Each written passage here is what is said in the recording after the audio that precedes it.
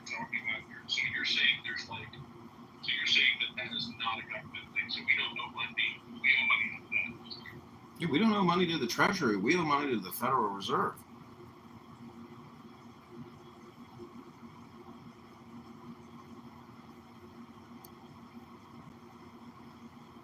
Sorry, I guess not coming on. Yes, okay. So from a substructure thing, that's you.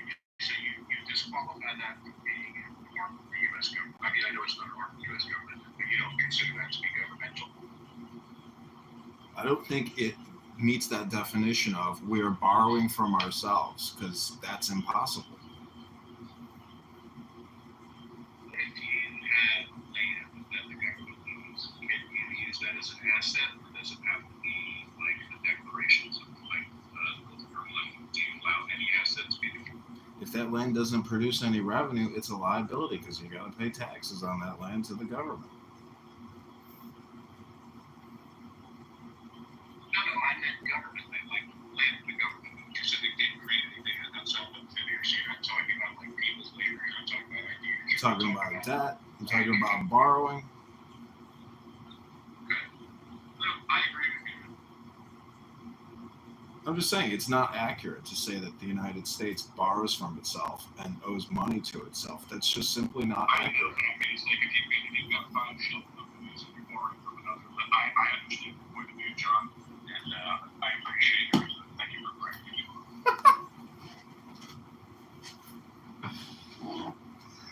I love America. Don't you love America, Mojo? I do love America. Jerry, you want to say something? I mean, are we paying $1 trillion of interest to ourselves to pay down the debt annually? No.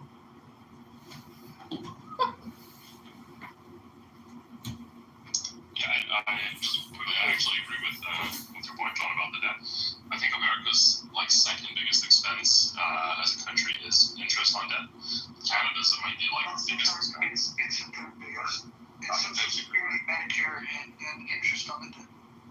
Yeah, so it's a big chunk. Same thing in Canada. We're not no better on that. And yeah, that's a big problem. I'm not a macroeconomist, but I mean that just seems like a recipe for disaster. That you should at least be paying and it's growing every year too. The amount of interest. It just sounds like that's a serious problem.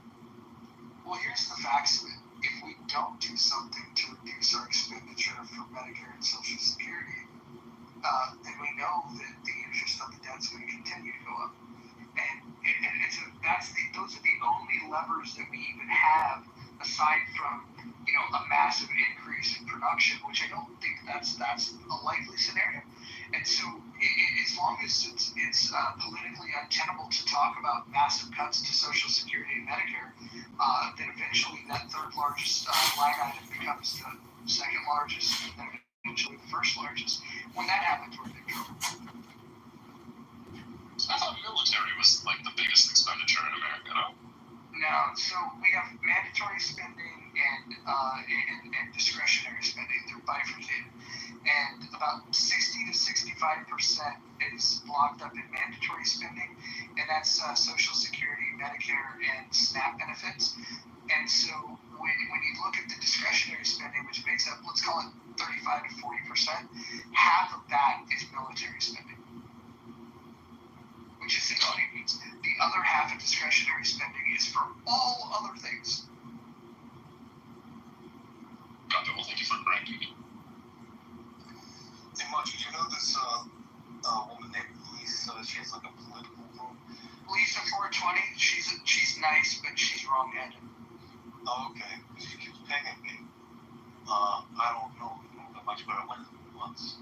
It's a big room. It's a big room. Yeah.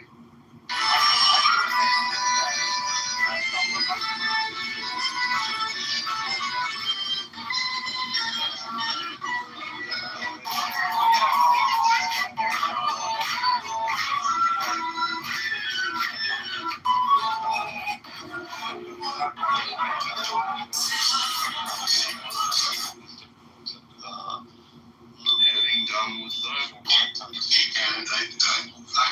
which is unusual. But I have, because of who I am, I have always certain especially when, this, because black folks, everybody, right? But black folks, especially in Louisville, have a very strong point of view, right? So, like, Kima, I would want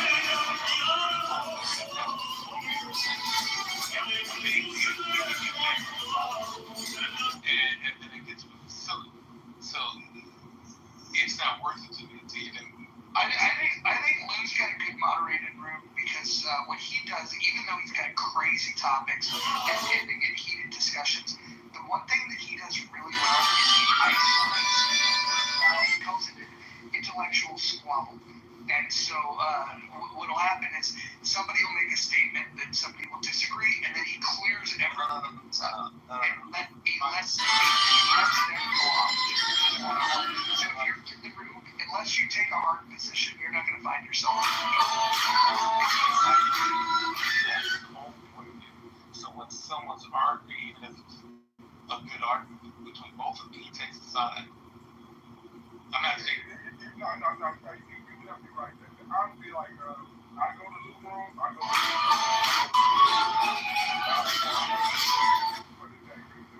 like it's gonna get silly. And I'm not gonna argue a lot of black people. I think it's a way to say. I like going into Lou's room when the topic is reparations. I think he's, he runs a decent room. It's just that any, you know what I'm saying? I got a huge following there, right? I don't, if I say something, it'll like kill their feeling. They'll be like, this motherfucker.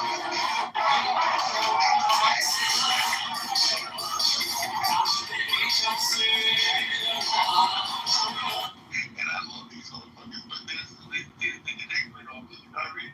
They'll start, yeah, it's stupid. And it's over bullshit, so I don't even do it.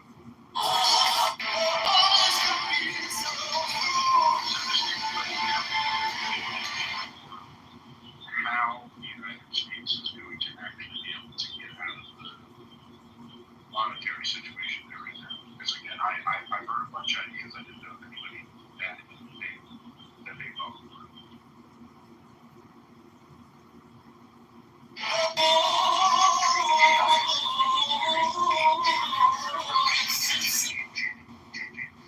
In terms of picking up efficiencies, if we win the AI war, I think that becomes a game changer. The bigger concern if we win the AI war is what happens with the imbalance, because the delta between whoever wins that war and everybody else is going to be pretty fucking huge. And then what are the second and third, degree, the fallout, the unintended consequences of that? Because we're going to become very unpopular once we reign supreme again. I mean, the short term is going to have destabilization and apple cart that's, so we get to energy independence. So we go.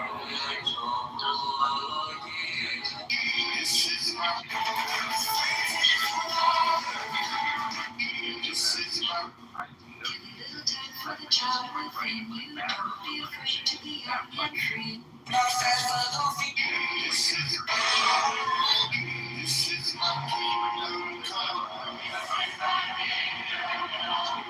When you see me, look into my eyes. It's where my demons hide.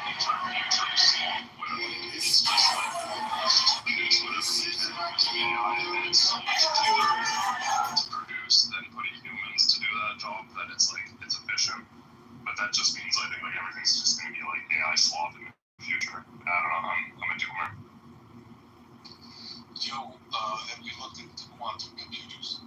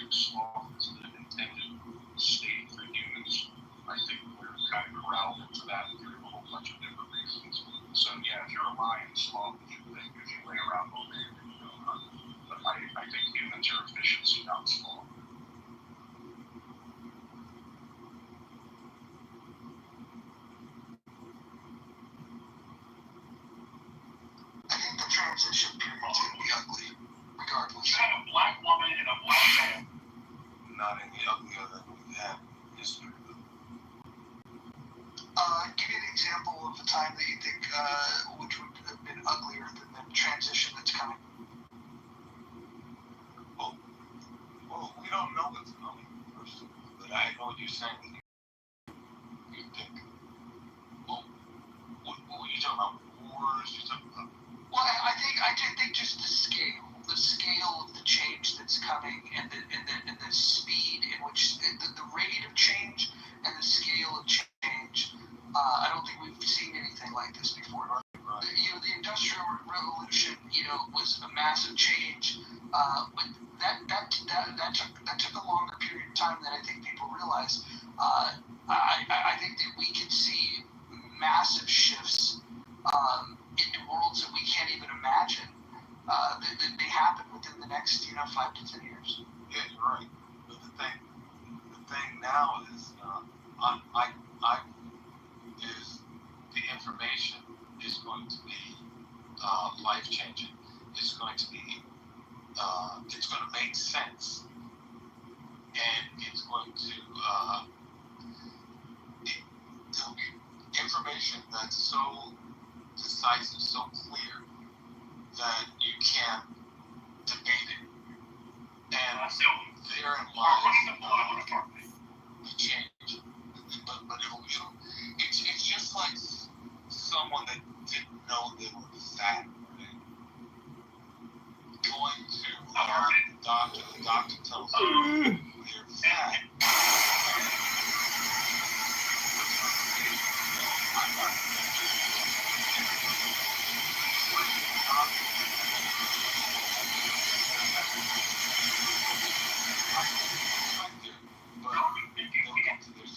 A big show of support for the Texas lawmakers who fled to Illinois. Some of the lawmakers became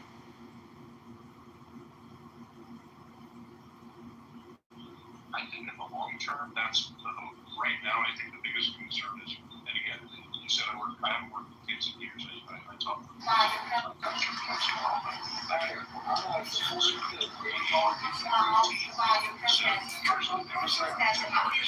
I understand. We need to we're just curious who the occupants of the home are, because there are connections to New York Attorney General Letitia James. Are you related? Hey, everybody, it's Randy from Junior. Every weekend, I spend an hour or two at a place that looks like this. Wherever I am in the world, I go to Uncle Jim. It's a personal price plan theorem. If you want, it's Far back as 2019 contains false information with no signature on it. Last year when I took one of my sons to his unit checkup, I then received 2 bills, and bundle Every major group agreed. This country is so fucking ass backwards. Like, I went to pick up my medicine, so I just got new insurance. I just started a new job.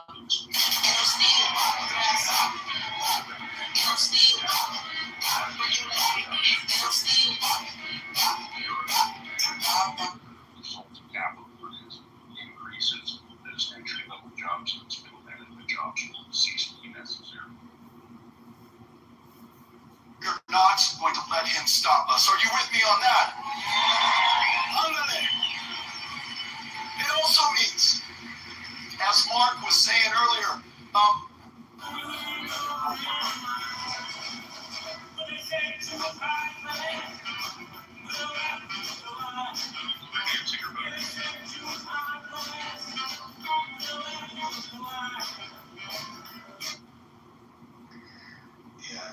I don't know the answer to that question.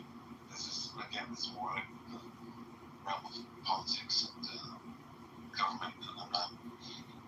Again, it's a lot of my purview.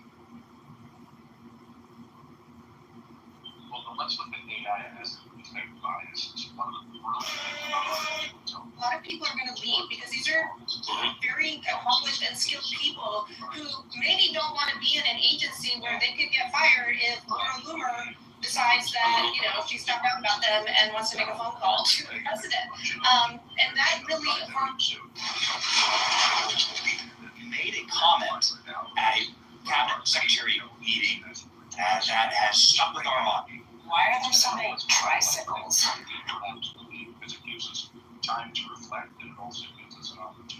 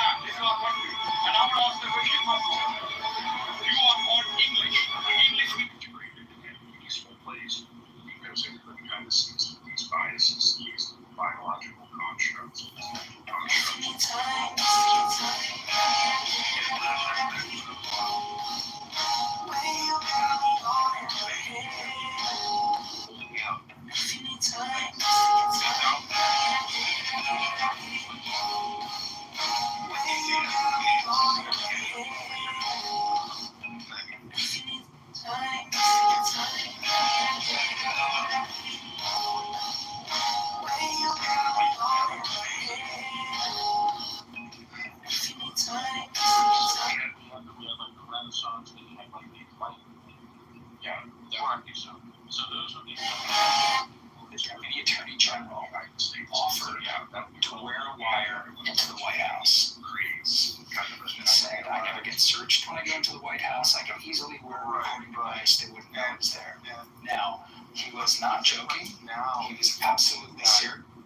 And in fact, he brought it up in the next meeting we had. I did discuss it with my general counsel and my leadership team back at the FBI after he brought it up the first time. Look, McCabe says the answer, right? And to let you deal with the fact that it's science, that it's like, it's going to be, look, there's oxygen, okay? Bruce Let you Rosenstein raised another idea. The don't 20 try to breathe. It's going to be that.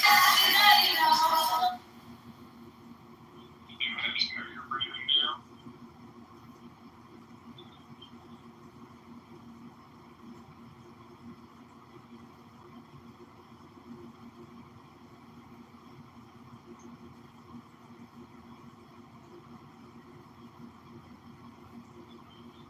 So let's take that to its nth degree. So if we rewrite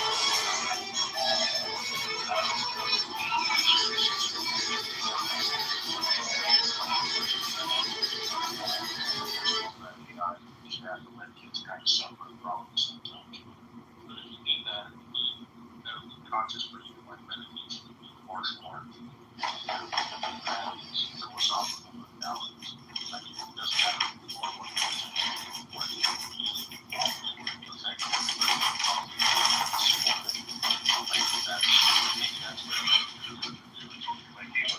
this is great for everybody, not just for me. And this is how we use that. I think that's actually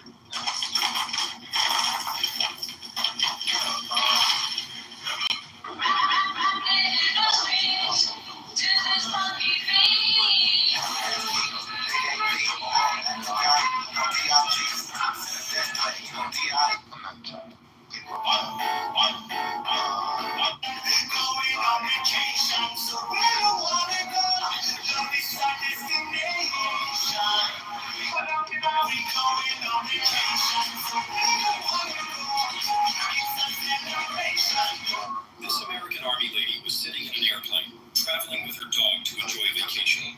As the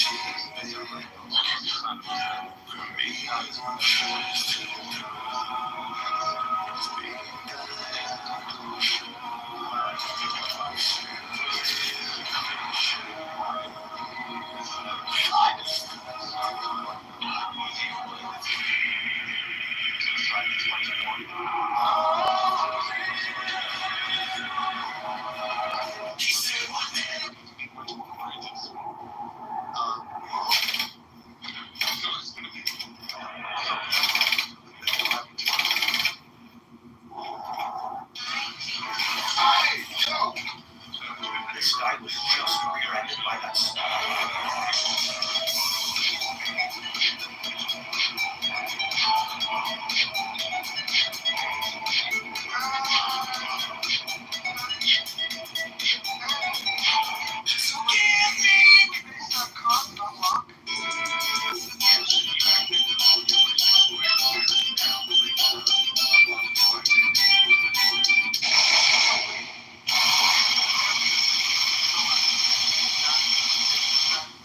Into the thing that you said that. This for the morality. So you're looking at their objective morality, you're looking at that, then how do they make decisions based on morality? And yes, Locke heavily influenced it. You're 100% correct.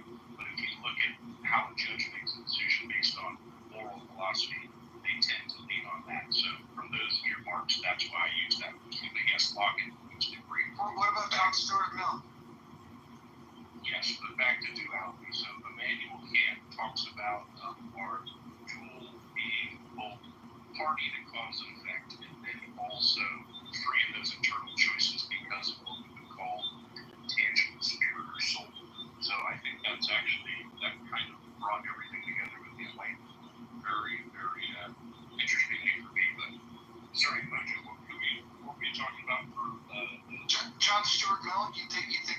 doesn't.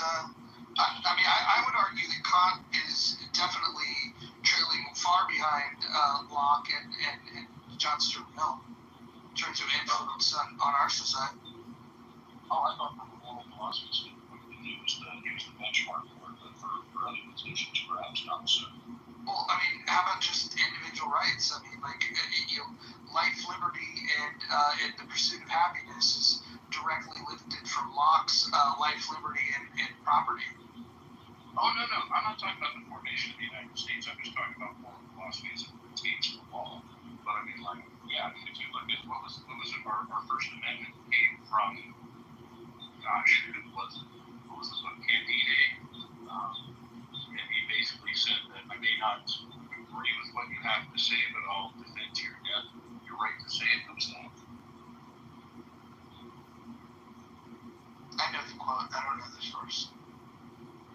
I'm trying to remember his name. It's on the tip of my tongue. Voltaire, sir. Voltaire. And yes, yeah, the French Revolution afterwards. Yeah, that's where First Amendment came from. So there's really any from my perspective to get maybe one wasn't they philosophy is the benchmark for that, but not the structure of the country or all. Yeah. The type of thing I'm talking about with young people is not, the intention is not to be morality, yet, let's say better behavior, let's say a behavior that is apt to creating an environment that is more safe, more loving, more harmonious, and so assuming that there won't be any fun jokes like we have Raj, come out. But here's a little taste, right? Take on the idea that it's something new, right? This is something that you might already know. That life is you pushed out. You follow me, John? Life, your experiences, you pushed out. Your reality is your own personal reality, right? You follow me? Yes, sir. Right. So when you have that, right, as factors, right, then blame is no longer something that you can embrace, right?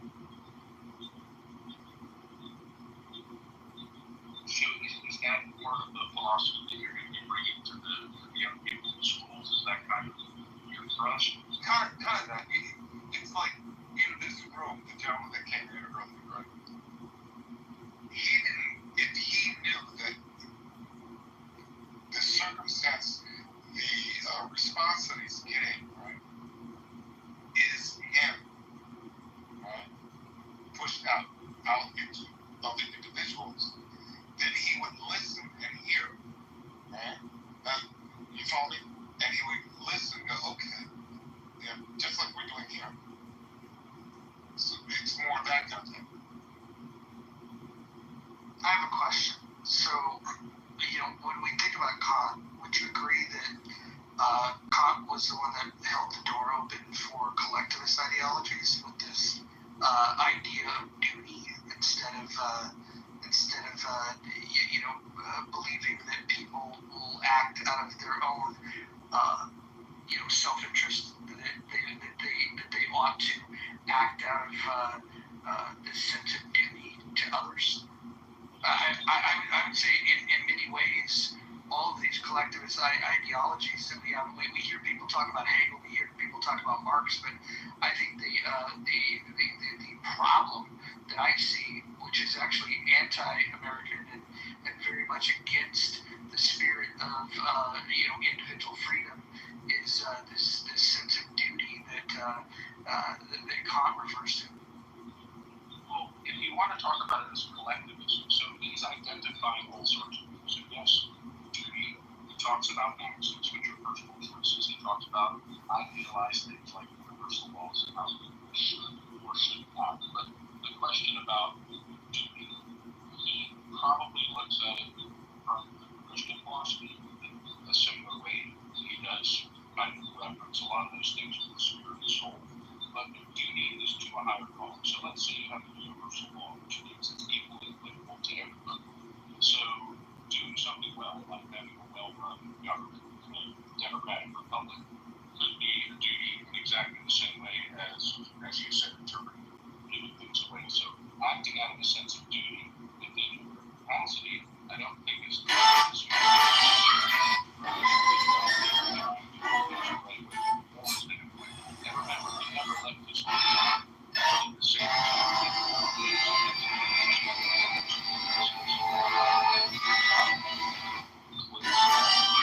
but from the sense of duty being collectivist and anti-American, no.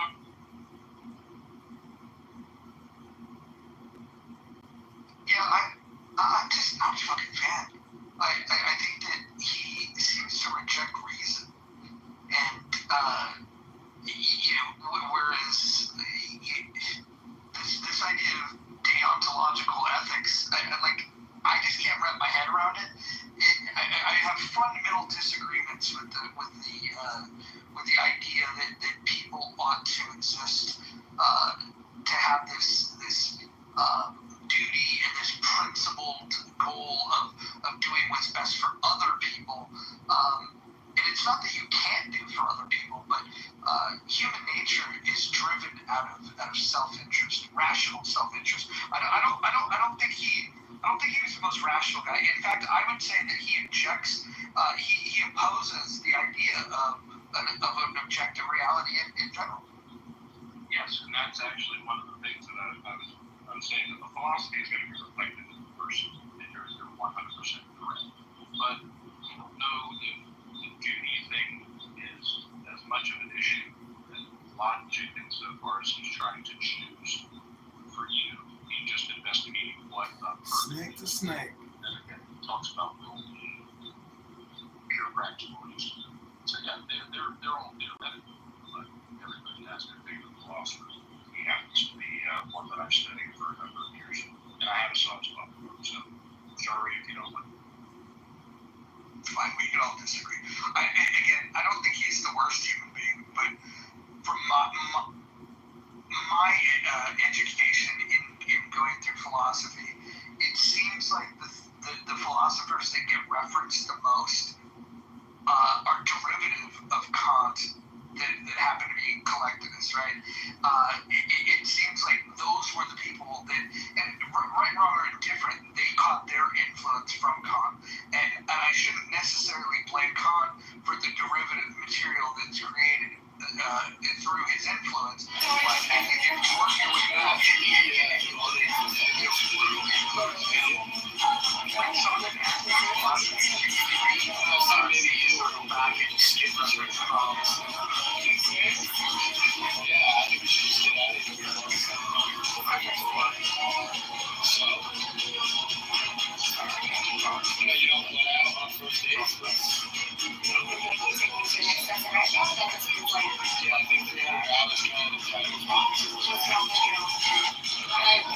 Mama may have had some of its biggest wins yet this week, and we're breaking it all down on Caitlin. We're getting nervous.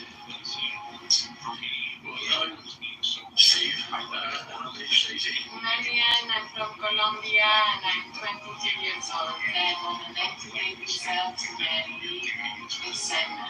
His name's Steve. It's stuck in the trap because You just gotta keep living, man. You just gotta keep living, man. fantastic.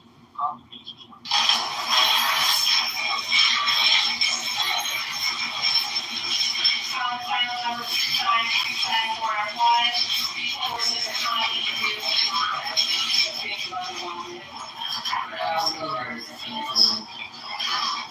you're here today for your probable cause comments. You're asking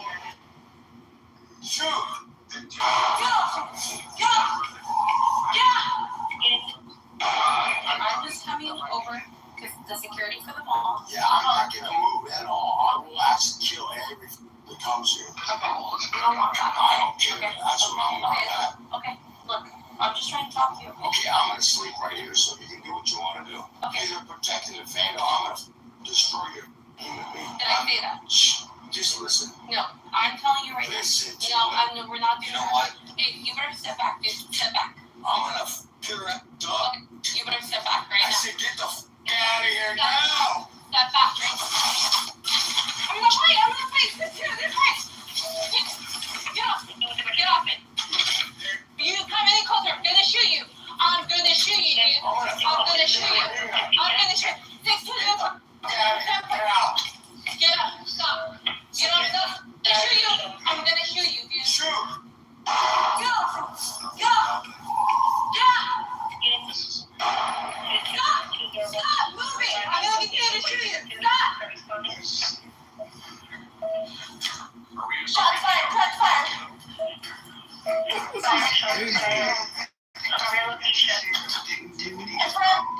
Lower level. Suspect down. Dolly, I would imagine, is probably more.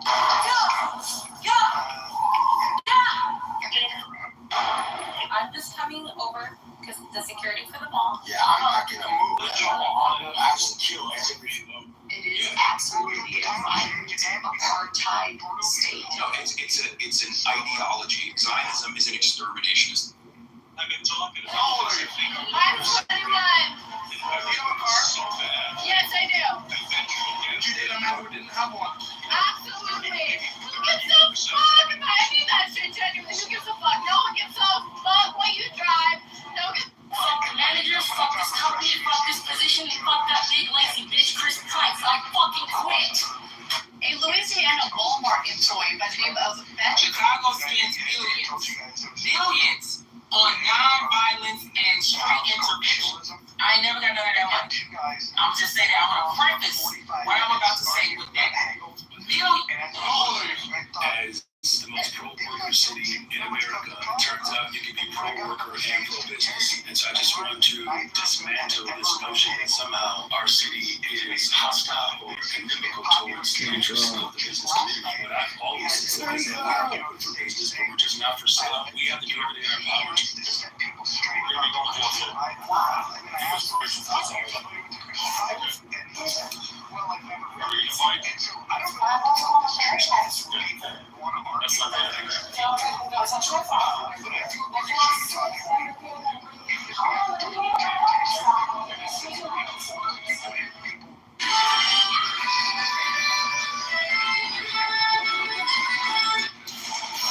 Following the obituary out of Puerto Rico tonight, ABC News confirmed a gunman shot and killed a New York resident early this morning in San Juan as he visited the city for a Bad Bunny concert.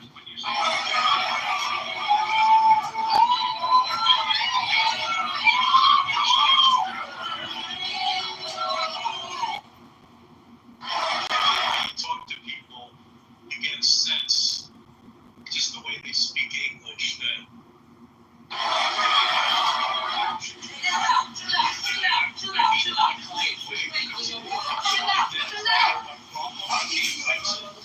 don't mean it to bash people that are, but I wonder how much of the technology is diverting people in their brain waves and their dopamine from wanting to read. It's not, can I read a book in 4 days, or can I watch a TikTok for 4 seconds?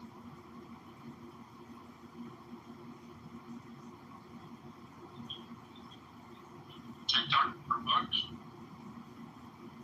Yeah, that's a good one. There it is. The TikTok version of Great Expectations in 14 seconds.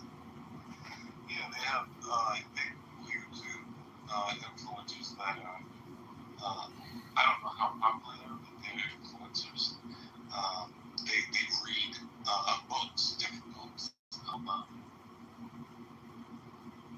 So, I mean, is technology destroying our, is it occupying a large amount of our brains and making people maybe not stupid or all, I would argue ignorance and stupidity are close cousins, but certainly, I watch on YouTube, they ask questions to college kids like, who were the participants in the Civil War? Or, like simple, stupid questions they can't answer. It amazes me.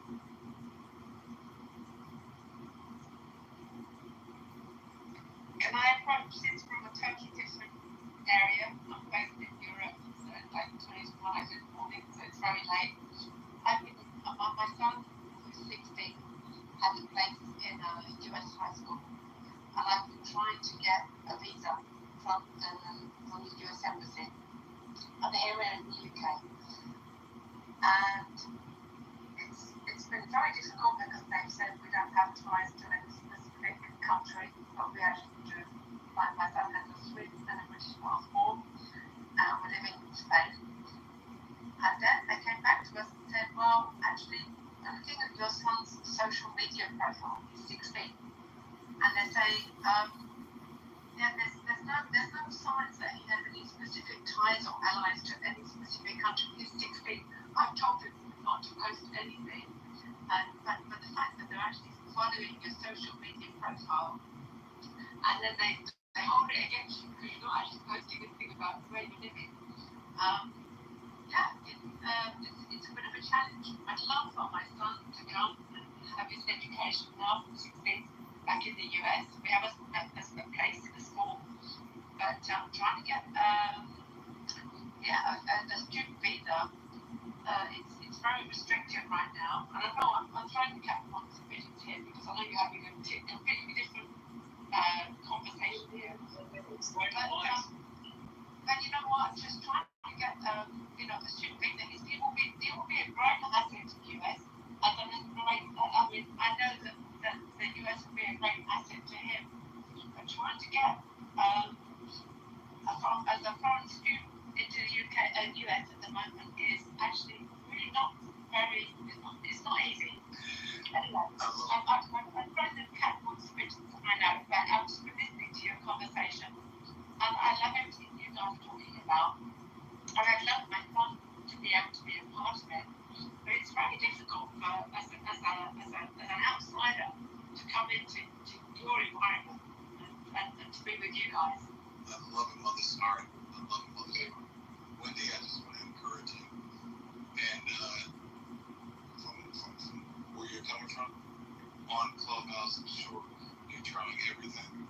I'm sure you'll get a visa. I hope you will. I'm now going to the embassy here in Spain where we're living. But yeah, I'll keep on trying. Sounds like a new idea for new business, like setting up social media profiles with potential students, standing in front of the Washington Monument and waving at the flag. But there's always my son was penalized because he didn't have a social media profile. It's nuts. Yeah.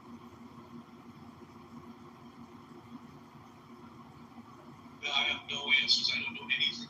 All I know is it's gotten a lot harder with the current administration. They're almost xenophobic. I mean, somebody with a Swiss and British passport, they should be actively recruiting your son on a daily basis. I totally agree. I think he would be a great asset. And but yes, it's what it is. Just tell him he was just a little too good for us. That our country is not at his level. Tell him the truth. We'll give him a warm welcome in this room. Thank you. But I will wake him up. It's probably what is it now? It's 5 in the morning here, so maybe I won't wake him up now, but yes, I'll tell him. Thank you guys. Joe, maybe we can start writing some recommendation letters from we've got all these people here. I don't know, I'm just throwing it out.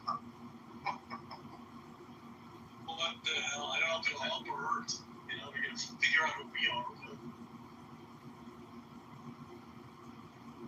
I think at the end of the day, we all need to figure out who we are. I cannot keep us out here all day, lady. Sir, please return to your vehicle. We're doing everything we can. It's not good enough. Where did you go? Please return to your vehicle. Second floor. No, my daughter is on.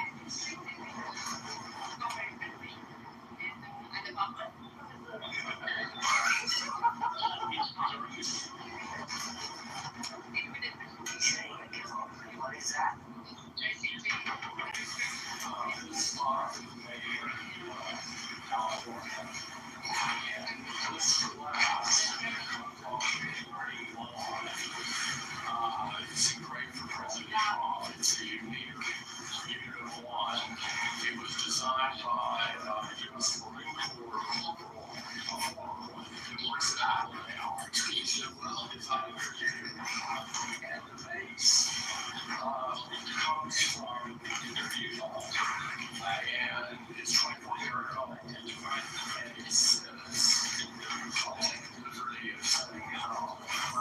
Next TMZ Live, Donald Trump.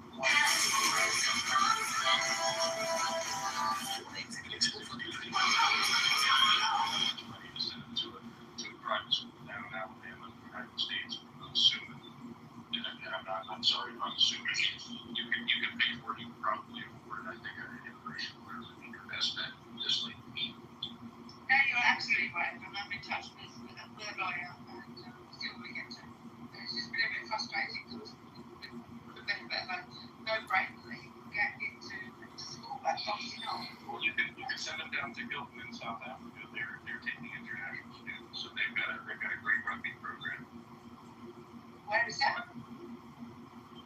Hilton in South Africa. It's a great boarding school for kids. If you can't get them in there, you might see if you can do that. They got a great rugby program. Oh wow. Okay. You know, I don't know that he needs to go that far. When is the next World Cup? Right. Hey, Wendy, why Montgomery, Alabama, of all places? Because my father is from Alabama, so he's there at the moment. He's been there for the last quite a bit of time. And It's like the world is okay. It's so, like we said, socially acceptable. So yeah, it is kind of a gateway into that, unfortunately. My friends who were alcoholics over my life, they've always wanted to reminisce about the old times. It seems like, they want to drink and then play songs of the old times and tell stories of the old times. It's like a repeat record.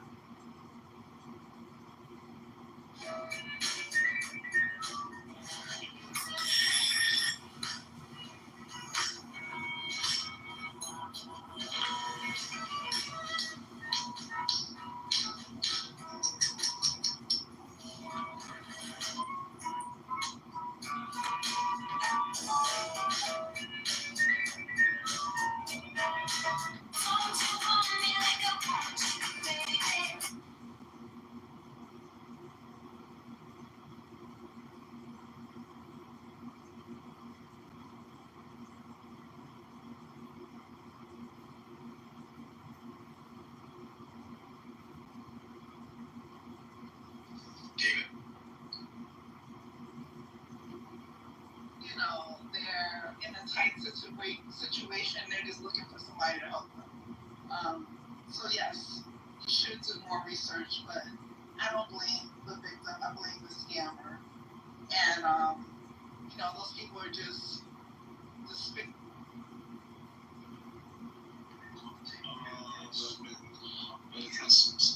More single course speed.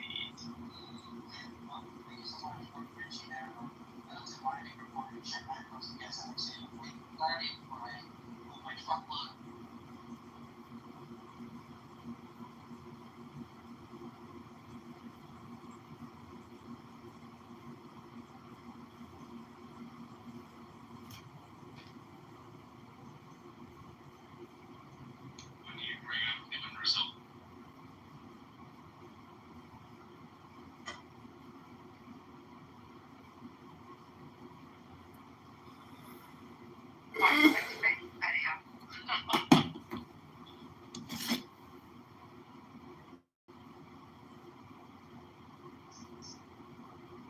Well, thank you for sharing. I wish I had, some great advice, but I appreciate you sharing it. Watch these special forces make a movie-like arrest on a plane. It all started when reports came in about a passenger causing trouble before the plane had even taken off. 3 masked operators boarded calmly and slowly started moving toward their target. Then they politely asked the other passengers, especially those with kids, to move toward the front of the plane for a moment, and then they got to work.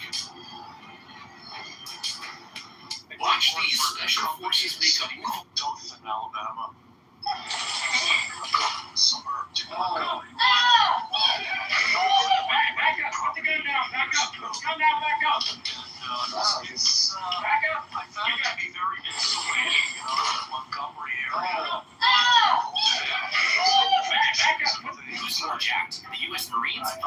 SEALs. Marines are known for being lean and explosively strong. Their training focuses on full body conditioning and building mental toughness. You'll find plenty of muscular Marines, but actually, size isn't the main goal. It's more about efficiency on the battlefield. Gangsters would often rap about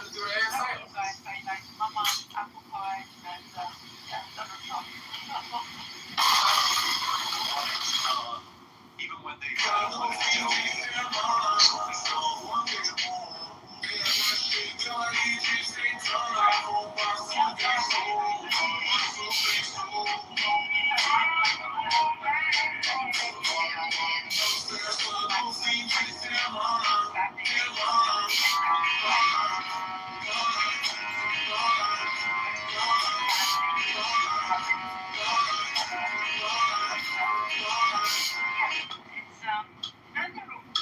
This is the craziest grenade launcher you've never heard.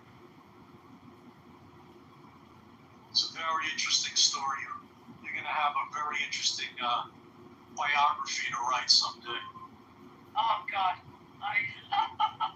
did you do my whole biography? Yes, exactly. Yeah, one day. We can tell that. You know, this is the forward to the rest of the book. It already sounds quite compelling. Actually read, right? Then I'd have to be somebody who actually reads. True. That's true. That's true. You eat the southern barbecued ribs, Wendy? Oh, I love barbecue ribs. But yeah, since I left my mum, I haven't had it once. It was great. What is that? Anybody famous? What is that? I've never seen it before. It's like famous homeless nigga? Who is that? Hey, chill out.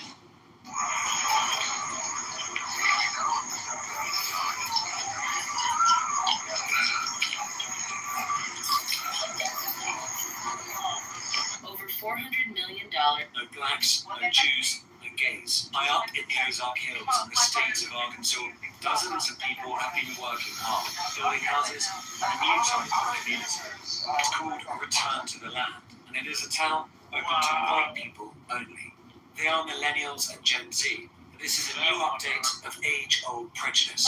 What we've done here is establish a place where we have control over who our neighbors are, and that is just for the sake of preserving, our culture.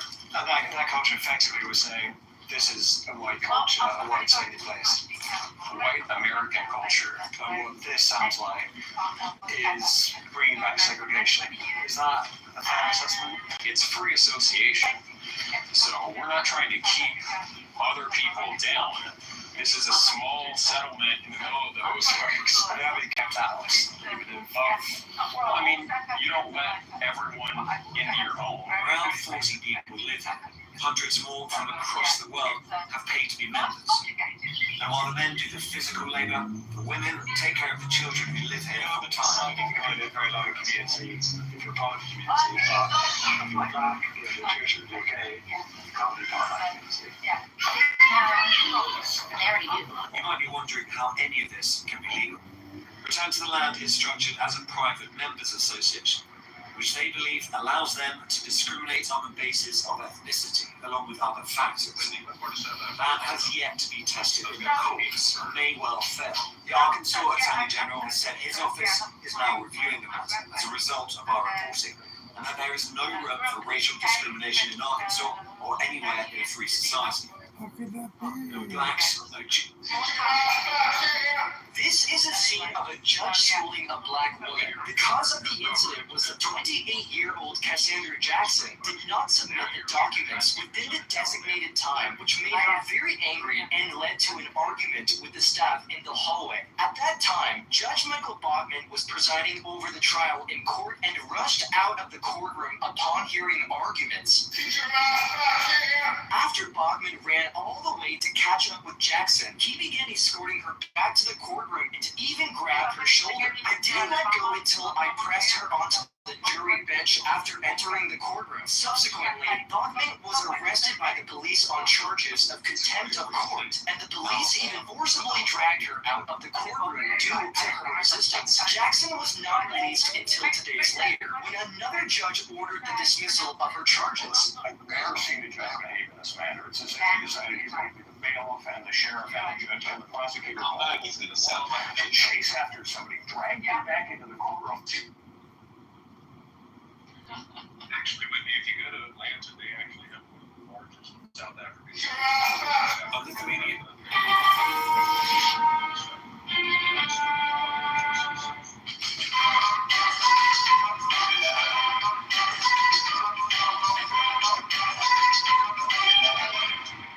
States and they're all the same.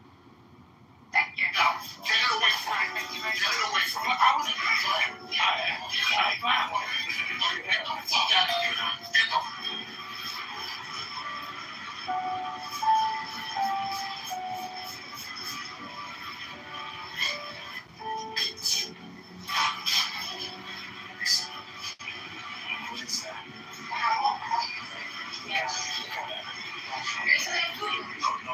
I come here, I see it. I don't know what that is.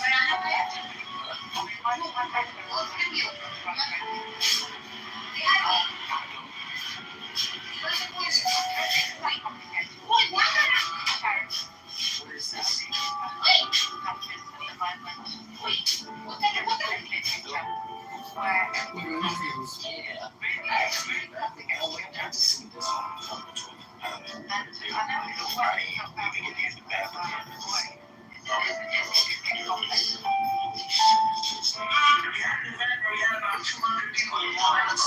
This motherfucker right here wants to steal money from this girl right here. I'm about to knock his ass out. You got 5 seconds to give her her fucking money back, boy. Bro, hurry up. It's taking you too long, man. Go get it, nigga. What the fuck is wrong with you? You out here taking from homeless people, nigga? And you fucking home?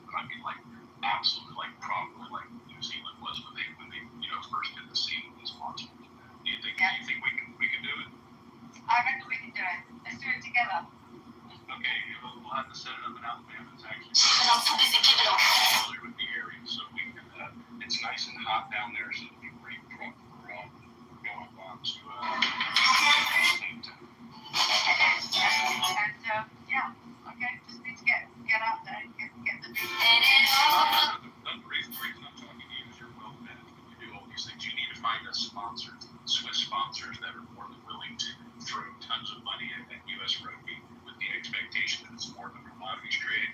They just make their bets for the World Cup in the future, and I think it'll pay off that way. What do you think? Yeah, no, I think that's a great plan. Perfect. Okay, I just want to be.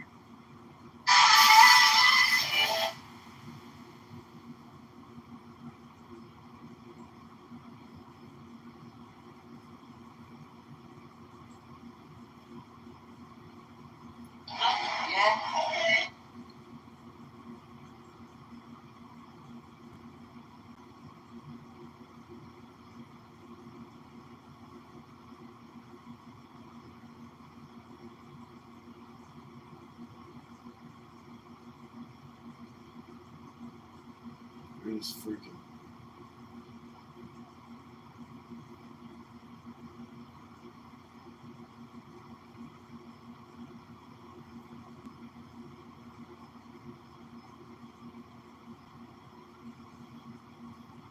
Guys, I'm on Eastern Standard Time. It was wonderful to talk to all of you. Thank you so much for people who gave me information I didn't know or challenged my concepts today. Have a wonderful evening, everybody, and catch you soon. Right on, Joe. Yeah, it's 5 o'clock in the morning for me, so I'm going to get a couple of hours sleep before I get up and running. So let me speak to you all, and hope to catch up soon. Yeah, no problem. This room will stay open, even if I'm the only person here. It will also be streamed from YouTube.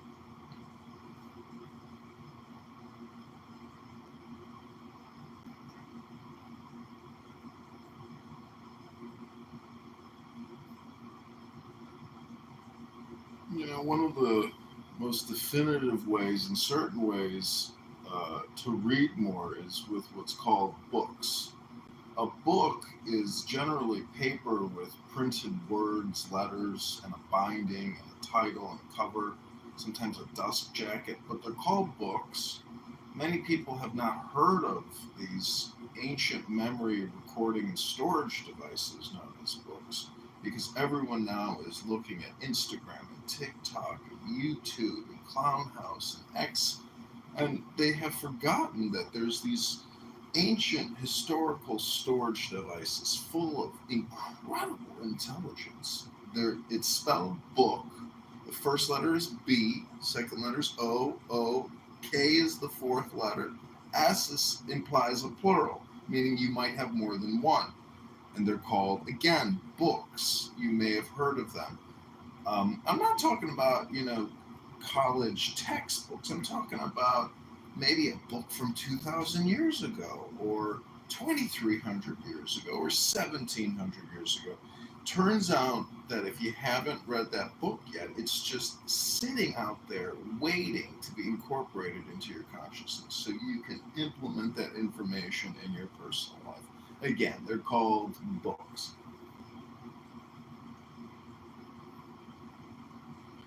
The best sailing book I ever read was called How to Sail. And unfortunately, I can't really sail my sailboat because the motor kind of hits the little fin tail at the back of the boat, and it turns out I don't really know how to sail because I never read the book on how to sail. Instead, I've just made it into a floating love boat, and haven't been able to enjoy the deep waters and the effortless joy of sailing and not getting nauseated and maybe not getting back to your slip because your Chinese motor from eBay fails you and you don't want to have to call the Coast Guard to get towed back in. You know what, John? My youngest son is 16. He's the one I'm trying to get into Montgomery Academy in Alabama. But part of the reason is that he needs to read books. And I think that's still very much part of the US education, that you actually have to read so many books. Whereas here in Europe, it's just been non-existent. And yeah, such a shame. I totally agree. So important.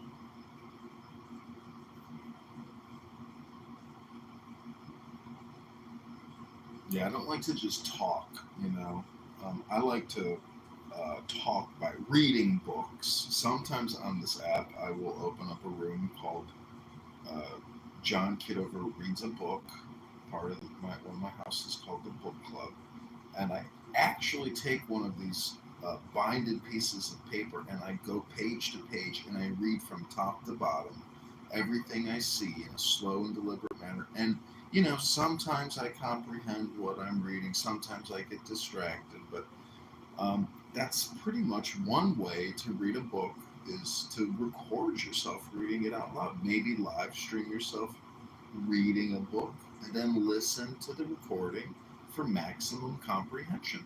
Because there's so many distractions in life. You might be thinking about this or that while you're reading and not really integrate what you're reading, comprehend what you're reading. So if you record yourself reading a book, you can listen to your own audiobook and then you can maximize that comprehension and integration into your brain.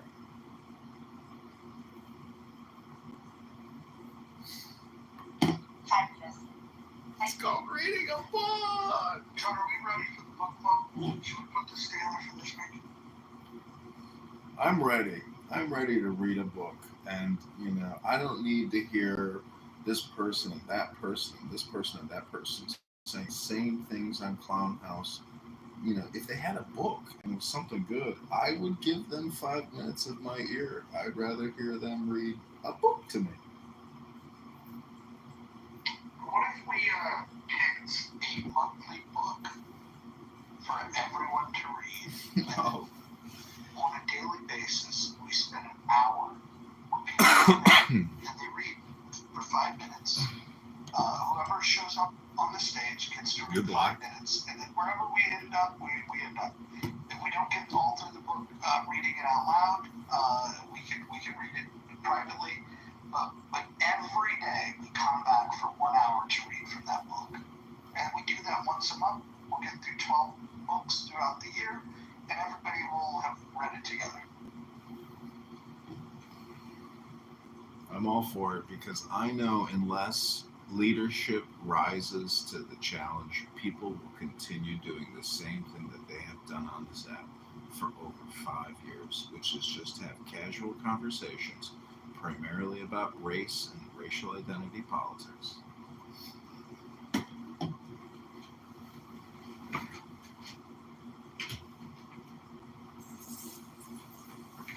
I'm up for it too. Even though I'm in Europe, I'll find a way to sit in with you guys.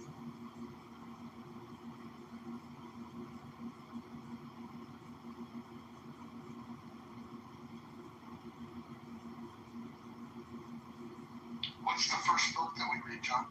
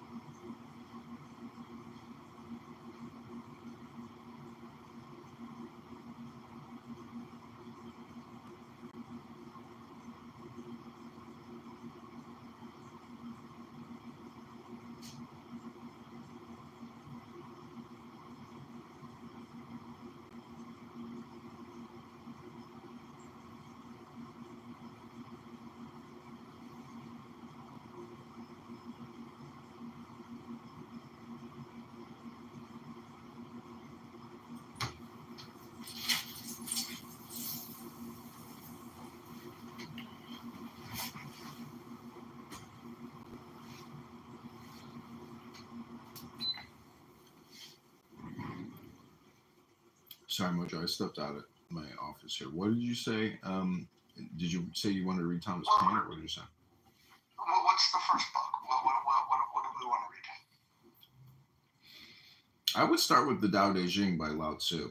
That to me is a very universal book that many people will never touch, read, enjoy, experience the beauty of the Tao, the wisdom of the Tao.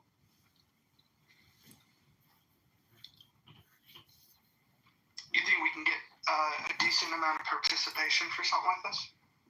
Yeah, and you can get through the whole book in just about an hour. It's not very long.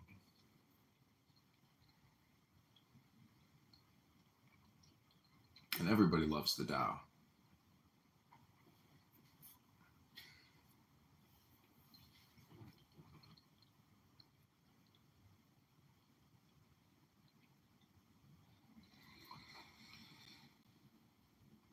What do you think?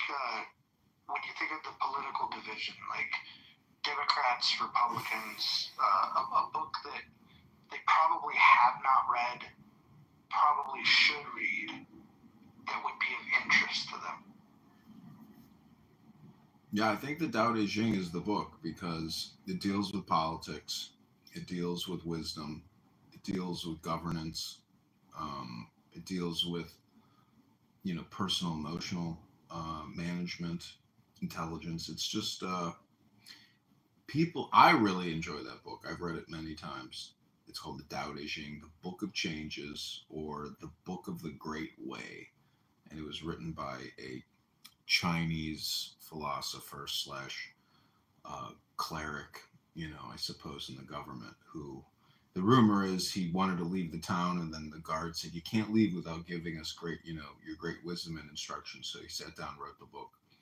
But it's, I've read Confucius as well, and whenever I read Confucius, I'm like, wow, Americans don't know shit. We are so fucked. Because good governance, ethics, morals, in my opinion, when I was in undergrad, we had to take I guess an ethics and a morals type class. I can't remember what they called it, but it's just not enough. Most young people today are not educated in virtue. Reading Aristotle or reading anything to really give them something to think about when challenged with possibly, making a bad decision. So to me, it's like, look at Jasmine Crockett, ask her what she thinks, morals, ethics, and virtues means, and to make a demonstration or make an example or tell us something about wisdom, or what is the source of wisdom? What is the source of love, the source of intelligence? Um, I'm just saying that, to me, the Tao Te Ching is a good starting point, especially for Americans, because it's a perspective from China that is universal. And you know, if you just read the Bible and that's your go-to book, this one really complements your go-to book. It's a very complementary book towards your pre-existing thought process.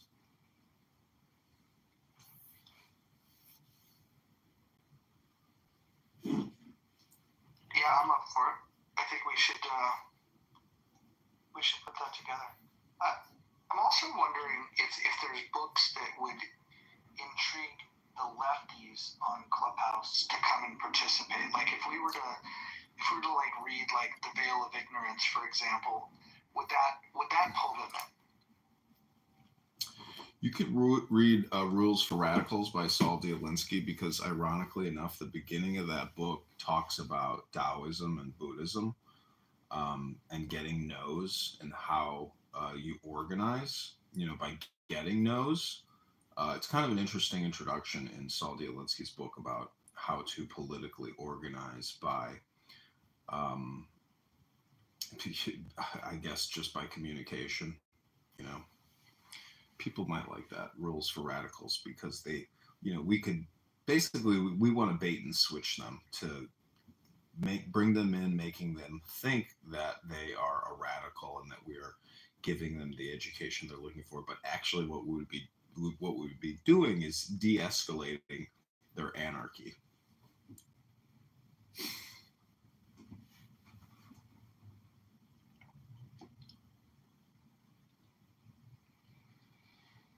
I'm being summoned into a room in Healthy Debates. I'm going to go over there. We can keep this room open, but I'm going to go check it out real quick.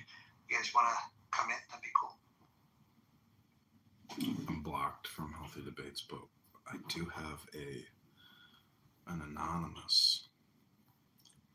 And when people started talking about that, and those kinds of things, then things got very. Alan, I need you to hold on 1 second. I'll come back to you, I promise. But I'm not sure how long Mojo has. For those who don't know, I just texted him offline to ask him if he can come in for a minute. There's a friend. Reach out to him. Hey, you got a minute? He's like, sure, come on in. So, Mojo, I just want you to know your name was being brought up a few times. By who? Various people. Like who? Like various people.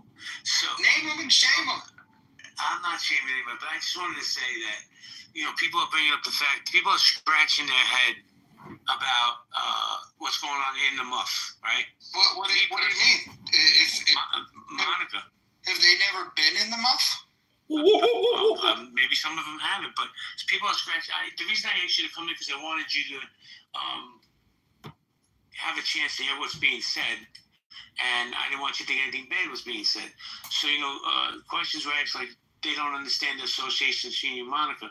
And my stance was, I don't give a fuck. He's still my friend. Maybe he got bored on this app and he wants to try something new. What's wrong with Monica? What's right with Monica? Well, let's start. She's smart. She's funny.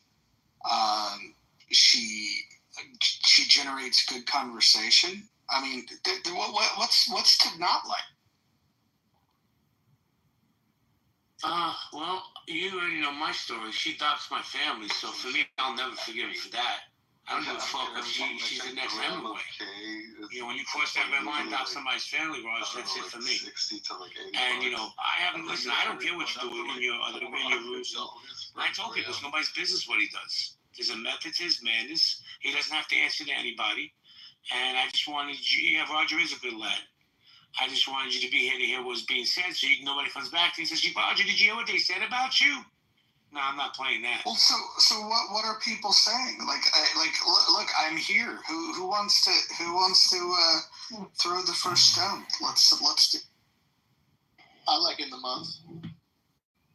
Yeah, I don't really have any grievances. I like it. I haven't really been saying much. I don't really give a fuck. I haven't really been saying much about that. If you don't have a grievance with it, then don't get in the conversation. The grievance is people are scratching their head about your association with Monica. You don't have to answer for that because you're a grown-ass man and it's your space. David, you wanted to say something? No, I'll be real. Roger, I've had great times and love your rooms and love what we do and your support of me. It's just I've spent a couple of years here being irritated by her. And people brand her as a vile person, and people can be branded wrong. It's just hard for me to see her in a room being elevated, and maybe that's my problem. It is a you problem, Dave. I think that David. Association with her, given her history, will go upside down. And John Kitover, running for the congressional district of 16 in Illinois. Go to John for comment. Everyone's entitled to their own opinion.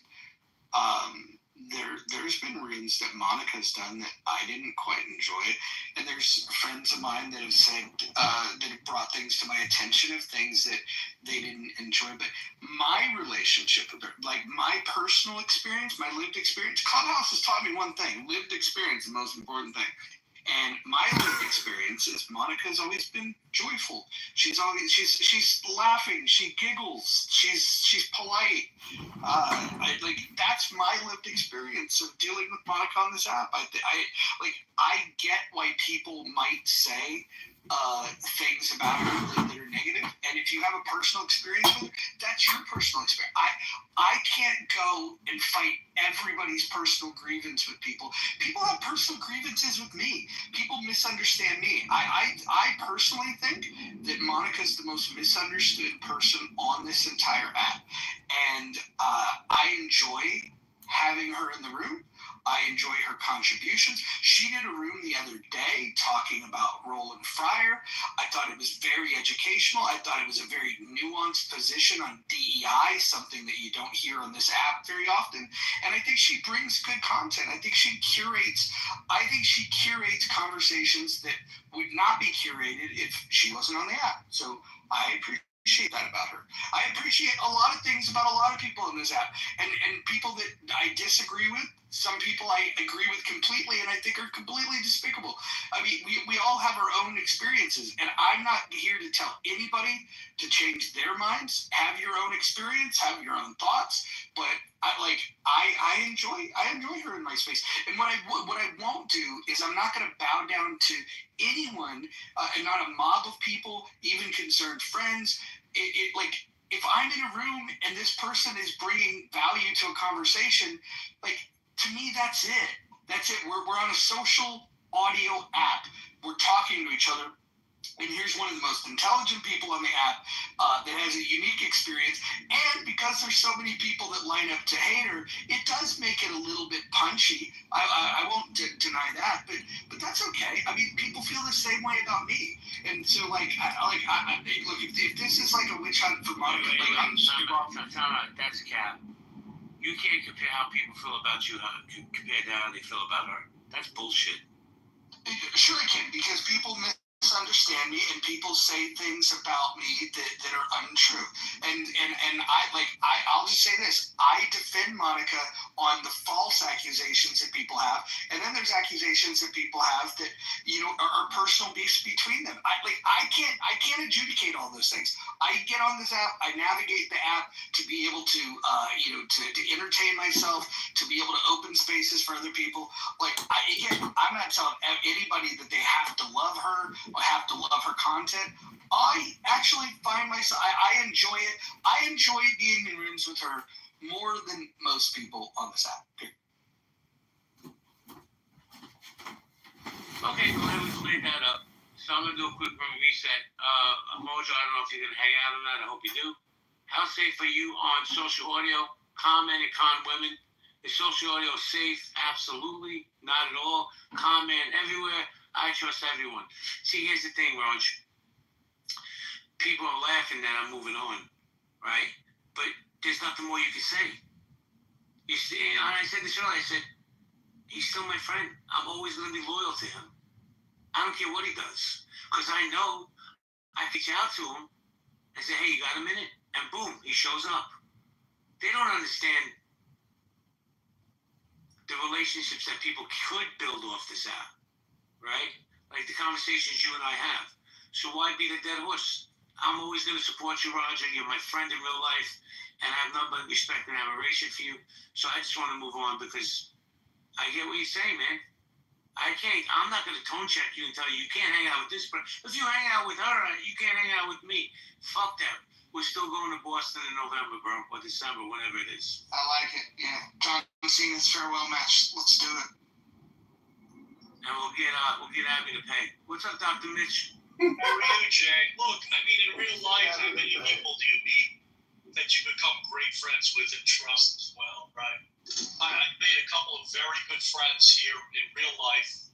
I've hired a few people off of here, and there are a lot of other people I just didn't really connect with. I haven't had a horrible experience, but then again, I'm not really looking for anything. So it's like I'm glad I'm married and I'm not dating or looking for a job or something. I go out of my mind if I was. Listen, I'll say this. I'm just going to use Mojo as an example because he's here. I know for a fact if I had an emergency in real life and it was 2 o'clock in the morning and he could help me, he would, and vice versa. I always thought that this app was supposed to be about building relationships, not tearing them down. I'm always going to support him. Yeah, I can say I've met people in other parts of the world I never would have met. 2 or 3 of whom I've done some mutual work with out to be really, really good friends. So across the pond and in other places, and you and I, Jay, wouldn't have met if it wasn't for this app. So I think it does its thing. I think, like anything else, you'll make some friends, you'll make some acquaintances, some business contacts, or you won't. But it really is. It depends on your people. I tell you what, Dr. Mitch. So I'm looking down in the audience, right? And I agree with what you said, by the way. And there's a person down there that every time I see him, I kind of chuckle a little bit because he's like the nicest guy. And I actually got him to curse me out. And that's my man, Ken Frankel. If you can get Ken to curse you out, you've reached a Zen status on this. Zen status comes by getting cursed out by somebody? Wow. Don't help us out, guys. What did you say that pissed off Ken? God, I want to hear that story. Oh, I just kept interrupting him when he was talking. And I kept muting his mic. Because, like I admitted earlier, I can be an asshole too. So, Ken, I apologize to you, man. I've always liked you. I think you're a good guy. You're definitely smarter than me. And you're definitely the connection I need in Vegas. So, yeah, I just want to apologize for what I did. That was like 2 months ago. I mean, he was pissed. Brandon kicked me out of the room 9 times once when I asked why Ken was talking so long. Yeah, Ken needs to learn to be more succinct. Wait a minute. I do respect his knowledge. Wait, hold on. Why does this have to turn into be critical of the guy that's not on stage? Like, I'll say this about Ken. Ken is one of the most thoughtful, insightful human beings on this app. And the one area where people find themselves criticizing him is because he has a desire to check misinformation. He's like the app's fact checker, which I think is a huge value. Ken and I disagree about some things, but he's very respectful. He just doesn't suffer fools. Well, I respect Ken. I love Ken. I think Ken's great. If I ever wanted to know about the insides and out, how Vegas works, he should open a room and just talk about that. It'd be a great room. To give us some inside tips on Vegas. Ken knows a lot about a lot. I said that, but I have a lot of respect for Ken. I put him in the top 5% of intellects on here. For sure, but I've never seen Ken lose it or even I've seen him once or twice, like his temperature goes up a little bit. I've never seen him lose it. That's why I was like, what did you do? You just said. I know. Well, I've invited Ken up twice. I hope he comes up. Agent, I find you to be a bit boring. But you're kind of like a little brother that's annoying. Call that. So I let you hang out with the cool kids. JB is the I like Agent. the deliberator of cool people. Funny. JB's in charge of the cool clique. Especially in the chat, you got some good one-liners. JB's cool clique. Appreciate it. JP, how can I be boring? I say like some outlandish shit. That's not boring. Double, hold on. Your journey on this app has been fucking hilarious. In the beginning, you used to suck up to all the fucking lefties, and then when they ejected you from their group, then all of a sudden you grew a spine and you realized how despicable they can be at times. And so, post-lefty double has been it's been a treat. It just goes to show that if you hang out with progressives long enough, they will cannibalize. They helped me. I mean, I really think they helped me a lot on my journey to become based. I think you hanging out PB's rooms helped you the most. Yeah, she's solid. Well, I will just say this selfish plug. If anybody is interested in the Muff, we've been doing rooms, some interesting rooms, and there's an interesting cast of characters. If anybody wants to participate in those conversations, you're also welcome. Everyone's welcome in the Muff. Sometimes it's out. But what about that candidate Congressman John Kitover? That piece of shit who films all our fucking rooms. How you doing, El Chorizo? Peace, Abby. I invited you up a few times. I love when Abby comes in. Oh, we got Angel here who likes to gaslight rooms. Yeah. We got Big Bear, we got Randy, we got Booth. Oh, Ludwig. We got a Oh, lot of man. mental illness in this room, right? He's the chief mental illness, creator. JB. Cracks me up.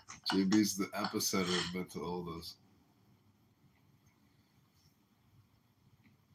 So, that's most of what's left on PubMed, let's be honest.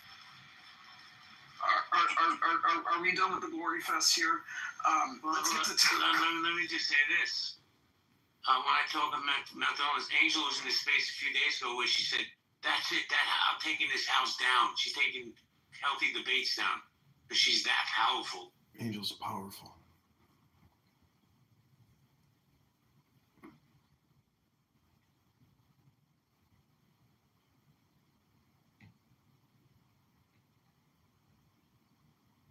Well, let's go popcorn style, guys. Grab the mic if you want. We got Mojo here. You want some popcorn? Can I just ask if there was anybody in the room that had any critiques?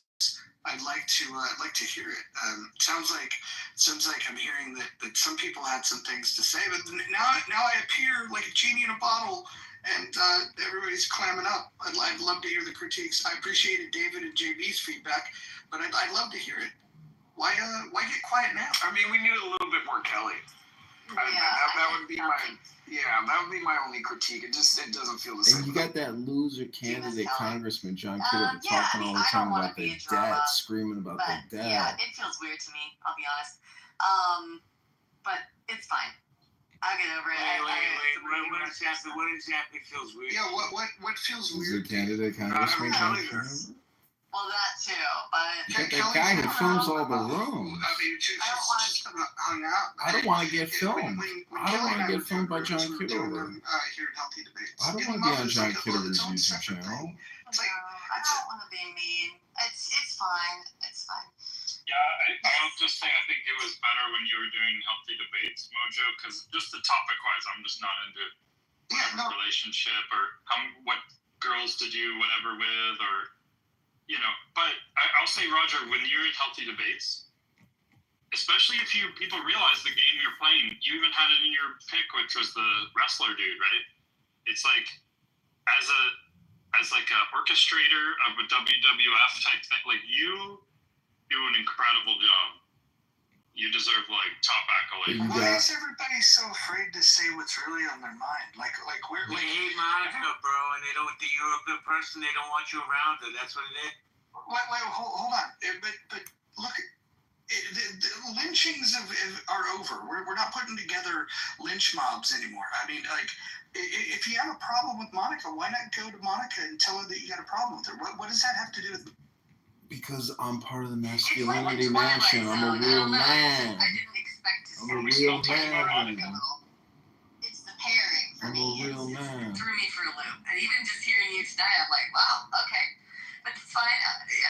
Hey, maybe tomorrow I'll love her again. I can change my mind pretty quick, so it's all.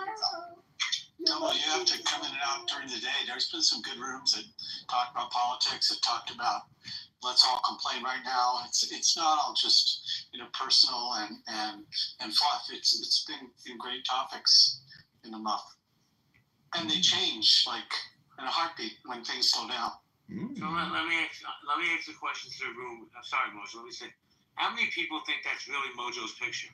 Because that amazes me that they think that's you. But go with.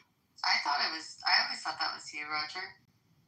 No, Roger's like 300-pound. Do you like the new one? It's a composite, right? Yeah, but it's the same guy. It's always been. So I don't know if you know this, but Roger and Brent are actually the same person. It's a similar.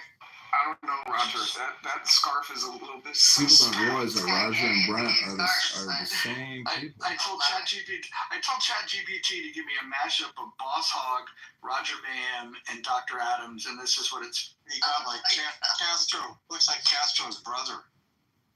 I love it. So if I understand the critique here, people don't like Monica. That's the gist. Okay. Some people don't like Monica. I don't have an issue with Monica. Okay. One of the greatest features that was ever added to this app was added very early is a leave quietly button. It's up in the upper right.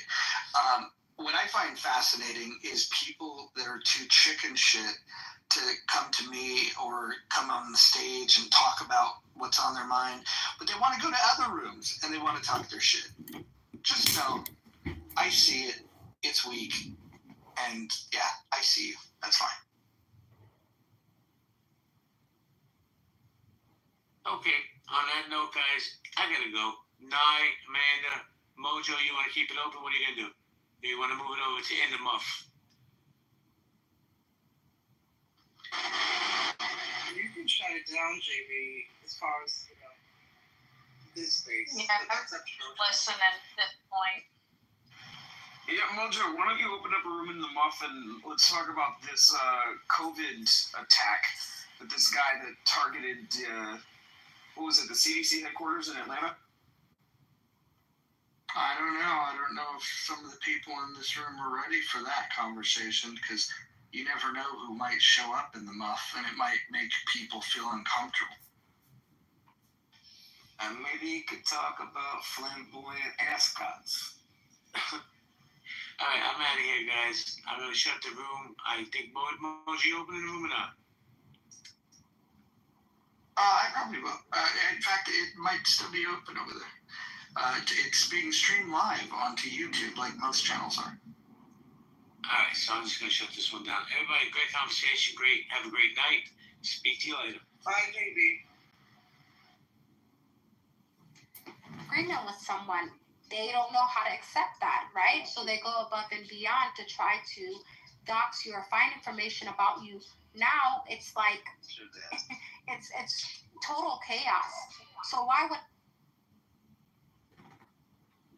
So, Adams, what's the deal with this psychopath who was shooting up the CDC because he had an adverse reaction to the COVID-19 vaccine spike proteins? I'm not quite sure. I've just been seeing the headlines moving around all day.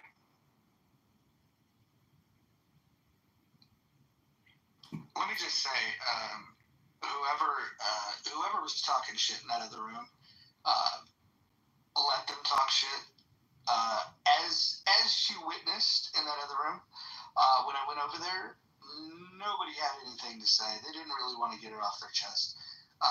I will not ever succumb to the heckler's veto. If I want to do a room with who I want to do the room with, I'll do it. And I've navigated this app the way that I want to navigate this app, and I won't be told how to do it.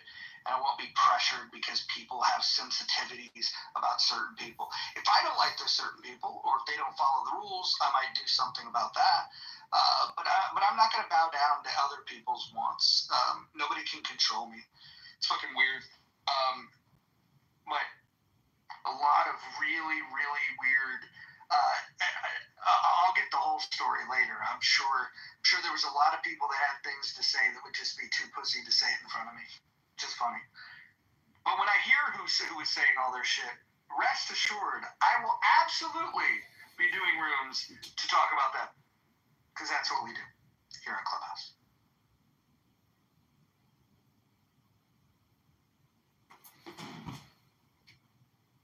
I like all Clubhouse people, even the worst people, but I like them because they're on Clownhouse, and so many people I know in the real world do not want to use this stupid app. And I don't fault the people that don't want to use it, and the people that do use it, I like them because I use it, and to me, I wish more people, were willing to come into an app like this to have conversations, as opposed to like spamming me with their personal stuff. It's like, don't call me and talk to me for 30 minutes or want to gossip. It's like, could you come on Clownhouse and maybe be a part of my podcast? Because, I'd rather kill two birds with one stone.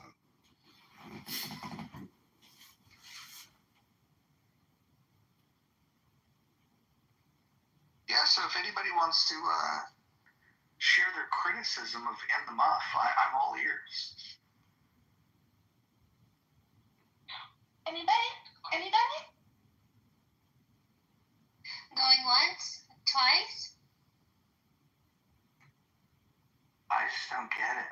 I just don't get it. Like, it would be one thing, like, if the criticism was legitimate, then why would I show up in a space where people were critiquing? Like, why do they not have anything to say? I just don't get it. I don't get it at all. It's fascinating. I think some people want to protect their emotional stability, by not engaging with certain people because they do become so emotionally unregulated when they're with certain people, which is a bigger indicator that you still have more work to do.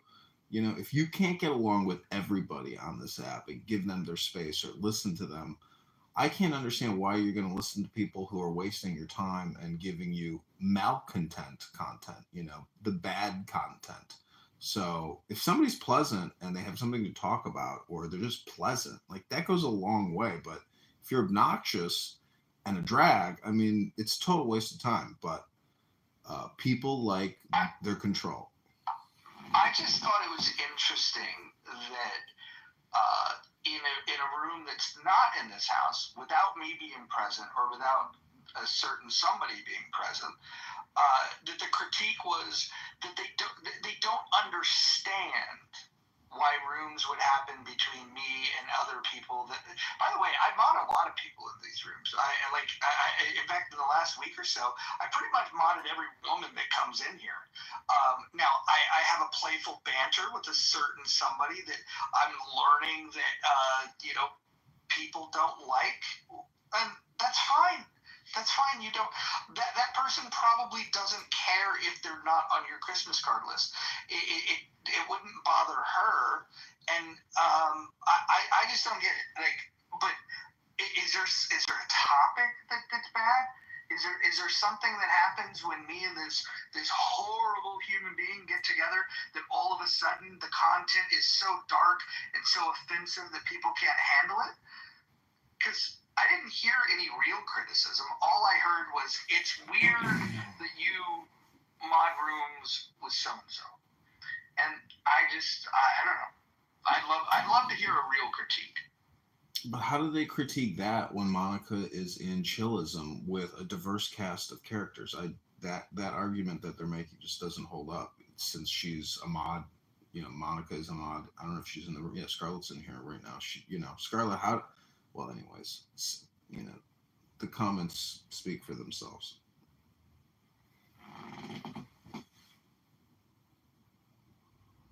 Yeah, I don't get it. And look, and I do get that people cannot like certain people. There's plenty of people that don't like me. There's plenty of people that don't like the person in question. I just don't understand how that became content. Actually, I do, because I'm probably going to return the favor, and I'll probably ask some questions. For example, David, I appreciate, because David outed himself as saying that he had some critique, but he was willing to share it, and he had a balanced opinion. But more importantly, David and I have a long history of chatting with each other on multiple topics. He's entitled to his opinion. I'm just curious why when I got in there, everyone, it was almost as if when I got in there, everyone was afraid to say what was on their mind, except for David. Thanks. I appreciate all the time we spent together. I mean, seriously, I've actually learned. So, can't say that about time with everybody on this app. I've had to hear an opposing view politically that I wouldn't normally entertain and process it, and that's been good for me. You go. Can someone do a recap for Dawn and I, because I wasn't. Me too. And yeah, I don't like you either, Mojo. Interestingly enough, it was a room about con men and con women of Clubhouse. What?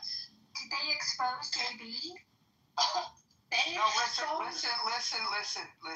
This is not what we're going to do. I want to just focus on the fact that if people have critique of me or anybody else, they should bring it up. I'm not going to turn this into like some drama thing where we then go and try to drag other people. That's not what this is about. Yeah, no. Don't get the wrong impression. 90% of that room was talking about cons on Clubhouse, and recently one was exposed on Chatter. A woman who faked being a police officer had needs for her children and caught people. And so, how did my name come up? God, I'm trying to think, because we were 90% done. And it just was like we were talking about how much we love, I don't know, we were actually, JB was giving flowers to everybody, right? We were talking about all the different Clubhouse characters and how great Roger is, blah, blah, blah, blah, blah, right? And then we were writing them off. I'm sad, because Healthy Debates doesn't usually That's his do madness. He doesn't have to answer to anybody. And I just wanted to give Roger a good laugh. Monica, I mean, it goes without saying, Monica, you know how, and you know, I ride with JB, so not we talk shit about JB, Monica, I suppose. I was saying, you know, you and JB have history, so we were just talking about the history, briefly reminding everyone of his history on the app. And I don't know exactly when Rogers came up, but once it came up, as it relates to you, a lot of voices joined in. For the record, I said absolutely nothing. I want no smoke for either one of you, okay? I don't really care about this drama. But yeah, a lot of people had, they felt some way about Rogers' Clubhouse relationship with you, for lack of a better way of saying it. And no one was hating on Roger from what I can remember. And it was primarily JB just expressing his frustrations with you. Is that fair to say for those who are in the room? So just to give you some context, and why the replays were on. So if you guys want to hear it, then go and listen to the replays. Yeah, and just a short form, just to give like an objective perspective. I don't normally come up here and even talk, but I was in the room. So essentially, JB said, you know, regardless of what controversy has maybe been going on with Mojo, you know, he's a real one. He'll be my friend forever and whatever. And then somebody said, hey, can you recount what you mean by the controversy? And this is when it came up like, oh, he's been doing rooms with Monica, XYZ, and then everybody kind of got into the conversation, and then, you know, that's kind of how it all started. Well, I will say this. If I thought that people were going to get, I don't know, agitated by the fact that Monica and I share space, I would have been sharing space with her a lot earlier. Look, she's always done her own thing on this app. I've done my own thing on this app. Hell, her and I have had like major disagreements, like times when I'm like in her back channel, like giving her the finger and telling her like things that I disagreed with, and I don't even need to bring those things up, but I genuinely believe that she's one of the smartest women on this app. I think that she curates great conversations. And in fact, there's a recording of the room that she did about Roland Fryer. If you guys want to listen to that, you can get an understanding of the kind of content that she creates that I enjoy. Wait, you were fingering Monica on the back channel? She's always in her back channel. Yeah, that probably could have been rephrased, but okay.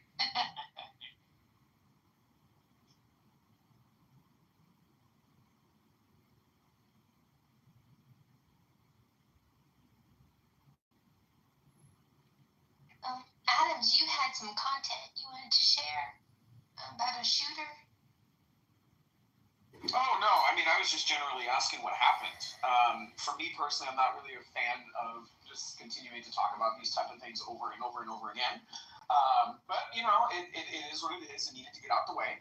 But does anybody have any updates as to what happened? You know, they're saying that the motivation was that he got sick from the vaccine. I mean, what do we know?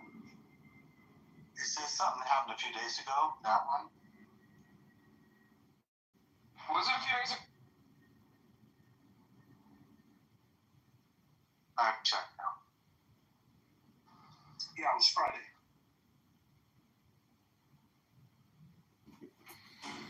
Let's not forget about the... Go ahead, Dave. I just want to make sure there wasn't another one, but the Friday one I was aware of. Please, you go. I was also going to point out that East Lansing murderer who killed her manager at McDonald's, her last name turns out to be Muhammad.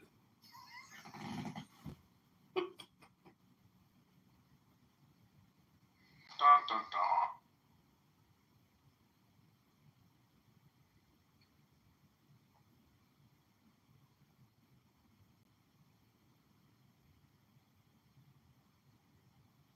So I just might have been given a copy of the room replay. I don't know if people are. No, we don't have to listen to it now. But I do think that rooms like that where it's like this stuff comes up all the time. Like I'm guilty of it. Like if Bima says something stupid in another room, even despite the fact that we have a rule that says don't bring drama from other rooms into this house, it happens. We do these things. I just thought the interesting part was that JP, who I genuinely, he's right. I consider him a friend. We talk offline. We talk about a whole host of shit, from family to fucking food to pro wrestling, all kinds of shit.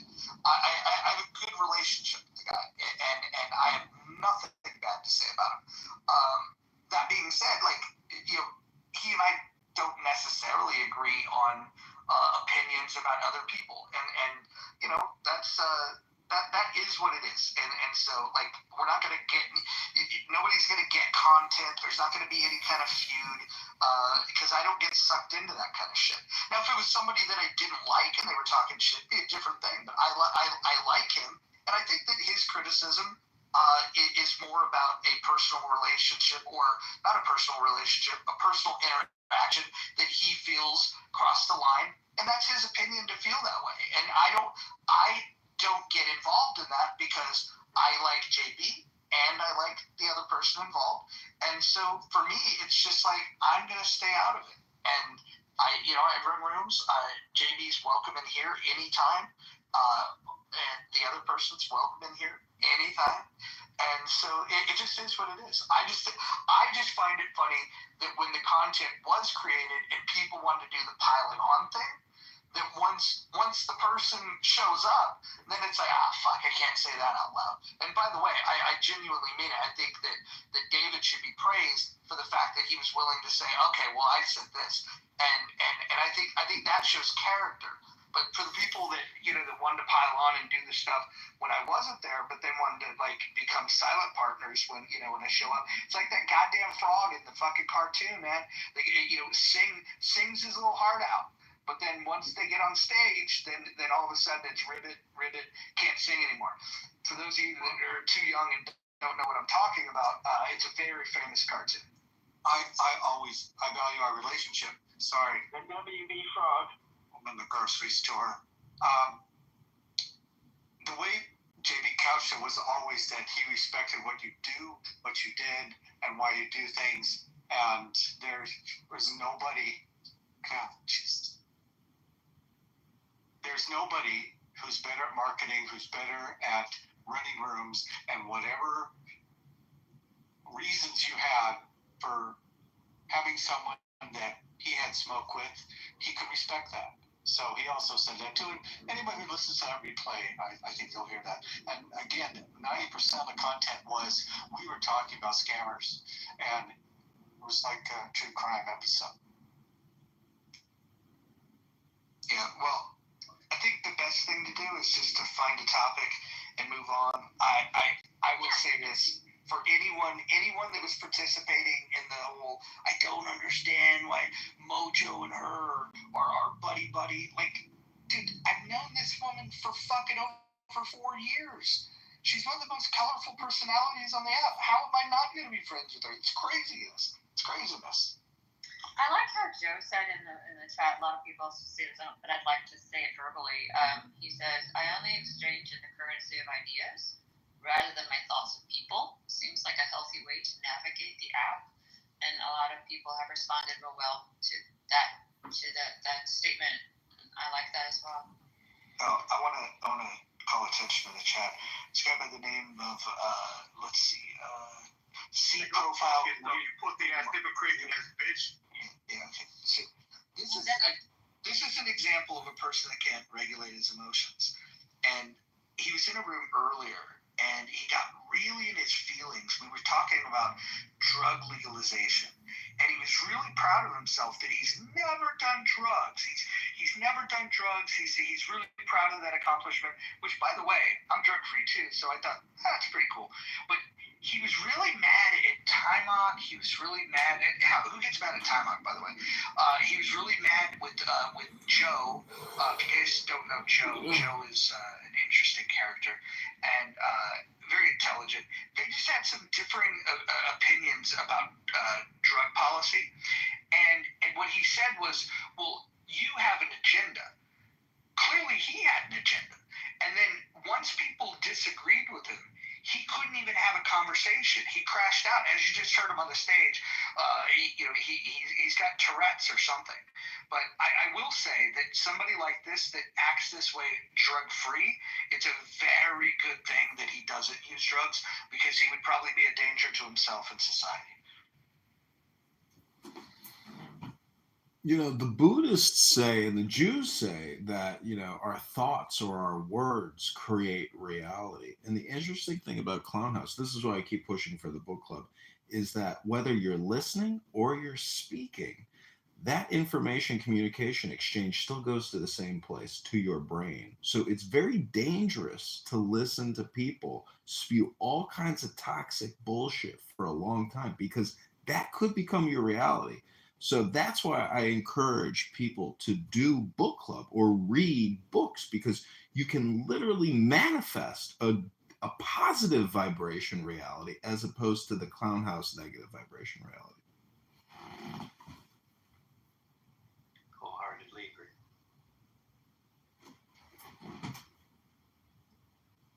You are your words. I just think it's funny that somebody decided to call me a cat today, and I'm not sure if I should feel bad about that. Means you're a leader. You know, when they say it's hard to herd cats. Oh, yeah. Okay. I like that.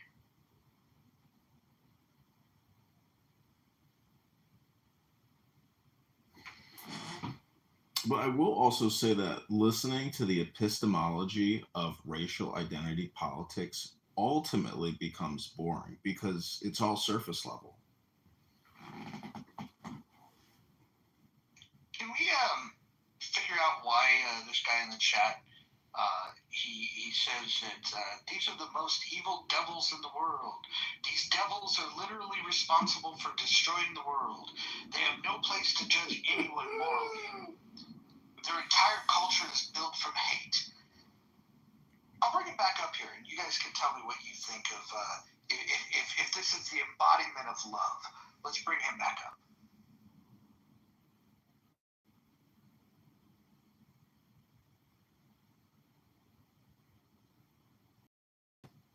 Show us your love. So again, as you see, in this room, I won't be given an opportunity to speak. I'll be cut off and interrupted, because Mojo's a hypocrite. Earlier, he said no interruptions. He didn't make any specifications about him being able to interrupt. But as soon as I started saying something that he disagreed with, he interrupted me and didn't allow me to finish to speak. As soon as he did that, all of a sudden, what does he do? Tries to gaslight me. Say, I'm angry. Of course you're going to be upset when somebody interrupts you and you're trying to speak about something. And my view was clearly in the minority. You have John here, who's a closet racist, and sees a black profile picture, and then he wants to kind of, taunt me and say who hurt you in the comments. And the reality is, this country is hurting. You know exactly who's hurting. You know what's happening to black people in America, because you're part of the problem. They're thriving. And yeah, absolutely. And what's crazy is this country always is going to have get turned upside down, because many of you are miseducated. You're ignoring the contributions that many contributions to our entire development of this country, and you ignore. Does someone want to tell this guy that I'm black? Here we go again. Here we go again. You're not. What it is, you're politically white. So it's not nothing to do with your identity. I'm black. You're politically white. That doesn't so what I mean by that is that, yeah, it does. I'll show you. So basically, you're an Uncle Tom. Excuse me, maybe I should have said another word. I don't think I've ever been called that before, but I'm going to add that to my bio. Let me not say Uncle Tom. Let me not say that. I'll use another term. Damn it, what's the other term? When it comes to me, I'll tell you. But for the most part, I just want to share this with the room. Mojo, you're a hypocrite. I don't appreciate the way you broke your own rules when I was speaking. Thank you, Sambo. Thank you, man. Read Rule 6. Read Rule 6 of the House. You know what, Mojo? What's interesting? You're a funny guy, and I think that if we were having an actual debate, if we were actually having a real debate, and I was able to speak to that passive aggressive jerk that I was talking to earlier, that you said got me upset, that was taking just jab after jab, but no one recognized it because you mean Timok, the last dragon? No, the last sucker clown that I was speaking with when I was on here. You're funny that you're jumping on his dick.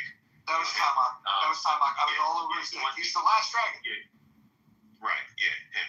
So, like I said, if you were able to actually have a debate and talk and actually speak about, he's encouraging the use of drugs. When you talk about drugs and the use of drugs, right? And he's sitting there saying, he starts telling me about how, he started breaking down the biology of how, there's, I guess, some evidence of drugs showing up in your body in some ways, shape, or form.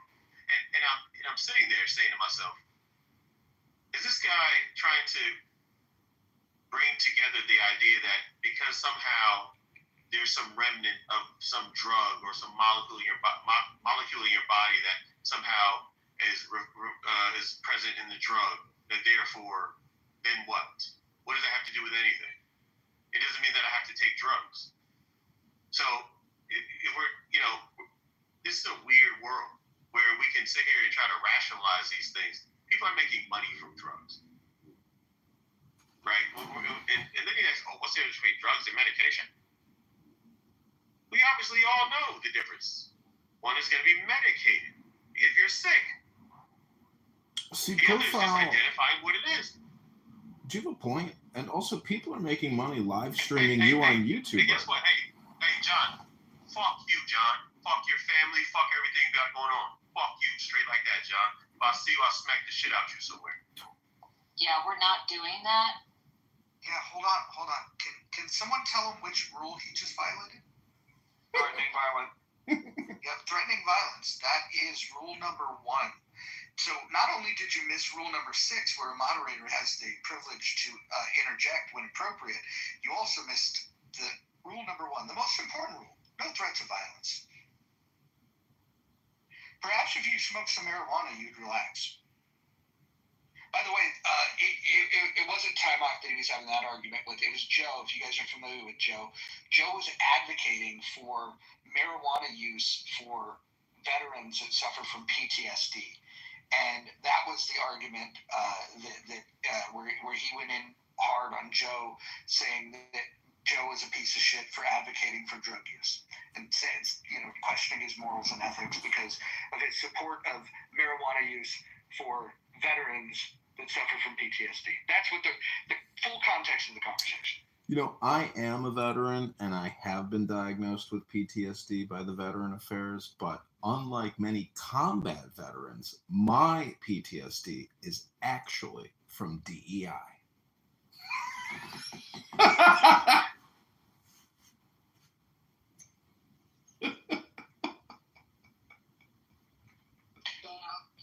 You know what's funny is the guy didn't crash out so hard, and now we see why. Because PTSD is DEI.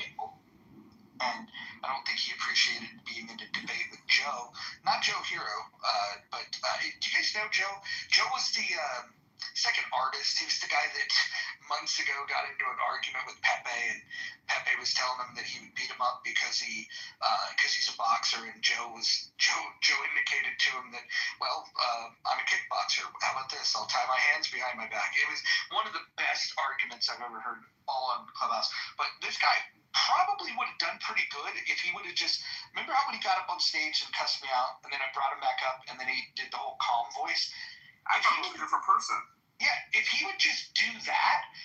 What's interesting is is I appreciate the fact that somebody's an adult and they've never done drugs. I think the discipline to have never done drugs, he probably doesn't have a lot of friends, probably was never invited to a lot of parties, which makes it easier to be disciplined. But the truth is, I admire that.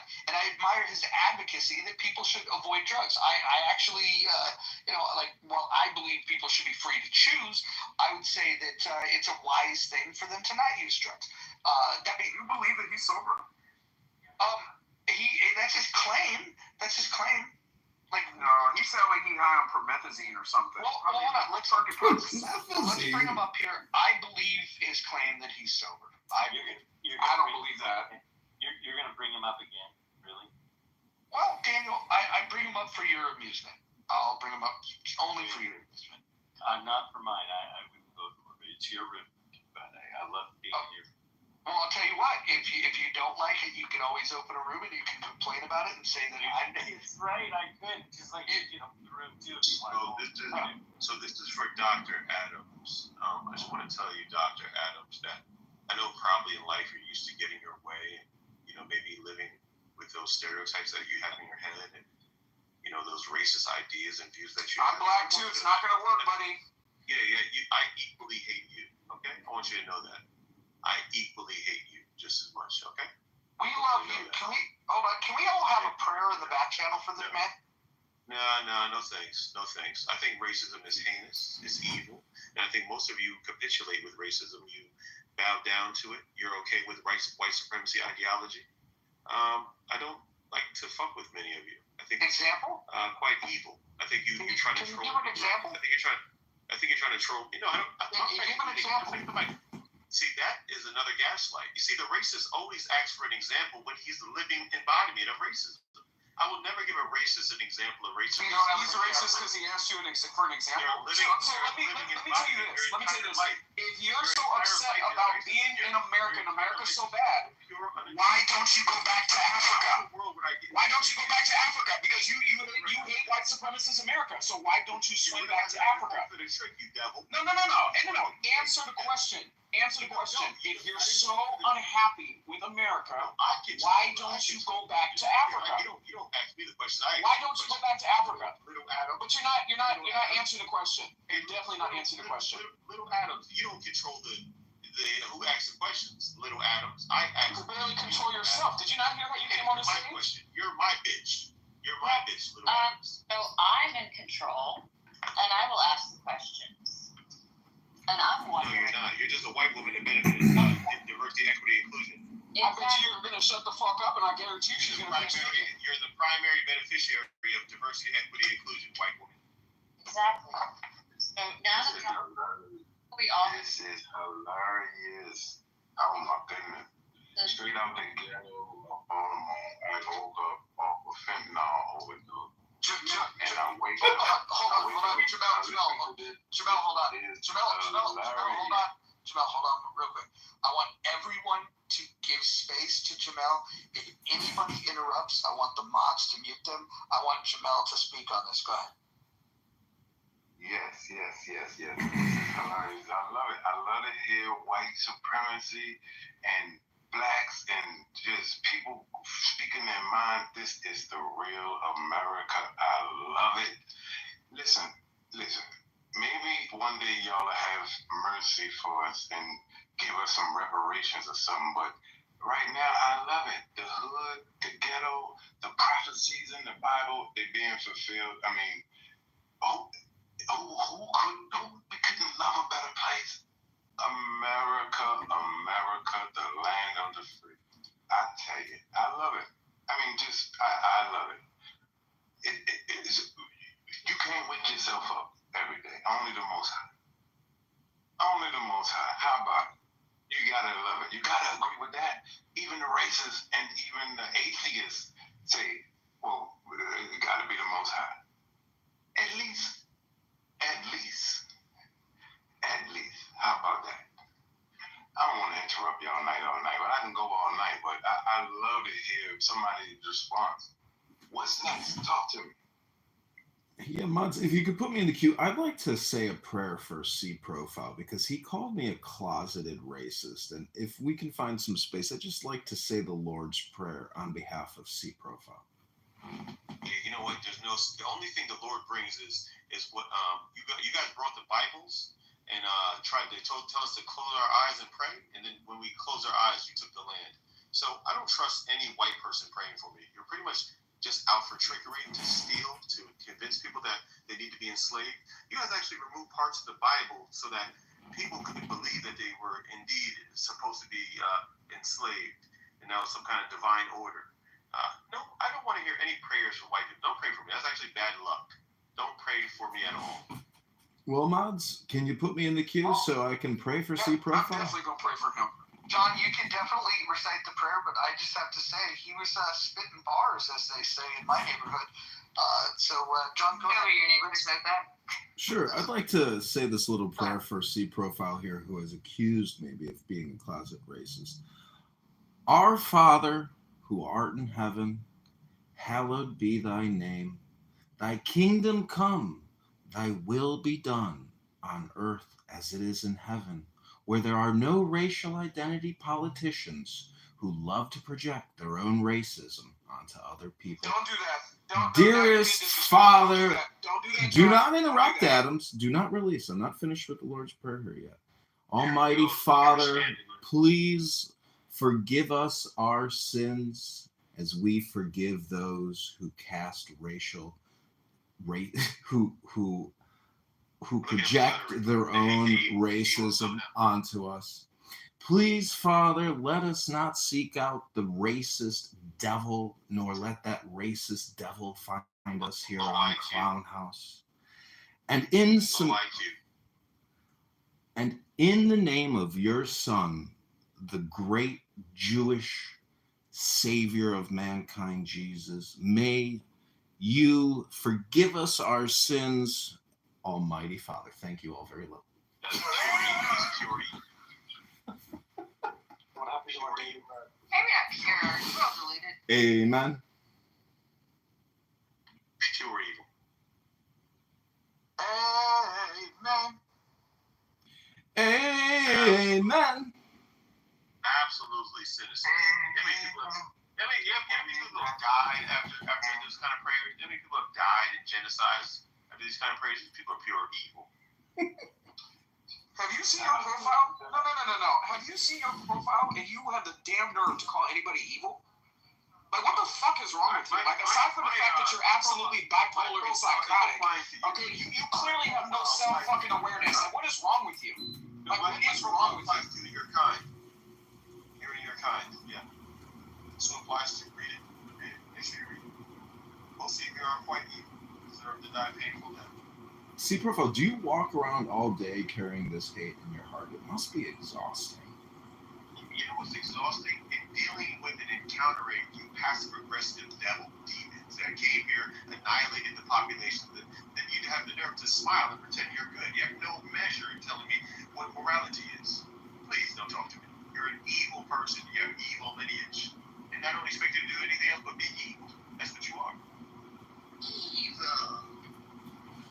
So what makes you think that my lineage is You can't be trusted. I have no idea what you're talking about. But wait, what makes you so trustworthy?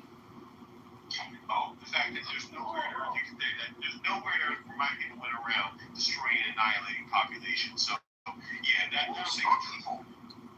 Yeah, well, you figure that out. You guys are the ones who made it. I don't even think you know.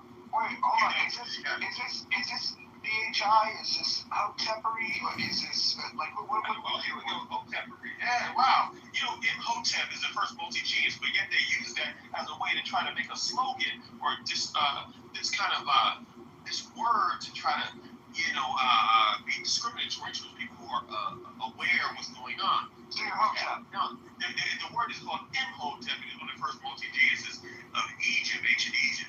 And so, wow, I got it. Yes, this is amazing. Yeah. Tell me more. Yeah, it's very interesting, though. But, according to you all, you think that Galileo was the first one to look at the stars when they were about tribes in West Africa. You think that people like Pythagoras were the first ones to make those kind of theorems, but no. We was kings! There was early complex mathematics all throughout Africa.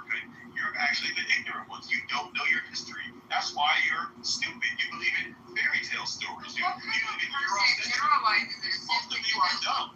everybody in the Most of you room are knows dumb. One that's smart. Smart people generalize dumb people like yourself, Hillary. You're dumb. You're dumb. You're dumb. Yeah, you're dumb. See, hold on, Hillary, you're not the right person to speak to this right now. I want to speak profile, brother to brother, black man to black man, black man to black man. What's up? Politically white. Oh, politically white. Explain what politically white means. Well, white is this group, right, of people who come from Europe. They've identified themselves, or you don't have to necessarily come from Europe. You can be kind of white adjacent. It's a political identity. My ancestors are the Moors. My ancestors are Moors. Yeah.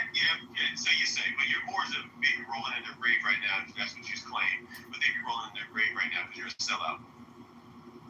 What do you think of homosexuality?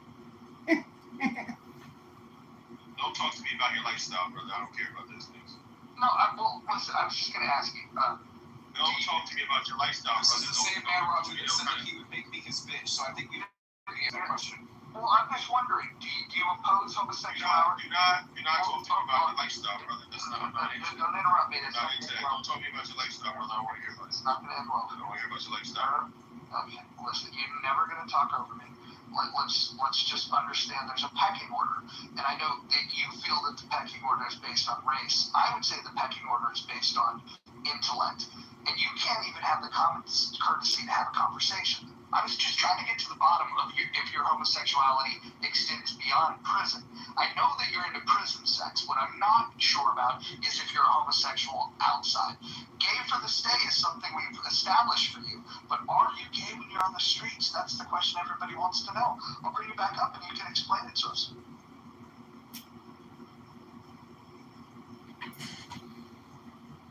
Could we maybe get a survey going on? I feel like a survey is a really, great indicator that the room is going great.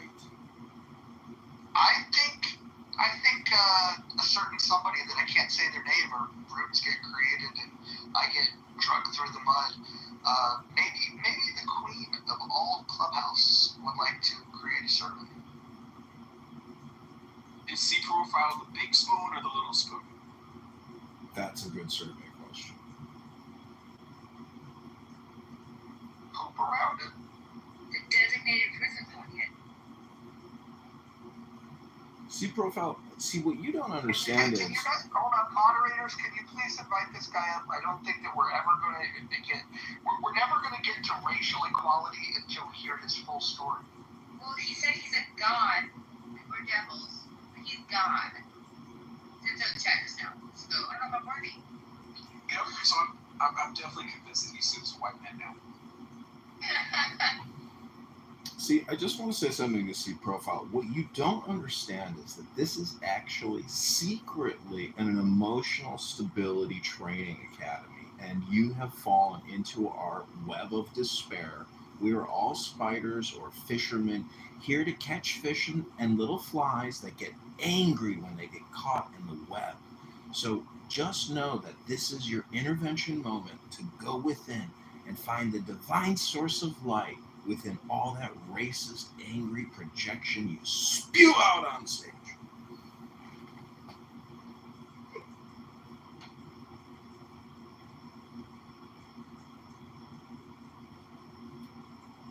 Ain't nobody like the Most High. How about that? At least prophecy fulfilled. Alpha and Omega. It already happened. How about that? Life is short. Second coming is coming soon. It takes wisdom to understand this knowledge. I am curious to have this Most High in the room right now. Hillary or Tiffany or Holly or Miss Lopez, Kristen or my queen, if you could please bring Mr. C profile back up to the stage. I tried to bring that. What's up, cowardly racist? What's up, cowardly racist? We have a survey up top. What do you think? I'm not clicking her. You're afraid. Don't be afraid. I'm like,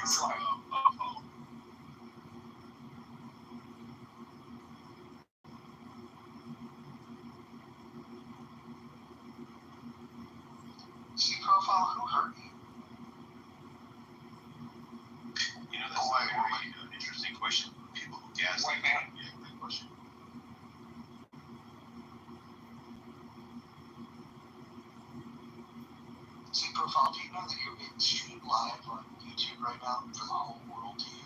What do you have to say to your fans? I want Steady to know that when you're saying those things in the comments and all that, Steady with your AI picture because you're too ugly and you don't want to put your real picture, go fuck yourself. The reality is that most of you are some anti-black racist haters, and you're really, it is. I can't be anti-black. I am black. It's gonna come down to a war, and that's what it's gonna come down to. And hope you understand what that means. No. Let's do the math on the war, shall we? Shall we do the math? Yay, I love midnight mass.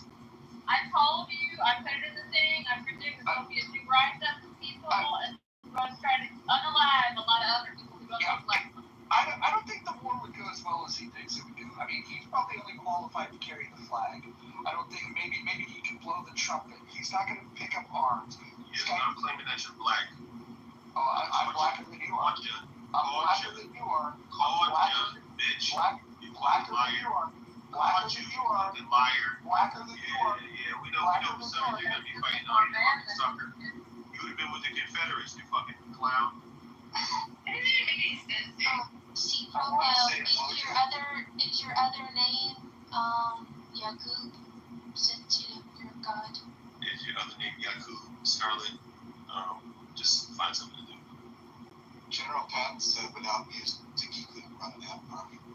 So. Wait, can we do a quick diagnosis? Hold on. See, profile. Have you ever been in a fist fight?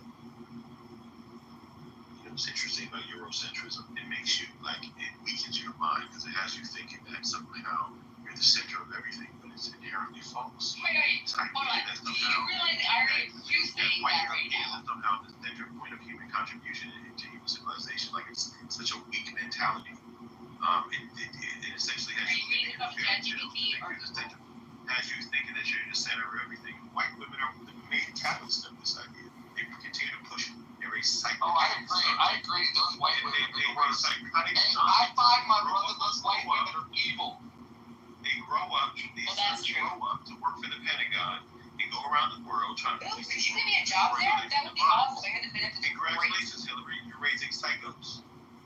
Yeah, 3 of them, 3 boys. Absolutely. That's right. That's right. I think your gripe with white women is the fact. I think your gripe with white women is the fact that you're competing for the same men. How did I know you were going to say something that has to do with your, your sexual, whatever you got going on there? I don't understand. Every time a black man is in a room, you white guys just talk about some kind of sexual deviant. Can y'all not talk about sex? This is such a weird thing. Let's talk about numbers. See profile. Y'all so obsessed with sex when you see you hear black men talking. It's such a weird thing. See profile. This is a diagnostic question. Let me ask you a question. I don't give a fuck about what you're talking about, John. I don't give a fuck about what you're talking about. I'm gonna ask the question to find out if you can answer it. What is 373 times 1,000? He has a great beard. Why is that insulting? Somebody's junior Adams. Stop defending your white men, Hillary. I will defend anyone in this room that I have respect for. White men, shut up, you fucking racist. Yep, that's me. Huge racist. Yeah, I know. This is the type of black man who definitely cross the street. Malignant narcissism. This is the kind of racism. The racist is a malignant narcissist. That's what they are. That's what the white racist is. A malignant narcissist. Are you proud? Look it up. Hillary, you got your wedding ring turned. White racist is a malignant narcissist. How do you know you're not projecting when you say malignant narcissist? Are you sure that you're not a malignant narcissist? You lying piece of shit. Your whole fucking history and identity proves to me that I'm not lying. Every fucking day proves that I'm not fucking lying. You lying piece of dog shit. You can't tell me I should have Jamal, calm down, Jamal. Calm down. Listen, we're gonna call the police. Calm down. You keep getting loud, we're gonna call the cops. Shut the fuck up. Yeah, we're gonna tell them, send the cop with the strongest knee. Monica, I think the answer to the survey is actually missing the correct answer. I think it's just flat out, good old racism. Extra. Yeah, fuck. I don't ago. I mean, it doesn't matter. I think it's hatred of ethnic or, racial category. That's whitephobia. Who's trying to destroy me, you little dog shit? Wait, but is he black? You're the god. How can we possibly destroy you? Fuck you. But he hasn't really said what he is. Is he black? I'll accept your criticism, Andre. Crazy man. I get it now. I just thought whitephobia was more catchy. That's the only thing you fucking devils accept is warfare. That's it. You don't listen to You're the one calling war. We're all fucking laughing and giggling and having a good time. We're all anything about Hold on. Listen, he doesn't want war. He's flat-footed. He'd never even get it there. He couldn't even make the NBA, for Christ's sake. You imagine this dipshit trying to take the ASVAB test? He'd be pissed off at the first page because it's against him. It's all against him. Well, the ASVAB test is absolutely racist because, you have to do 3D type imaging in your brain to figure out how parts fit together to choose the correct answer. And a lot of people have what I call spatial distortion disorder. And it's definitely racist because the whole system is structurally racist. So most people aren't actually raised to actually perform on the ASVAB test. Again, here we go with intellectualized racism. The dumbest shit you said all night. Seriously, though, man. I mean, I get you're trolling and you're having fun with it and all that, but honestly, do you need a hug? I've got an extra one. I've got on my gift for you. Do you need a hug? Get out of here. Bring it in. What's interesting is that America is such an interesting place where people think that they continue to benefit from unequal application of law and policy, and then you think you're just going to walk around and it just keeps happening and everybody's going to be okay with it. No, it's not going to keep working out for you. At some point, if you're doing people wrong, it's going to backfire. And you'll start wondering, looking into the sky, Is this the same person speaking? Yeah, Does he have multiple personalities? definitely a different character. Is this Pookie, Ray Ray, or Jamal? Which personality is this?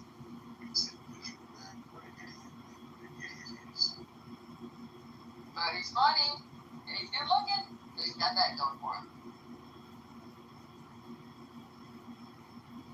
I'll tell you what. I'm suing somebody right now. Do you have a lawyer on retention for this, or do you need one? Is that going to give somebody? He doesn't have any money. The biggest guy I know is John, so I'm just saying. What's interesting is that I'm looking at what's happening now. I see that there's a lot of people who are not white who want to align themselves and be in close proximity to whiteness as best as they can, or at least play on to those ideologies with white people. Everybody loves a winner. Even white people themselves know their ideology is wrong. Even white people themselves know their ideology. They know they're fucked up, and that's why they're always preparing with their guns, and they're so. Oh man, you guys got guns? Oh, guns could be white people. They know that stuff. They understand that no one should be able to get White people have guns because you keep trying to come into our living room and steal our television. Okay, are you not understanding that? White people have guns for a reason. That's why the white people are always worried about their property and their belongings because they know they have ill-gotten gains and that they know that they're snuffing out the lives of other people to get the things that they have. So whether that's through blocking, through opportunities, whatever, the advantage that come from this country. They protect their property because you ignore ADT signs, okay? You try to take people's Toshiba out of their family rooms. Well, to be honest, I did steal that ADT sign from somebody else. So everything that you know is coming. And so that's why you guys are so uptight. You can't relax in your own country. Even if you're not participating in the evil, your votes do. Your actions do. Yeah. So I stay in Texas and I can't vote. Our votes? Why? Because we didn't vote for a cosplaying foot cooking Indian? Because you wanted to cosplay and say that she was a black woman? Shut up. Shut up. Maybe if you actually voted better, you wouldn't be black in America with a chip on your shoulder. Better. Are you kidding me? My people were annihilated. Who is your people? Who is your people? We still can't get a straight answer as to who your people are. No, you got shit. I'm a black American, you piece of shit. So don't you dare talk to me like that. All right. And you came to America when? Every war in this country since this. And you came to America when? Piece of shit. Wait, hold on. So are people. So that's people. Wait a minute. Everybody's voting for Hillary, hold on 1 second. Which people? Which people?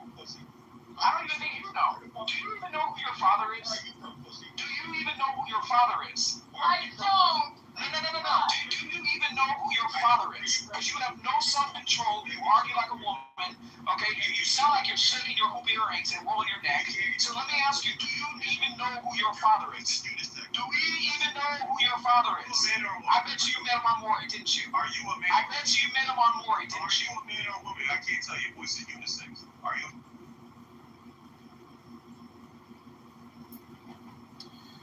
You know, I am absolutely convinced in the theory that all communication is projection.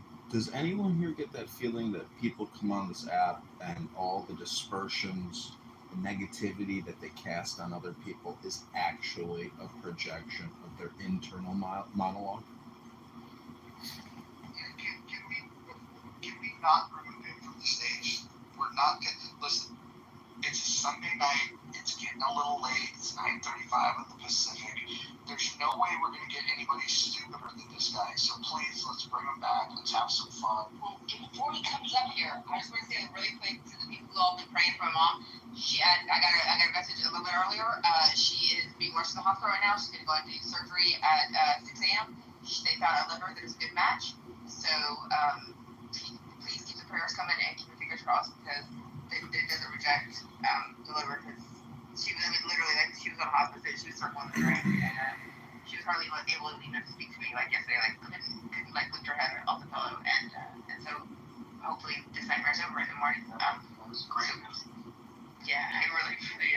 Pray for you guys. Pray. That's awesome. Yeah, that's cool. That was a good interjection. And C Profile, do you want to wish your mom well? Is she white? It doesn't matter. Right now she's yelling with her liver problem. She's a teacher. She's a woman who is a wonderful woman. Anything racist in her life with black people? My dad is Haitian, so I wouldn't think so. If she's not racist, I wish her well. If she's racist, go to hell. What if the liver comes from a black person? Would you wish that well? I mean, wouldn't that make her part black? Say that again, William. What are you trying to ask me, funny guy? I'm saying, what if the liver comes from a black person? Wouldn't she be part black? Go to hell. I got ACL from a black person on a cryogenic bank in 2001. How about a Cadillac from a black person? Hey, C Profile, what's the last good book you read? I don't think drugs will come first. What do you call the power, bitch? What was that, C Profile? Io, welcome to the room. You're not going to like it. I got robbed by a black person once. I've had sex with a number of black people. You know, all the African American women that I've slept with, they have never once accused me of being a racist. Ever. You're a piece of shit, man. Fuck you. I once jerked off to an Aunt Jemima bottle. You know what's amazing? And by the way, a good book for John's dumbass would be Man Not by Tommy Curry. His head would probably explode reading it. You know what's You're the reason she got cancer. That syrup. You know, For real though. Mix the butter for Aunt Jemima. Hey, were you going to talk about Our writers are so good that they actually get banned from universities. That's what the reality is of American black person. American scholars who get their PhDs, they get banned from universities. Hold on. What was your PhD on? Was it like fluid dynamics or was it racist white universities don't want to talk it? See, Profile, what do you think of Glenn Lowry? Don't know who that is. That's amazing that you don't know who the most important black intellectual of the last 100 years for black intellectuals, Tommy Curry, not your clown show. You know, I've actually turned African American women white by rolling their eyes back in ecstasy. That's how you know he's a racist right there. Well, hold on. Can we ask C Profile to expand on what he meant when he said we may be a woman beater, but I'm not a pussy eater? Does that mean black people don't eat pussy? No, you're asking retarded questions. The reality is that you can make this down to a joking matter, but the reality is much more harsh than that. The reality is that when we all get off this line, it doesn't matter what the fuck you say to me and I say to you. That when I go off of this line and you go off of this line, we're all gonna have different experiences. In this fuck ass American country, your experience wrongfully eating pussy, fuck you pussy, this wrongful this fucked up country still wrongfully convicts people like me. This fucked up ass country still has police harassing people that look like me. This fucked up ass country still discriminates in banking industry all across the map. It discriminates when you open a business. The distribution centers are discriminating. This is racism, anti-blackness is fucking rampant. Convicted because you're black, you're convicted. Well, you fucking piece of shit. C Profile. One quick question. What do you think of the Jews? The white Jews, you mean, or the black Jews? The Jews. That's an interesting question. Are you referring to the Ethiopian Jews? Or the black Israelites? I mean, the black Israelites I was talking about, but I mean, I guess the Ethiopians are part of that, but I wasn't talking about them. So what do you think of Zionists? What do you think of the state of Israel? The Zionists, the white Zionists, they're a group of people who think that, they believe that we are the Goyim and they are somehow the leaders of humanity and they're to lead us in such a way. And, they get into conflicts around the world because of this idea that they have. And I think if you're having a certain type of ideology, you shouldn't be surprised that you get into conflicts around the world. I mean, if I was walking around thinking that, having those kind of ideas, at all. At the end of the day, if I walked around and try to infiltrate people's countries, governments, and find my way to getting proximity to power in some way everywhere I go on the planet, then I'm going to have a little competition. I'm going to have a little bit of pushback. That's how the world is. People want power. That's what is going on, okay? Why don't you, fucking say something just once? Say anything. Just once. So when you actually speak, I've never heard, hold on. I've never heard Will say speak. When it's appropriate, he steps in. We might have to add a third rule to the hidden buff. Don't you think it's kind of sick, C Profile, that you would, in your profile say you deserve to suffer a painful death? That's pretty, malignant, isn't it? No, it's an amazing thing. It's an amazing thing that people do, and a lot of them do. This world that we live in today, it's quite cruel, and people are quite evil. And I understand sometimes why.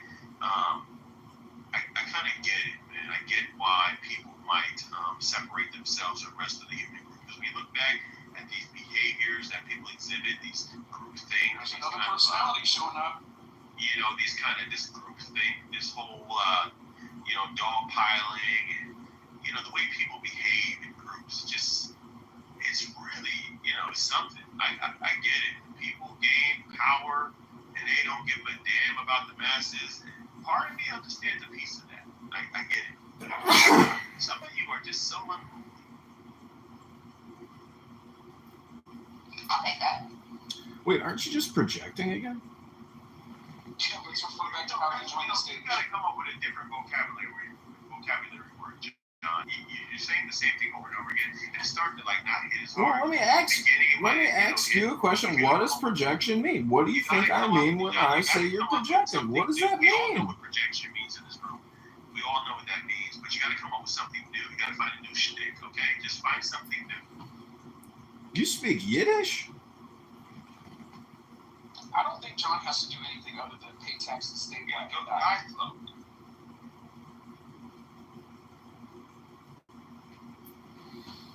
Can you imagine what it was like being a Jew on a plantation in Georgia or South Carolina and having African Americans serve you dinner while you're observing Passover? Unfortunately, it wasn't just the Jews. Stop trying to spread a false narrative. It was white people participated. In fact, it was a large number of white people that were non-Jews that were participating in the transatlantic slave trade. Stop telling your little fairy tale that you tell yourself so you can go to sleep at night. Whatever you tell you and your kids so they can go to sleep. Stop lying to yourself. Stop telling Santa Claus. And we let you go on with that long enough. Now, a couple years past from now, you're probably going to say that, oh, it was just a couple of black people working for free doing favors. You'd probably change the story of slavery entirely if you had the chance. Stop lying about the participation white people, and including non-Jews, had in slavery. Stop lying, John. Yeah, because the Jews don't know anything about being enslaved. Nothing at all. Right, from 1939 to 1944, whatever the hell, 1938 to 1945 or so. Yeah, really long compared to 400 years. Thanks a lot. False equivalency, that's called. You want to go back to Egypt? Sure, why not? You gonna pay for the trip? Need my reparations for If you got to take a ticket, can I go? One-way ticket, my friend. God damn it. Always have that. Well, I'd like to kick up the first dollar to Seat Profile's reparation. What's your Cash App, Seat Profile? I'm going to send you the first dollar of your reparations package today. I'm going to start this right now. As a candidate for Congress, I'm going to kick up the first dollar to you right now, Seat Profile. What is your Cash App, sir? John, can you rename your boat the Amistad? You want me to rename the Lady Hawk to the Amistad? Just temporarily. Yeah, we could do that. Listen, if anybody wants to come out to Chicago this month, I will host you on the Amistad. Hakima's going to be the captain. He gets to wear a red cap. I'll be wearing a white captain hat. Not because I'm a closet racist like C Profile says, but because I only have 2 white caps and I want to give Hakima the red cap. But I'm just saying that if anybody wants to come out on the Amistad, aka the Lady Hawk, to enjoy a beautiful Miller High Life and maybe smoke a joint, catch some sun, watch the F-35s fly at 600 miles per hour over your head during the Air and Water Show, you're all invited to this incredible opportunity at Montrose Beach in Chicago, Illinois. I'll be there in September. Can we do it all again then? Except for you, C Profile. You're not invited. While racism is going on, come down and watch planes fly overhead. So one of them can have a fucking accident and crash into the ground. Yeah. Oh my God, why would you wish that on people? What is wrong with you? There could be children in that crowd. They're white children, you don't care. Let's talk about absolutely abstract things. There could be little Fucking puppy people dogs suffering in the world. in that crowd. Yeah. Yeah, but they're white people's puppies. He definitely That's why he needs to be white. They talk about abstract shit while fucking people are suffering. Guess what? Everywhere in the world, at any point in time, there's somebody suffering. You can't pick and choose who suffers, who doesn't suffer, and who you're gonna feel bad about, and who you're gonna align with. Suffering is suffering, and it's gonna happen everywhere. So either do something about it or stop reaching out. Hold on, everyone. C Profile. Who's your favorite white man? Well, they don't have one. Okay, but if you had to pick. I mean, John Brown, maybe? We don't have one. What about Robert F. Kennedy? I mean, he has stood strong for your people. I haven't seen one. Get the fuck out of here with the fake ass heroes who were doing things not because they wanted to, because they had to. Please. Notice he didn't say Barack Obama, Mojo. To be on the jet. Why do you think that black guy who said to Dr. Fauci, we don't want your vaccines, we don't believe it, you're not doing any real science, why do you think that African-American guy in that tenement building had the balls and the intelligence to tell Dr. Fauci that he's full of shit? C Profile, do you know who John Brown is? I'll take that as a no.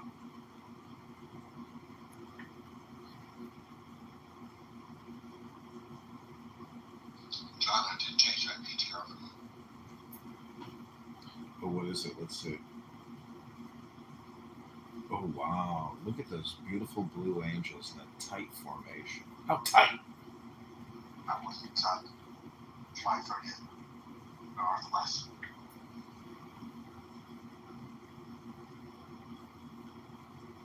I don't know. What about Jonathan Daniels? When I go to the Air and Water Show and I see an F-35 flying above me, at 600 miles per hour, to me, I'm actually kind of fearful. I'm like, ooh, maybe the government's too big, too strong. That's a powerful jet.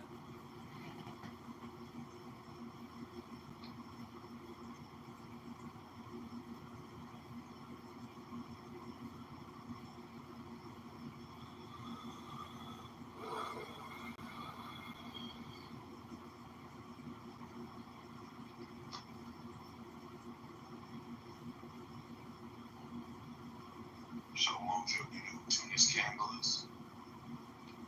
Now tell me about it. You know who Warren C is? Coleman. How about Joseph Walker? Wait, Warren G? Regulate? Alvin.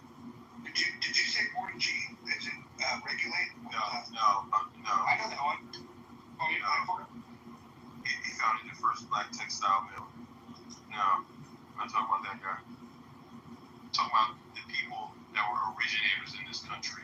Black founders, black oil company owners, all whose businesses have been destroyed, overran, and they've been terrorized, ran out of business. Their generational wealth destroyed because they're black. Black Americans and white Americans would have a very fucking similar story if you motherfuckers wasn't such fucking haters and murderous killers. Have you ever heard? Name the guy who's literally spewing hate and talking about killing people. Bitch. Yeah, I take pride in it. Thanks, babe.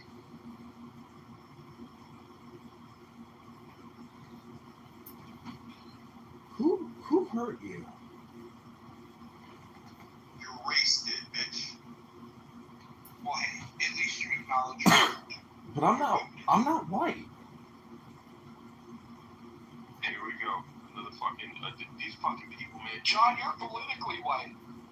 No, I'm a triracial actually. Not many people know this. You can't fucking white people, man. They're always trying to fucking dip and dodge, man. Fucking not white. Then one day they're I'm just a German. No, I'm just the Irish. Oh, no, I'm not white. Everybody running for whiteness now. It's not beneficial now. Now nobody wants to be white. Fuck out of here. Take accountability. Well, you taught us the truth, and now I'm very fearful of the truth. Shut the hell up, John. See profile. Did you finish college? Yeah. I finished. I did 18 years in college. Quick question for you. What is 238 times 1,000? I'm sorry. I suck at everything. I just barely got through. I cheated on my test. Do you speak English? Barely. Because you see, the trick about that diagnostic is when you say 238 times 1,000, the answer is in the question. Yeah, I'm so stupid. I'm so dumb. I don't get anything. I'm dumb. Do you think that's because of structural white racism and white supremacy? No, I'm just dumb. Yeah, no, it's just me. Don't worry. No racism involved. I'm just stupid. I'm whatever you think I am.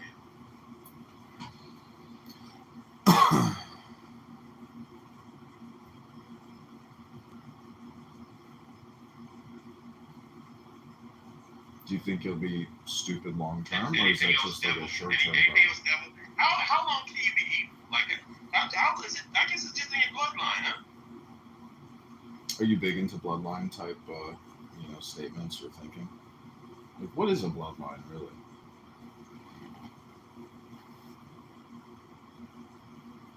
Well, for one, you've got to know who your father is, which we already got that out the way. Well, don't we all technically share the same father? The father of the universe, the creator. See, Profile, does it make you feel uncomfortable that I've done more for the black community than you have? if that was actually true, then I'd salute you. But because you're a piece of shit liar, then we know that's not. We know that's false. I'll have to bring my receipts. Have you ever had sex with a white woman? This is again. You guys want to discuss sex, right? I'm not discussing sex. Stop talking about my member and all that stuff. You got white guys love talking about people's members and all that stuff. Stop doing it. The white guys are obsessed with that weird shit. You know. Do you know what the name of this house is called? See profile. Can you read that? Shall I read it too? Yeah, in the muff. Don't say cuff. Sorry. Have you ever been in the muff?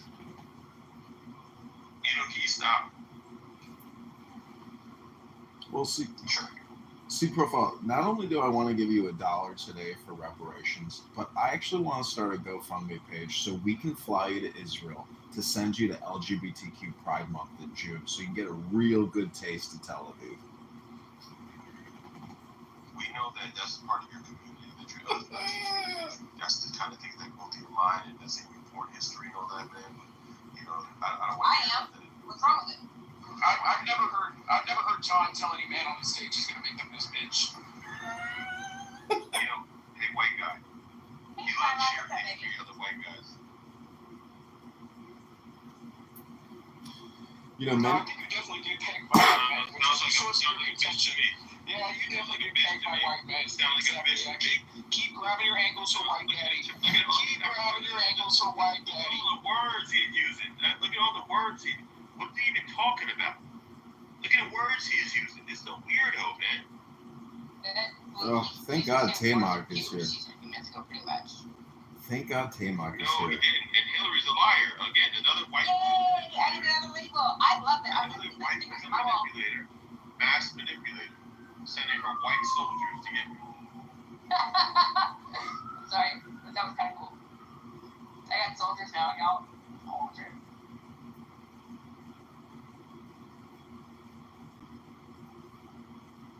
Timok, how would you diagnose C profile in the African American community? Is he an extremist? I don't diagnose people. I just talk to them. Or I don't talk to people. Happy late birthday, by the way. Did you have a birthday? I'm Max Raccoon. Trash pandas.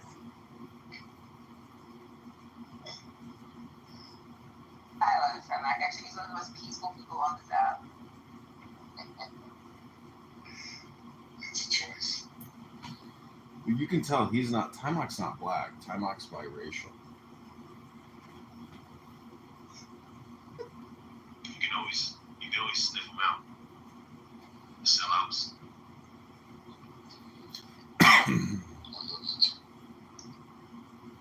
What, they don't smell like cocoa butter and blanco crabs? I was just thinking, what kind of clothes do sellouts wear? Because it probably smells really good. It's probably really expensive. C profile, have you ever been to a clubhouse barbecue?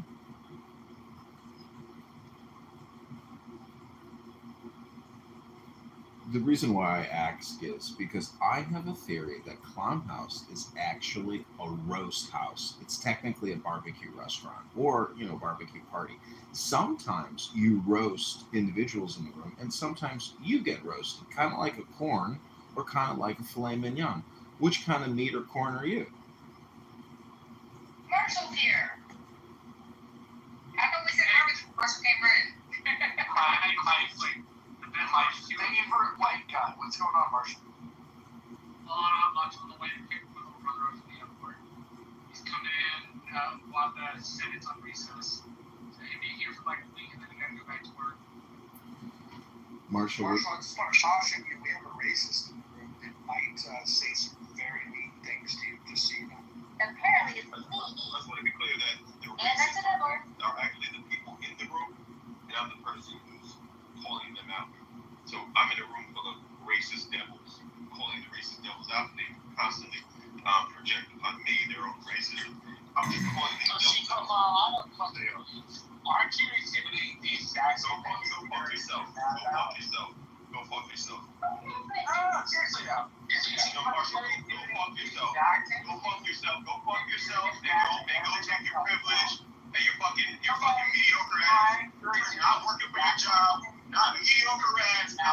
your fucking job. Now you didn't earn your career, bitch. You gotta hand it to you, pussy bitch. You got everything handed to you, bitch. You got everything handed to you. I want to go to Line Stars. Wait, hold on, white people. Please tell me where to go because apparently y'all are getting guns, you're getting TVs, you're getting good credit. Marshall got a fucking job, okay? Just saying. Please tell me where the Line Stars. Swear, Hillary. Go to Atlanta or LA. I am a maniac, bitch. In the comments. Marshall, also, when you pick up your younger brother, can you tell him that candidate Congressman John Kitover told you to tell him to tell his senator to stop borrowing and spending on behalf of the American people? Thank you. It's a pretty similar panic. Is there any Canadians in the room? God, I hope not. We're going to them to it. The most wickedest people who come to this continent, killing, murdering, raping, and then they have the nerve. I don't like not liking Canadians. Oh yeah, I hate the Canadians. You're fucking genocidal maniacs. You're related to genocidal maniacs. That's what you guys fucking do.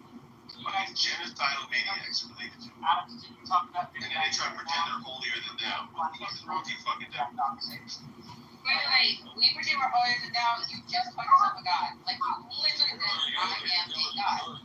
It's the only way to respond to you fucking psychos. You guys are fucking The only way to deal with this guy is just only deal with malignant narcissists. Shut up, Marshall. hold on, guys. Everyone be up. Everyone be up. Okay, cool. I gotta do this because you guys are getting sloppy with the rules. So I gotta read the rules to you guys again. Rule number one. Let's see. Rule number one is no threats of violence. We've had that violated a couple times by one particular person. Surprise, it was a black guy. No doxing, stay on topic, keep your shares brief, do not interrupt speakers, especially the mods. Number 6, the one that he missed earlier, mods may interject when appropriate.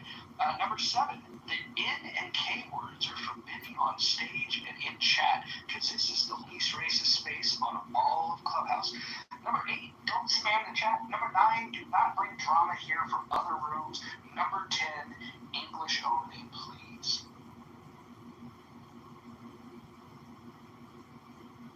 There's only one rule we can break. What did you do? So, see profile. If you were the president of the United States of America, what would you do for your people?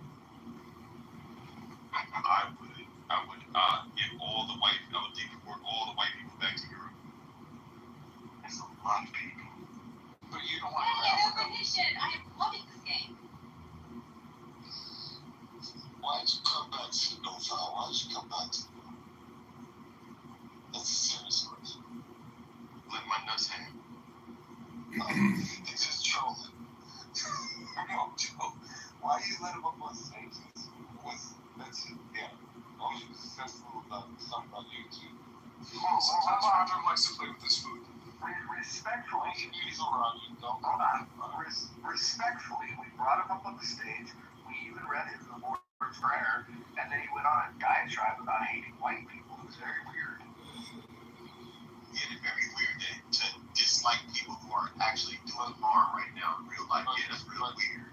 To hate racist people that are performing racist acts of engaging in racist ideology and ruining the country of America. Yeah, really weird to hate those people. Yeah. It's probably a fault. And also, he's someone like, there's no judgment in this, but someone displaying that kind of behavior obviously is going through something. And it doesn't help him at all if you just spit, sarcasm or spit shit like that, acting like children. So that's my point of view, and I'm sticking to it.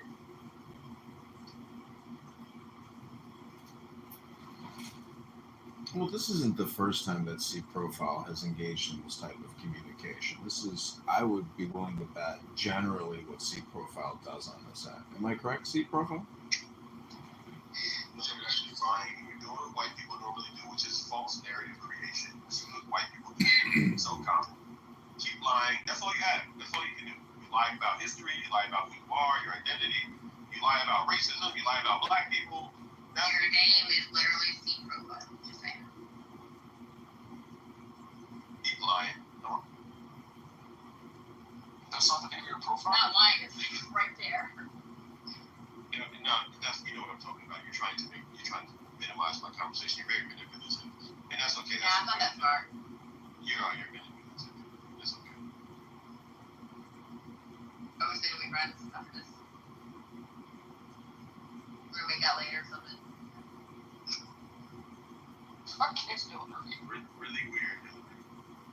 I know, but I'm so good at it though. I still think I have another lot more. She's already have a husband. I want it. Fine. Sorry, C profile. Maybe next time. C profile, how would you rate yourself as being a kisser on a scale of 1 to 10? 10 being a great kisser, 1 being a terrible kisser. We're not doing sexual things,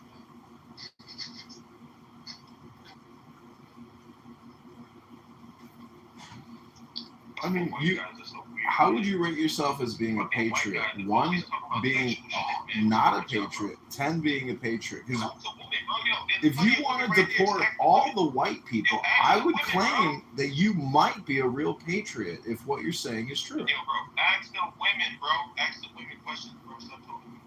Okay, my bad. Hillary, how would you rate C profile on his lovemaking skills? 1 being the worst, 10 being the best. Well, everyone knows your dick is bigger, so. But he did want to snuggle afterwards, so. You just got left and you got me breakfast with shit. C profile, how romantic. I didn't know you were a romanticist. That's beautiful. When was the last time, C profile, you told a woman that you loved her and you respected her? Yo, this racist guy talking about relationships, bro. Talk to a woman, bro. Oh, wait, you're a man? I thought you were a woman.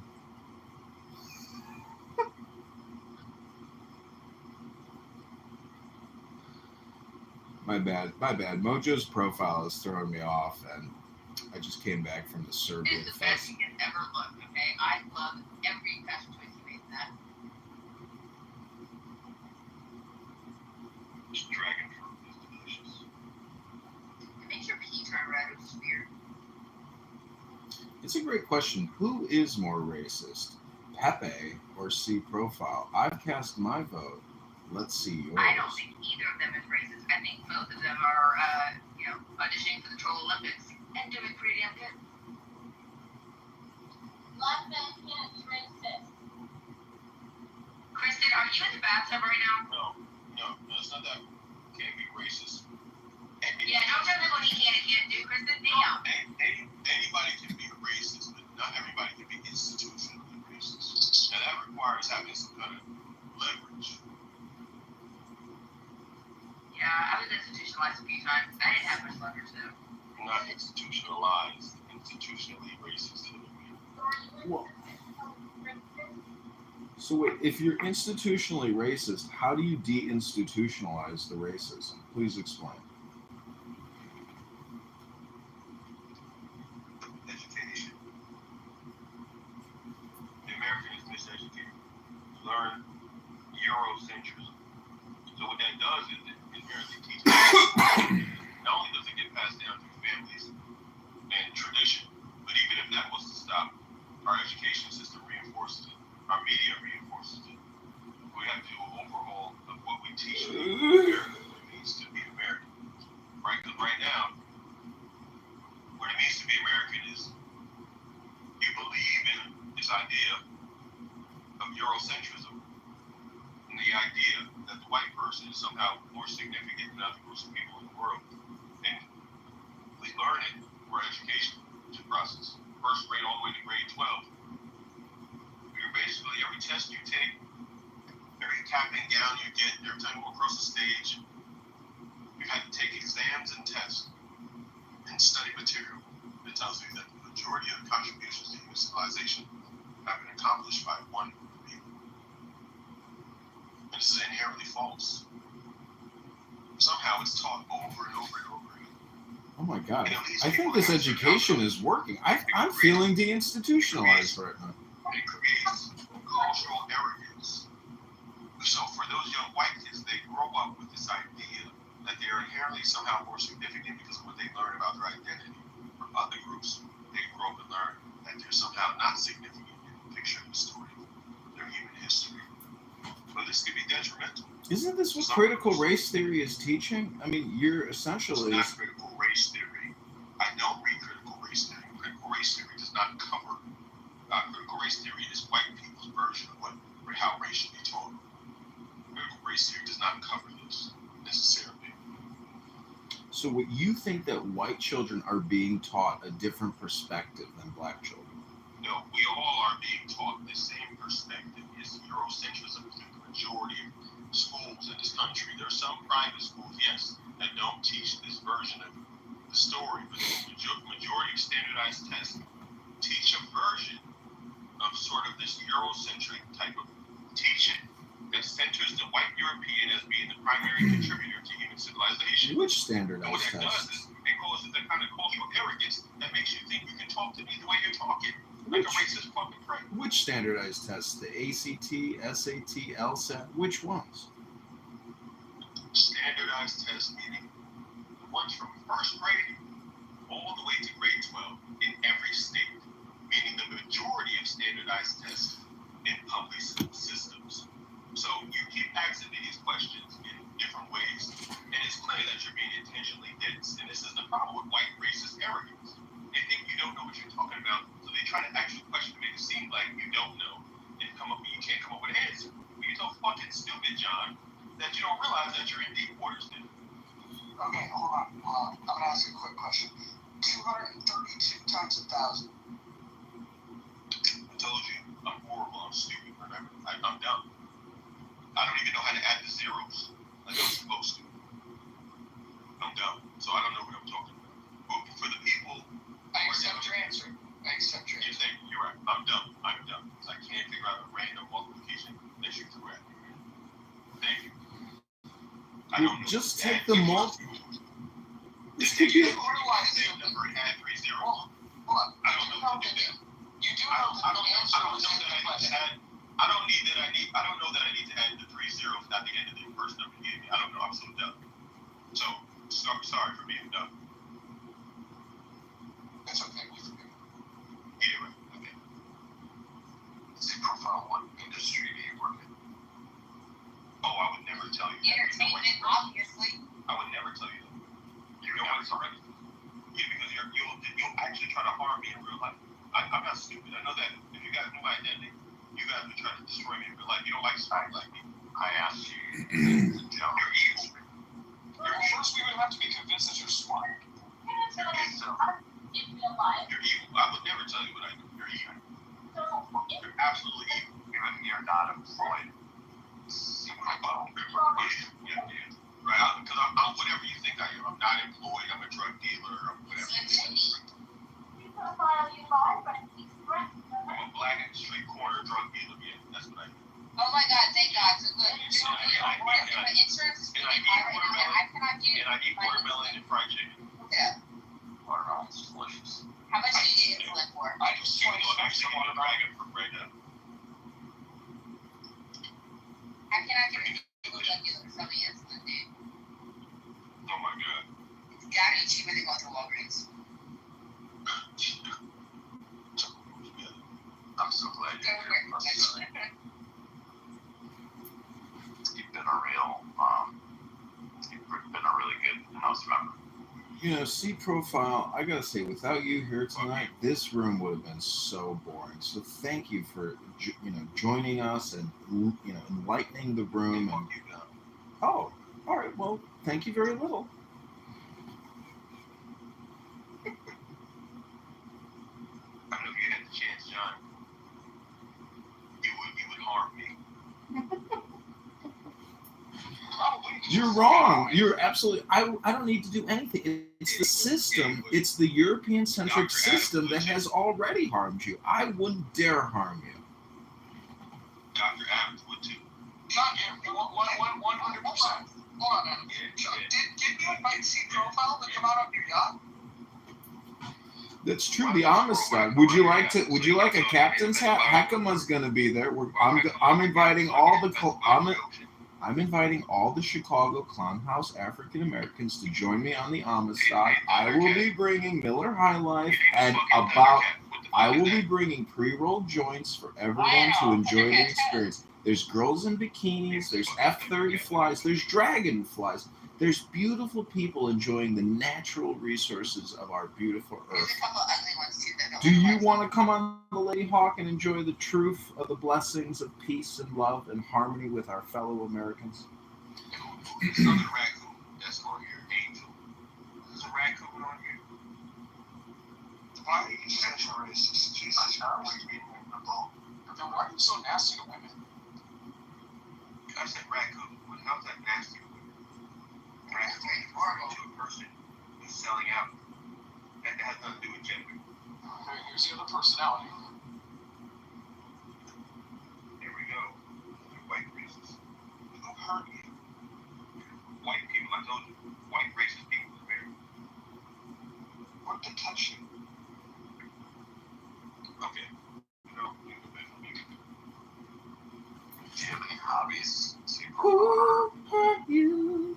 Who hurt you? Yeah, fighting racism is one of my favorite hobbies. I think they touched you from inclusion to the wrinkle part. Community activism and fighting white racist people like yourself, white racist judges, white racist district attorneys. Yeah, I enjoy that very much so. Filing complaints after complaint, filing class action lawsuits, love it. Love destroying your fucking racist ass system that you rely upon to get your What's the reason class action lawsuit? Because I've been on top of class action lawsuit, literally daily. Not happening on this app. Not happening. Have you seen any live music lately? Or dead music. Who hurt you? Now it's here in zombie band, and I really want to be at that concert. You waxed, and I told you. You waxed, I delivered, I told you. When was the last time you ate chitlins? Have you ever been to a bar where you throw axes? Your mother eating chitlins together. Have you been to Is a the person that hurt you in this room? All of you. Wait, hold on, what did I do? European centric? No, we're friends, man. Standardized testing. I gotta go cry about it now. Oh my god, Necro is here. I thought we were gonna make Oh, Necro's gonna love this. Let's ask Necro, has standardized testing of European-centric standardized testing caused white structural racism and white supremacy? Yeah, I know that there's like a discussion about like tests or scores and having to do with race. I'm not an expert on that subject, so I can't really say. Well, the good news is we have an expert here. Well, I'm willing to hear them. Good luck, Necro. C Profile, meet Necro. Necro meets C Profile. And in this corner, we've got C Profile weighing in at, we're not really sure, and Necro weighing in at a lot of resentment and anger. And look at John. John thinking that he can somehow, he still thinks he's selling Negroes. He can set up a fight night with me. Damn, Tom. You can't tell me. No, you can't. No, you stay on topic, bitch. One. I just wanted to comment. I didn't know he sounded that angry. No, this is a conversation between me and these wannabe slave masters, and then he can sell me into a fight. Okay, it was college, and I did the whole domination thing for a little bit, but I looked really good in those boots as Kristen. Have you seen the movie Lionheart with Jean-Claude Van Damme, C Profile? Because that's kind of like Mandingo fighting.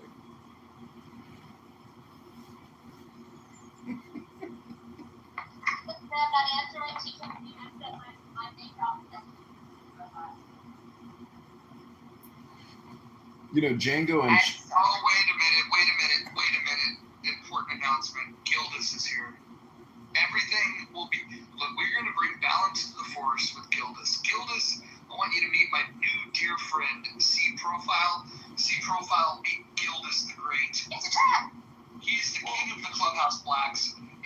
answer something. Sorry, please. No, Necro, this is not your turn to speak. Gilda's good. What's goody? I do think I might have become the king of the blacks on this app. I don't know. I'm trying to vie for the throne. Well, you got some stiff competition because C Profile here is a strong contender for top black on Clubhouse. You know, C Profile, Gildas works in a European-centric university, and if they knew his opinions, they would terminate him for being what they, consider untaught. These wannabe slave masters think that they're gonna put me into a match with somebody. Not gonna happen. They're trying to do a battle royale. This man claims to be hurt. He says he was hurt by the white man. His people. Oh man. Well, C Profile, this is my first time meeting you, man. We can chop it up. But, I am curious to know, what happened, man. What went down.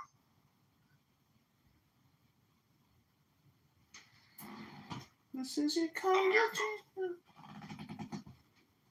I love America's C Profile, so you mean like they got us with our backs against the wall and we can't breathe, or what angle you might be coming from, man? I just want to be clear. The conversation I'm about to have has nothing to do with Mojo. Has nothing to do with any of the individuals in here. David, or whatever his name is, Will something. That's fair enough. So you just you just want to ignore your environment. They're using you, brother. Don't let these brothers use you, man. Hey, man, I don't feel like I'm being used, man. I feel like I'm doing my own thing, but how am I being used? You're putting a battery in your back, brother. You are just an android, Gildas. C Profile is the real replicant. No, that's not what I said. See, that's right there, right? See? Well, I mean, to the... Well, by assuming that we are using Did you hear the part where he said C Profile is the real replicant? You see that? He tried to add a level of competition there and try to create some kind of... No, I said you're the real replicant. No. You're trying to instigate. And it is so low level that you don't even see how stupid you sound. You say, I'm not going to get an argument of the egos with another brother on this platform. But to say that we are going and trying to use him, put a battery in him. Why is this a good time for a white woman's voice? Please, silence. Let Gildas take care of this. Yeah, well, C Profile, what I was saying... They say, well, I got him. Look. He said, let Gildas take care of it. Look. He cracked the whip on you, bro. I understand. But, everybody on this stage, let me look. Everybody on this stage, I've had vehement disagreements with. I've gotten into fisticuffs with everybody on the stage, white, black, whomever. A lot of them don't agree with everything that I espouse. Sometimes we can't even talk to each other for several months because it's like, man, I don't want to talk to that motherfucker Gildas or whatever it may be, man. I'm a fair actor on this app. So, if it was a racial topic you want to talk about, these are my homeboys and shit, my homegirls. But I can disagree with people. I'm a man. I know how to disagree and separate or come to some kind of understanding. So, I'm sincere with my shit. That's called the credibility part, C Profile. Thank you. There's still white devils. Thank you. Maybe we can start asking your opinions on capitalism. Capitalism started with the transatlantic slave trade. All right. Well, you're welcome. What made it trans? I think that capitalism, and it's really like like newborn form started somewhere in Italy during the Renaissance, but it didn't get its best unfurling until you got to the United States. And even then, it wasn't perfect. But the transatlantic slave trade, I think, was not capitalism. I think that's a mixture of colonialism and mercantilism. That's not capitalism, though. Mercantilism? Yeah, like when the government or the state or the king, basically says that our state gets a monopoly over this trade and nobody else can interfere with it. Nobody can be an individual and trade against it. Basically the state kind of running the economy in so many ways. I mean, not like a socialist economy, but akin to it. Whereas capitalism is free individuals being able to trade with whomever they want to trade with, nationally and internationally. Are they using standardized testing in a European-centric fashion? Well, not at the inception. They weren't doing that. Really? But, I mean, I didn't get kicked out of another room. But I was just in another room where a similar conversation was being held. And a lot of people maybe conflate the crimes of colonialism and mercantilism with capitalism. And I think that capitalism is one of the only reasons black men like us can call ourselves even semi-free today. If it weren't for the capitalism, we'd still be slaves. Well, don't forget the Republican Party liberated all this stuff. If it wasn't for, that's so false. If it wasn't for Haiti, we might still be slaves. Haiti's revolution set off a change and shift in paradigm in the European world. See, when the Haitians revolted and sent the French flee after losing over 100,000 men, you have a change and shift in ideas. Africans weren't thought of as humans with autonomy. They were thought of as things, these creatures. But once they realized that they could strategize and execute and potentially win at war, this changed things. So they had to realize they weren't just dealing with what they thought were brutes, when in actuality European was the actual brute. So we're not going to talk about, for me anyway, I don't try to intellectualize and use words like, capitalism, and, this one and that one, all these silly words to take a I really like the whispering tone. If anybody's keeping score, that's voice number 6.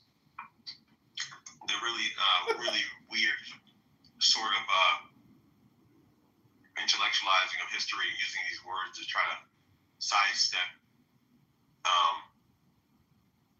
historical events that literally changed the path and course of history. It's something funny. I find it to be very popular and common in groups of white Europeans and white people and people who have white supremacy ideology or Eurocentric ideology. They start saying things like, that's Marxism or this and that, instead of in trying to label things, so busy and focused labeling things instead of actually examining the human behaviors that exist within that thing. Because it's so much more important for people to accredit themselves with knowing these forms of terminology as opposed to actually talking about historical events that change things. Black people weren't freed by the war. We freed ourselves. Yeah, well, I understand what you mean about how inspirational the Haitian Revolution was, but I do have my qualms because insofar as the Haitian Revolution, threw off slavery and defeated the French, I mean, that is the most momentous slave revolt in the history of humankind. The fact that they won, Spartacus did not win. Do you know about the Gullah Geechee Wars? I've heard of them, but you know about the Morocco Rebellion? Okay, all right. Do you know about? They made another movie about another gentleman, Nat Turner. Do you know the most decorated Marine in U.S. history is Chesty Puller, and his first engagement was in Haiti? The Gullah Geechee Wars was one of the few times that the American military 3 battles back to back against a untrained or supposedly untrained group of escaped humans of African descent who were previously enslaved. Well, Human beings. I recognize that. So hold on, brother. I'm not done. What I'm saying to you, this is not about your recognition. I care not about your recognition. I don't care about that. What I'm talking about right now is not about a conversation or a debate or point scoring or who sounds what. I don't care about none of that. The reality is that when you look at this, comment section and the comments that people make and how they think and how people have internalized this dehumanization of the African, of the Black person today, to the point where Black people today will capitulate and try to align themselves with this Eurocentric mentality and sort of tap dance and try to be a puppeteer for these racist white folks, right? It's quite interesting when you're having these conversations about facts about history that it becomes a matter of technicality and this and that. And we have a story of America, and a lot of the pieces are missing. And I don't care about, I really don't care anymore about Eurocentric viewpoints. I don't care about them. 10 minutes later, you don't care anymore. And so what I'm saying to you, you racist devil, John, you piece of shit racist devil, is that You just broke rule number 4. Please check the rules. The ideas that I'm presenting, I have no problem calling you a racist devil, because that's what you are. You benefit from racism. You're a racist. Projection. And it's okay. Projection alert. It's okay. Projection alert. And yes, it seems to be the only vocabulary word you know. So that's okay. I know you're limited. White mediocre people are limited. So projection alert. But anyway, like I said, that's what happens when you get things handed to you without working for it. So look, here's the thing, right? At the end of the day, projection alert. This guy got to grow up, man. He's like a teenager, man. So like I said, at the end of the day, I'm gonna get going, because one of the most saddening things in my life that I've heard in my life is coonery, buffoonery. And before I listen to a Black man who tries to tap dance in this room and try to capitulate to whiteness and debate me and argue with me in front of these racist white devils, then I'd rather leave and get going. So we know you found a coon that's going to do your bidding for you. So have a good time, Gildas, and you won't be here debating with me. I know where you're coming from, C Profile. I wish you well.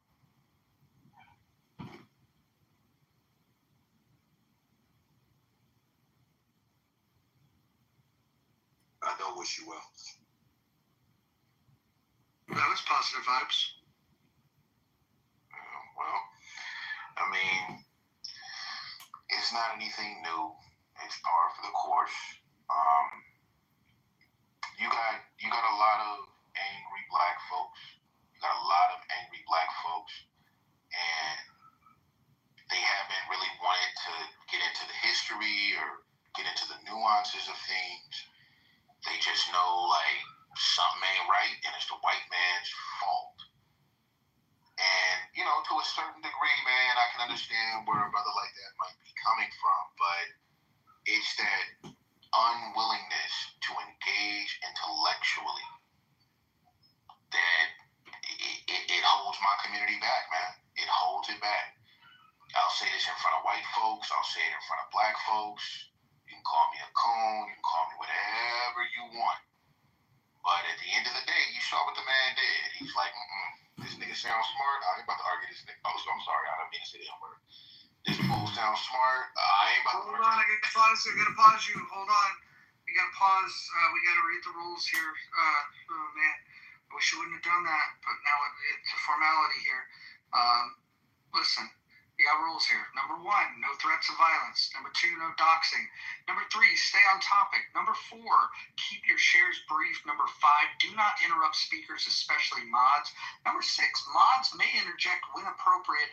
Number 7, and this one's for you, Gildas, the N and K words are forbidden on stage and in chat. Number 8, do not spam the chat. Number 9, do not bring drama here from other rooms. And number 10, English only, please. Thank you. I hope that was clear enough for everyone. And continue, Gildas. Yeah, I sincerely apologize, man, because I do know the rules, man. And I don't want to bring that kind of heat. But, man, it's just, I don't know. I get a lot of love from Caribbeans, from Africans, continental Africans, from European Africans. They can get it. Sit down and talk with me for a little bit. They're like, okay, Gildas, you ain't so bad. But some of these brothers, they're coming in hot off the streets, and, their interaction with white folks is police and bad school teachers, and they just look at white people like all of y'all are evil. I get where they're coming from. I don't agree with it, but it's a lot on that. And the brother who just left, like, I could tell, like, he doesn't want to have the conversation because his arms aren't long enough. He's like, I ain't about to talk to no scholar or no thinker. Fuck that. I just wanted to, like, troll the white folks and move on my day. It is what it is. It's happened before. He isn't the first one. He won't be the last one. Gildas, Right there. Gildas, why do African Americans always say "my people"? My people. So as an American, if I were to say my people, but also include the African American population of America, would it be inappropriate for me to claim that black people in America are also my people as a white American? In many of our minds, my people means those of us who have brown skin, dark skin, and went through slavery. So there is no my people that includes white folks, Asian folks, other Americans. Whereas the way you would be trying to use it would be, more all-inclusive. Everybody who pays their taxes and gets up to go to work and shit. They're all Americans here. Wait, do we live with time travelers in this country? Because I don't think anybody alive today was a slave. Yeah, but African Americans specifically, or in particular, I should say, do feel like that makes us a singular people. And in many ways it does, but insofar as it begins to cloud your ability to reason, then I reject it. Something that is going to always keep us stupid is our inabilities to see past all of that shit. Because if you want to keep somebody down and you want to keep control of them, what do? Separate them. Tell one group that they are better than every other group, but you go tell each of the groups that, and you tell each of the groups not to talk to the other group because XYZ, and then it's easier to control. Small little groups are a whole lot easier to control than a whole lot of people sharing information, knowledge, strength, and standing together against an oppressor. So, just saying, the more people try to singular themselves down and niche down, further away we're ever going to get from having any kind of peace. Well, what's more destructive, a group of people who oppress people or people who self-oppress themselves? Well, obviously the latter is worse, but when the idea is I'm oppressing myself because I'm oppressed by whites, that's where it starts to get really funky. Because now you've got to say, okay, I shot the man across the street in a drug deal gone bad, not because I just wanted to be a drug dealer and commit crime, but because the white man took so many opportunities away from my ancestors that this is all I felt I was capable of doing to gain some kind of wealth in this world.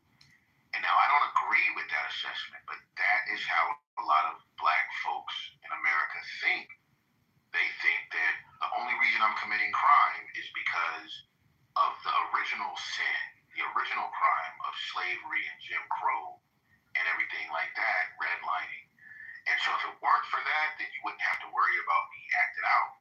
But because of that, I get to act out. And you should not try to lock me up. If you catch me, you should just let me go. It's a fucked up world in terms of some of that black thinking. I grew up around it. I know it. But it's wrong. It is wrong. And that's not to just sit up here and tap dance for Mojo or anybody else. That's me tap dancing for myself.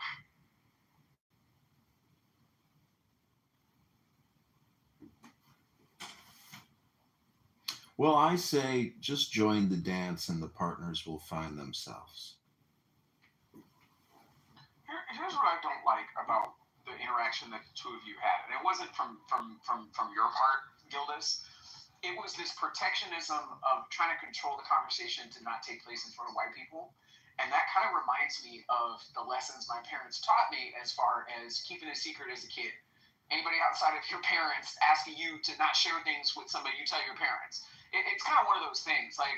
It's almost like safeguarding and protecting a system of psychological abuse because you don't agree with the way that Black America behaves, and at times, or you have certain criticism that you're a coon, or you shouldn't be having that conversation in front of other people. It's really abusive, and I don't think that people really call it out for what it is. Yeah, I think you're absolutely right, Doc. And it takes a lot of Black people a long time to maybe outgrow that influence that Black culture has on you to be a race man or, whatever you think, whatever you do, it has to benefit the race. And, to a certain extent, I understand. But the grandparents and the old uncles that I knew, they didn't think like that. And they lived under Jim Crow. So I don't understand how these new age Blacks with iPhones and jobs and property and they have everything that our ancestors hoped they could get, except the mentality or except the outlook about how to engage in America. Yes, if a cop is stomping the brains out of a Black man or a Black woman, we gotta fight for our rights. For sure, I'm with you. But, don't say that the white man forced you to sell crack to your mama. That's crazy. Not my mama. You know what I mean? I had to sell crack to my auntie because racism in the 80s. Nah, that's cap. Here's my thing, Gil. Oh, sorry. I think when you trivialize something like that and then chuckle about it, you are the worst kind of Negro, my brother. Well, can you explain how I'm trivializing it? Yes, because you're making it seem as if that people in certain communities are inherently predisposed to certain behaviors because of their race. You are the worst kind of Negro. Well, again, I don't think I'm attributing anything to race. I'm attributing things to people's. No, you have said, you have used the word Black 6 times since I've been in the room the last 3 minutes. Okay, well, we were talking about Black. Why did I use the word white? So no, what you're saying, you were making the point that there are certain mindsets that are attributed or identified with Black people. Not all of us, but some of us, yeah. You disagree? No, I don't think any mindset is attributed or assigned to a person based on their race. A lot of the reasons why people think and believe what they do is because of the conditions and the exposure that they have. This is what I just explained, actually. No, bro, you were using the term Black people, Black thoughts, Black ideals. Those are your words. Well, again, I was saying that there is a segment of the black population that believes that, for lack of a better term, white supremacy is the reason why we might have so much conflict and trauma and violence in some of our communities. Not all black communities are violent, but the headliners are, and they remain. I think, and we have to understand in America that there were not only laws, customs, guidelines, regulations, and practices that disproportionately affected black people in a negative way.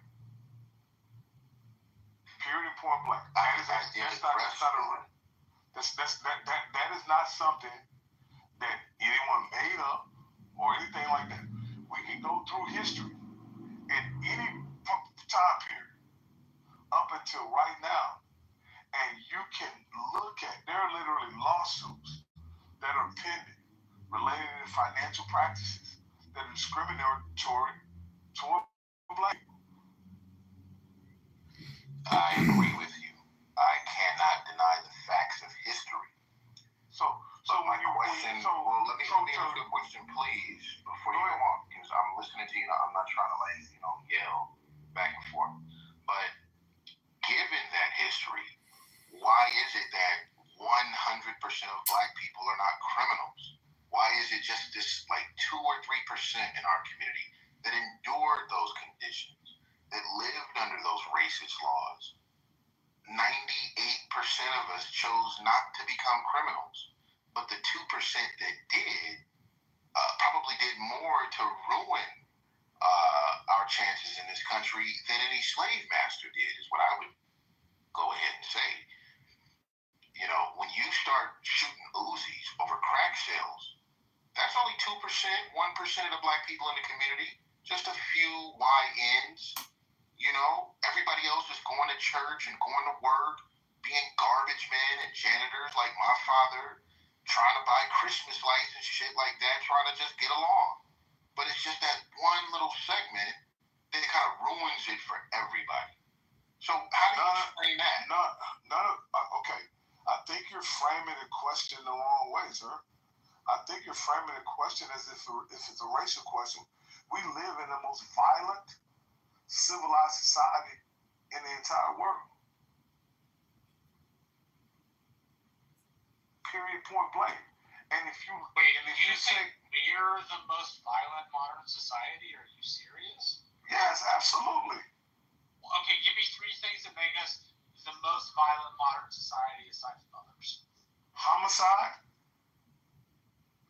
assaults, and robberies. He's describing his own community. Okay, if I recall correctly, other countries have a higher level of homicide than we do. No, they don't. No, they don't. If you look for the places that have the most violent murders in the world, that the U.S. State Department says to stay away from, yes, they certainly have more murders per capita than we do. Give me one modern, civilized, developed country that has more crime, murder, however you want to divide. Violent crime. Mexico is controlled by the cartels. And the use of violence by the cartels. That is absolutely a lie. Nigeria. No, it's not. The Gulf Cartel Rwanda. Uganda. The cartel run by El Chapo use violence as a means. This is where Marshall comes in handy. He does the heavy lifting. Hold on, Marshall, hold on. So we've got Jamaica, Ecuador, Haiti, Honduras, Mexico, all with higher rates of homicide than the U.S. I can go on. Okay, so you said homicide's now out. Homicide's no longer there. I think facts are important. Rock, where did you get your facts? So when I look at you can look at rates true as one determining factor of the most, but I tend to want to look at volume. Just the sheer volume of murders. So per capita means nothing to you. Well, of course it does mean something. Shit. But you're more likely to be the victim of a homicide in the countries that I just listed than in the U.S. Bro, listen what I'm saying. In America, just the sheer volume of, think about what I said. I said murders, Think about it. assaults, and robberies. Think about it. If you combine those, there's no country on earth that behaves, functions, exists. Well, hold on. I want to give you a list of the robberies. Costa Rica is number 1 per capita in robberies, then Argentina, then Uruguay, then Brazil, then Chile, Nicaragua, goddamn South America, you fucked up. Ecuador, Cape Verde, South Africa, and Mexico, all with higher per capita robberies than the United States. And then go to assaults. Then go to assaults. I'll get through all of them, but right now you have to understand that the first 2 that I've looked up are incorrect. I can find countries that for the first 2 that you get combined. I said okay. I'm gonna pull the math because I'm a big facts guy. I'm gonna go look it up. And I mean, this is what I wanted to say to the guy who left when he brought up the Haitian. But even well, hold on. Let me just get the thought out, Rock, and you can respond to it or not. Well, I was interrupted while there's this animosity about how to get revenge against white supremacy. And, you know, in one extent, maybe it's valid. But the problem is that I haven't heard anybody come up with a plan for what we do after the revolution. And that's the problem that Haiti had. They did a successful revolution. That wasn't the problem that Haiti had. You don't know your history. The imperial powers. You got mad that somebody interrupted you, and now you're doing it. No, because he says good one, he's Marshall. I have learned to love Marshall, not to hate Marshall. Just don't interfere with Marshall, and that means don't talk to Marshall. Let him finish. The problem with Haiti is after the revolution is that they were excluded in the northern hemisphere. They were excluded. And what sort of economy did they try to erect in their constitution after the Haitian Revolution? When you read through the Haitian Revolution's constitution and you see that they're saying, well, we have to make the peasants go back and work on the farms. They didn't adopt a free market stance. They didn't adopt a stance that would have been friendly to America's economy. If they had done that, they might have fared a lot better. They wanted to reimpose a caste system. Okay, and insofar as they're going to do that, they're not going to be some kind of economic engine that any country wants to do business with, especially after they've done a slave revolt. It is what it is. Bro, if they had been able to get a fair market value for their coffee, sugar, other agricultural products, they would not have. I'm really confused. You're actually going to argue would have had better castes and lower castes where certain black people in Haiti got treated like princesses and princes, and certain other black people in Haiti got treated like dog shit. Isn't that the exact same problem you had before? Just saying. I'm talking about the economy of the nation. I'm not even addressing that. Their customs of their society is something that they have to deal with. I'm talking about the economics of why they have never been able to be a viable economic power in the northern hemisphere. That's what I'm talking about. In what universe does the idea of reimposing a caste system not like screw people? So have we? And at what point is imposing? We don't, as Americans. And at what point is imposing the caste system imposing the same behavior that you now have a criticism of. If you're from the Chicagoland area, you know. Economic partners based on their customs and ideals match ours. Entire point. If you think it is wrong to reign over. Hold on, let me interrupt. How much? Let me interrupt. Okay, so the top 10, I'll give you number 10 is Mexico for most combined homicide, robbery, serious assault per capita.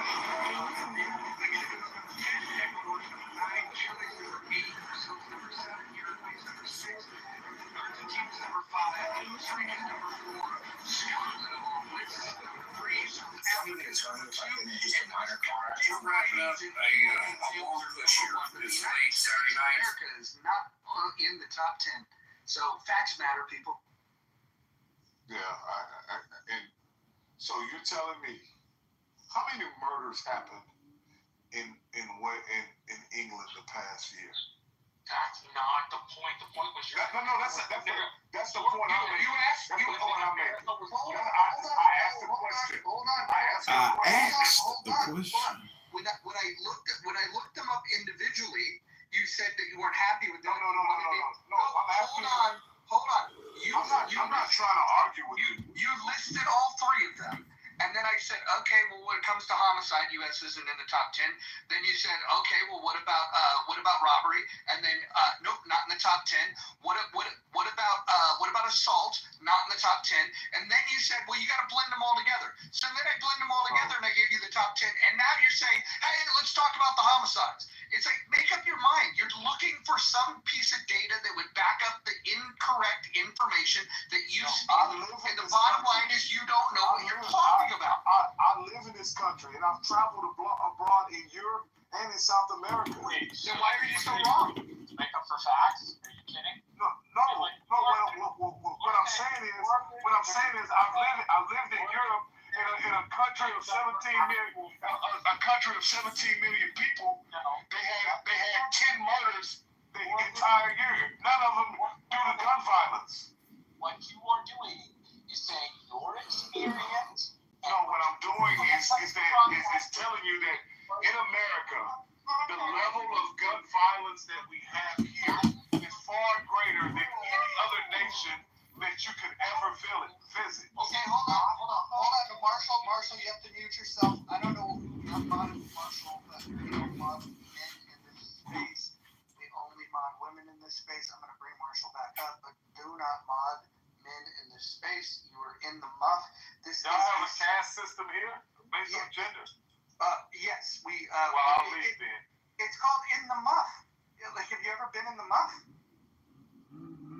There you go. He's afraid of pussy.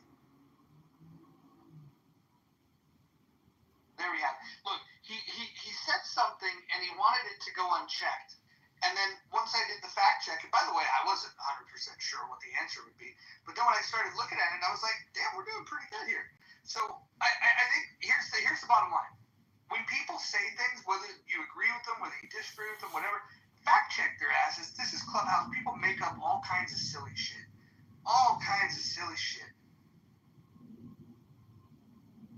And then it wanted down because we have women moderators. By the way, Marshall, I love you to death, but in the muff, we do not have male moderators. The only reason that I'm allowed to mod here is because I wear the scarf that I wear. And so this gives me allyship towards females. No offense. I mean, Bravo, you asked us to rise you up. What do you got to say for yourself?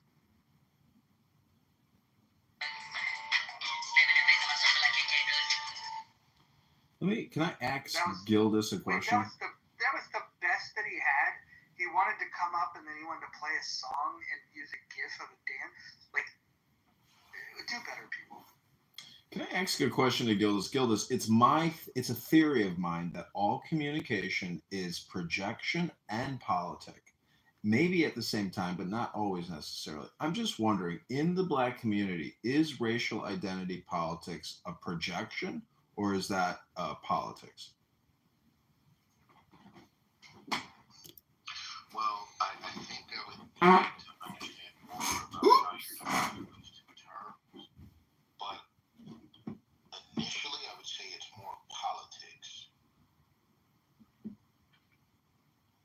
So I mean, if somebody comes up here and claims that America is white supremacist structure, white structural racism, and the past two speakers I would say are of that sentiment, isn't that just their politic? And to get upset over their politic it would be ridiculous as a listener to get upset with their version or their form of trying to do politic.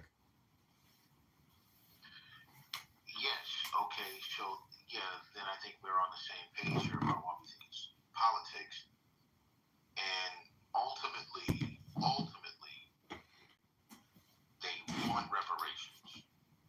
Like, give me the reparations, and then we'll see how we move forward. There's no promise that reparations will be like, all right, it's even now. Even if you paid us $2 quadrillion, there's no guarantee that it's like, all right, got paid, tapped up, straight. Even after that, it would still be politics. It would still be, well, you didn't pay it out the right way, or you paid the wrong people more and you paid the other people less. It can just go on and on. So really, it's not politics. It's an existential problem.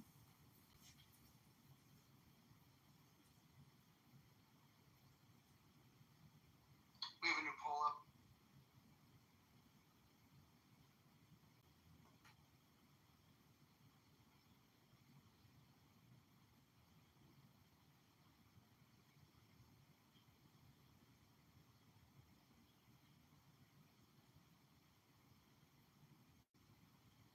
It looks like Tell Me More is winning.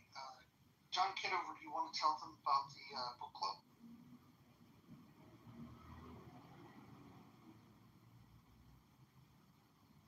As John stepped away from the phone.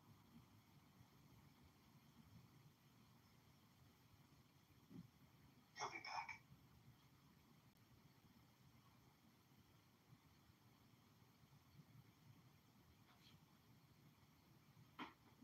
Why do you reckon the last fellow left? Do you think it was because he didn't want to be in a room where there was women on it, or do you think it was because his argument was based on lies? What do you think was more likely? His argument so far.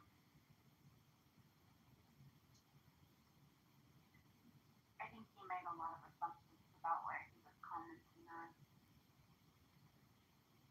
And I mean, that's how it usually goes. If you hold their feet to the fire, they don't know what the hell they're talking about. They don't know where they got the idea. It just is what it is. Yeah, the louder he got, the more he spoke over Marshall. I just knew it was a wrap.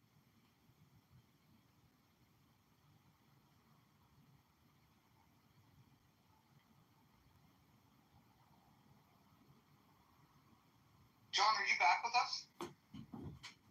Yeah, I'm here.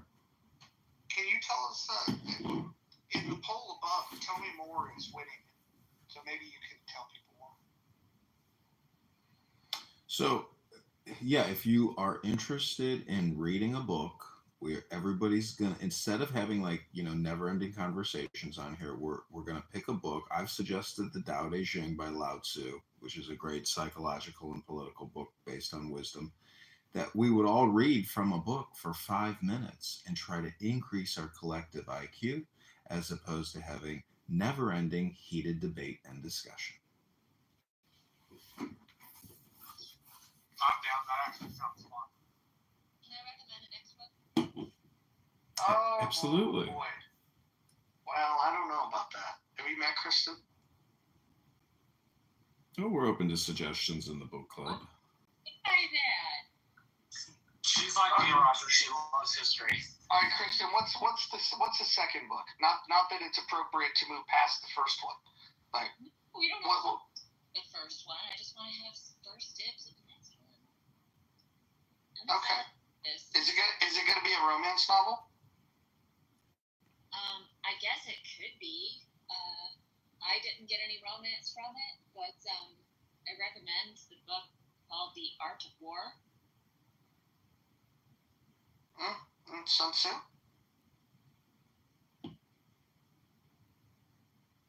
All right. Looks like we've got the first two on deck. John, we'll have to figure out when's the appropriate time to do this, but I think the reading will be, we need to get people on Clubhouse to read more. Is anybody in disagreement that we need to read more? What I think you'll be shocked to discover is that some people, when asked to read a book, are actually incapable of reading a book out loud.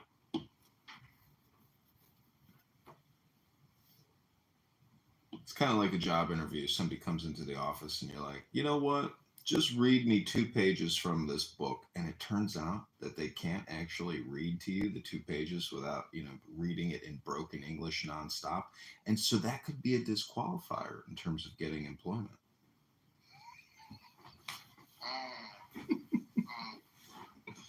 Yeah, the voice has to be clear to transmit the information.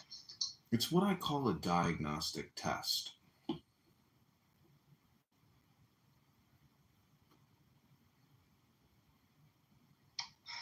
Who in this room was in Healthy Debates earlier when they came after the queen of all of Clubhouse?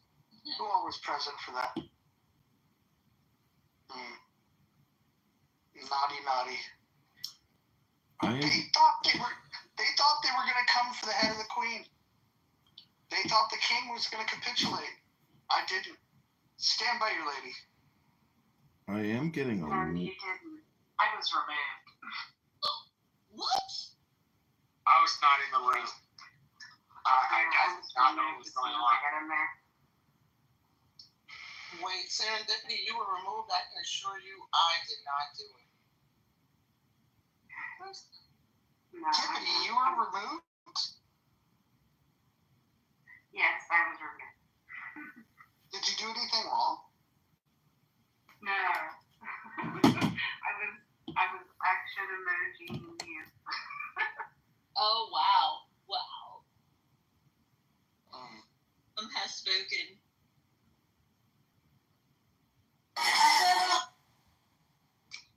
Yeah, it was an interesting room. If you're interested, Mojo, I can recommend a historical romance. I would recommend A Knight in Shining Armor. You're welcome. See, it's my belief in book club. You should go for high-value books. Hang on, John. Hang on for a second. Serendipity, what happened? Why were you removed? Hey, Kristen. I would assume JB knows that Monica and I are good friends, so I'm just assuming he just removed me because he knew I wasn't there to support Monica. Do you remember who was modeled at the time? Oh, I really don't. Like I said, I was not in there for 60 seconds before I was removed. I was modded, but I definitely did remove her. I was also modded, and I was also modded. I did not remove you. I think there was another mod. I don't know. It was JB, it was Nye, it was myself, and I think there was a 4th person. I don't know that person. Okay. Thanks. Shannon. No, I was joking, by the way. Yeah, Serendipity, if you've got any ideas about who it might be, or if you hear them, please let me know.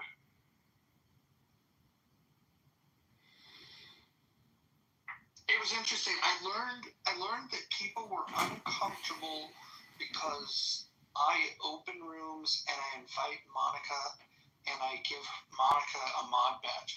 I don't know if you guys noticed, but I'm not the only mod in this room. We have Kristen, we have Miss Dawn, who's been asleep for the last 3 hours. We have Dippity, and we have Nye. I mod the ladies. This is kind of like, it's in the muff. You have to have female mods if you're in the muff. It's kind of in the title. And Hero, she's going to get modded because she's a woman. And this is no disrespect to any of the men that are in the room. It's just the way it is in the muff. But I learned that there are people that are uncomfortable because I'm friends with Monica.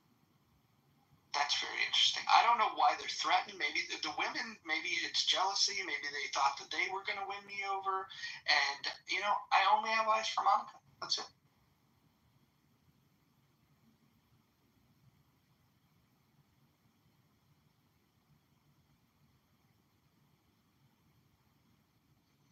really proud of you, Roger. I felt like, I don't know, you didn't get rattled, you weren't upset, you were just calm and cool and collected, and I don't know, I was very proud of you.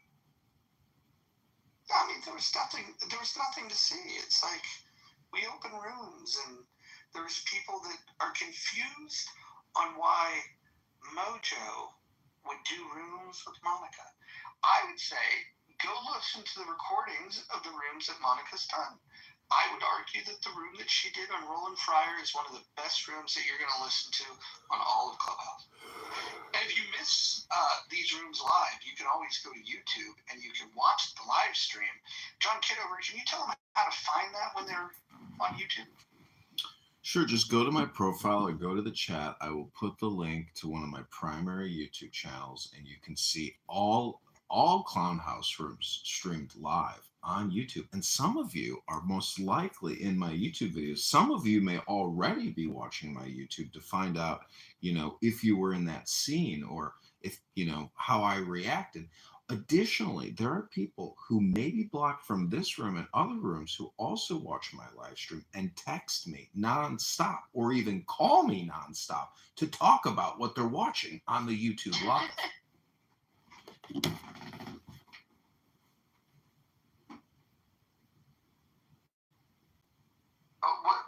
When was the biggest room that you streamed? When was that?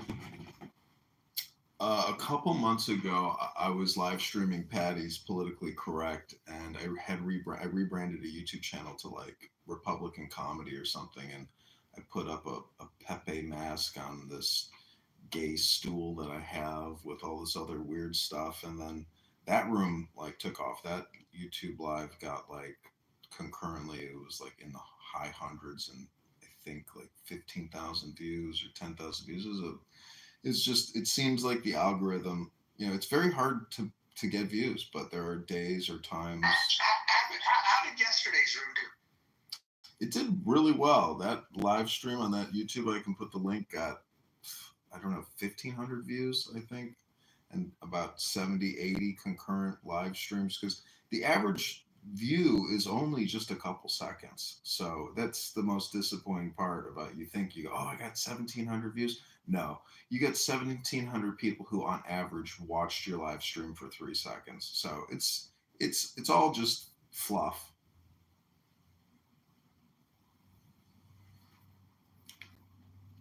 Well, we're going to try to break those records.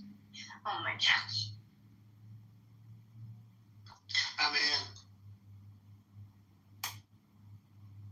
That's great news, Joe. Can you maybe tell us what a hanged man means in tarot?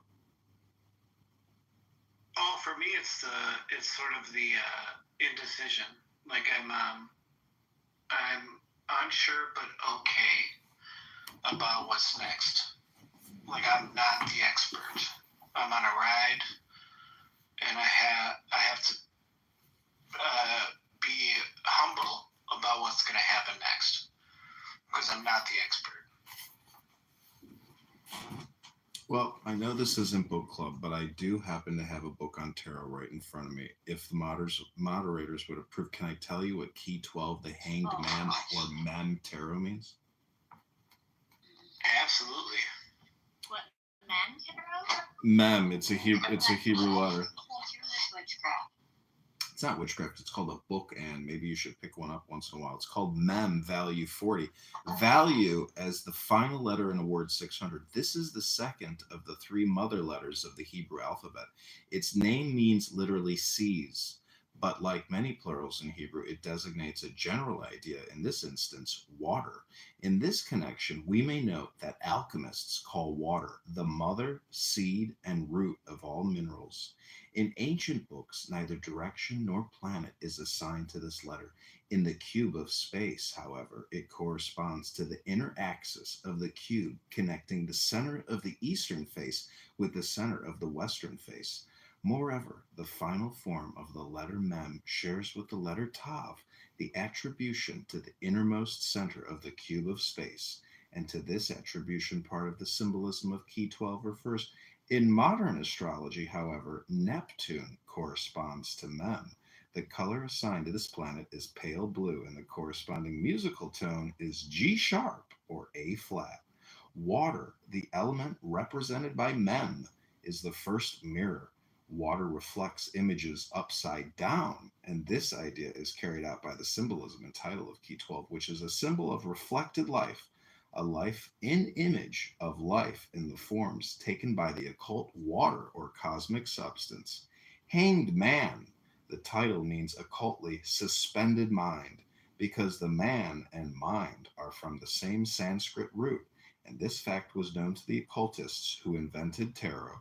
The title refers also to the utter dependence of human personality upon the cosmic life. In the Rider Pack, the youth hangs from a T cross. Okay, that's all I'll read for now, but that's called reading a book. And I hope maybe some of you will come to this week's book club to also read a book. Yeah, and I should say that my hanged man came from the Celtic Cross tarot reading, where I had majority words, and then I ended with the hanged man, and that stuck with me. Just by the way.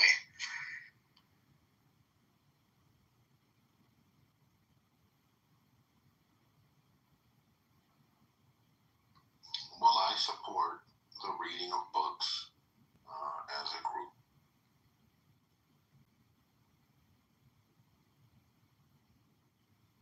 How else are you going to learn about Dorian Gray? You got to read the books. What I'm looking forward to most is to hear Monica's voice when she's reading from the book. 5 minutes of the most glorious voice on all of Clubhouse. If we read the most glorious books and have the most glorious reader and sounding person, clearly the room will be glorious, and hundreds, if not thousands, of brain rotted out clown house users will finally hear what we call intelligence, knowledge, comprehension. It will be a hallelujah moment. We have some epic voices here. Gildas, for example, will be awesome. Adam's reading is going to be great. And Hero, that's going to be amazing. John's voice. I hate the sound of my voice, but I'll read because reading's important. We have an Australian accent with Ro. Nye, your voice, it's going to do big things. I think this is going to be great. We got to get El Normo. El Normo will be nice. Anybody else? Necro. No. I don't want to read. I love Necro's voice. I've done some readings. Popcorn and Mojo, you got a great voice, by the way. I mean, I don't know what you'd say. I think most people don't like their own voice, is what it is. I'm sure it's just as handsome as everybody says it is, but I just don't see it that way. Yeah, that's your inner ear. That's your inner ear. You're hearing it from your perspective, not ours. Right? You got a great voice. Well, thank you. I'll accept that. Have you heard Monica's voice? I have not, and I'm afraid to, because I think it'll change me after this room. After what I've heard, I think it'll change me. It definitely will. It's the voice of an angel. Like, if you picture, like, what would it sound? What would it sound like if the Lord was speaking to you in a feminine tone? And like Selma Hayek. Oh my word. Can we get Dr. Jordan up here? Dr. Jordan? We need to get Dr. Jordan. I just love this clubhouse romance that has blossomed. First of all, it's not a romance. It's I have a crush on her. She's not returned any of these signals. There's no signals coming back my way. It's a romance, though. It's so cute. It's like unrequited love. I'm like John Cusack, lonely with the radio over my head and say anything. Exactly. Exaltation. Nothing wrong with that. Can we make sure that Dawn does not read in our club? Dawn and Necro are forbidden from reading. No, I just want to ask. I understand why. I don't. Work on your voice inflection, please. I don't understand why Dawn would be unpleasant. I think she has a very pleasant voice. She sounds like John Fetterman, like hours after his stroke. You like that? Crazy. I said you like that? How many hours? How many hours after the stroke? Dude, I'm back channeling it to every fucking body that I know will get this off over. You know, I'd like to back channel to like 30 people already. from yesterday. I voted. It's hard to know the context of some of these. Dawn, I'm totally No, it's her crashing out on black people because they're arguing with her. people that I like. Hopefully. Yeah, if I can get the whole screenshots, like the whole one. You should put these on YouTube. I voted yesterday. So what ends up happening is during the chillism conversations and debates and stuff, some of these people will be in the back channel dropping shit towards each other. So like Louis will be like, shut the fuck up, Monica. And then Monica's like, fuck you, you nigger, or something like that. And say that word directed towards him in the back channel. Because they know that Monica doesn't want to say it in the chat, because then other people inside of Clubhouse will see it, like Roger, and be like, oh my god, Monica's a fucking racist piece of shit. Mm-hmm. And I don't mind if Monica says the word, because I'm a free speech absolutist. And like, if a person says, like when Pepe says it, nobody gives a shit, because everybody knows that Pepe uses that word. But when Monica then turns around and says, oh, I don't ever use that word, and then it's like, well, I got like fucking 20 screenshots of you using the word. Mm-hmm. Like, it's a two-faced fucking behavior that just pisses me off. But yeah, it's just nice everybody seeing it though. I think you may be overestimating how much people actually care about any of this. Just FYI. Well, no, I know what's going on. I mean, Roger said that. I mean, were you there the day that Roger said that he doesn't actually like Monica? He doesn't think she's like, somebody of substance. That he said he's doing this like pretending like he likes Monica and making her believe that like he has a crush on her, and like he's telling her, "Oh, my sweetheart, my lovely darling, my queen." And what he's doing is he's trying to piss off Nathan, and then Nathan's like running his mouth, and then Roger goes and then makes the 10 rules, which is like chillism's 5 rules, and then he goes over to JB's room, and then when JB invites him in, then he tries to plug his room, then JB tries to misdirect away, like, "Oh, hey, Cindy down in the audience." And then Roger's like, hey, Roger redirects it back again by saying, hey, if anybody wants like have an issue and shit, they can come over to, In the Muff, or, talk to me directly. Mm-hmm. Yeah, it's just a cash grab. That's all they're doing. Yeah. Roger, see, the thing is, if you're the green bean, it gives you that control, and like Roger likes to have the soul control because I think it's probably more effective. Personality disorder. Probably, but it's also, it makes it easier if you're the sole mod, you control the whole experience. It's that much more, Well, what's funny is David hit the nail on the head in the JB room. He said that for Roger, this is like WWF, WWE, and Roger is fucking Vince McMahon, and he's like orchestrating all this drama. It's true. That's smart. It's freaking true. I just think it's fun, but you know what? I'm going to contribute, and I'm going to add to the drama in the muff. Yeah. Even if I'm not in there, and just fuck around and have fun, because that's all Clubhouse is. It's a fucking psyop, right, John? I mean, it's not it's like hypnosis. Yeah, but it's like just individuals doing it to each other. No, I know. It's all hypnosis, John. And projection. Okay, have a good night. Talk to you soon. Later, John. Okay, bye. What if I did it with Joe? Like if Joe ain't getting with the necro, then where do you turn? Like for example, I always have a backup plan. Right now, like I've got my heart set, all my thoughts, all my prayers, like my everything, my little prayer box. It's all dedicated to Monica right now. However, if the universe shifts and it moves in a different direction, I already know who my backup plan is. I just can't share it with you, because if I share it with you, it'll make it seem like I don't have enough focus on my number one. Yeah, sorry about this. Marshall, I don't know if you think that I should use this.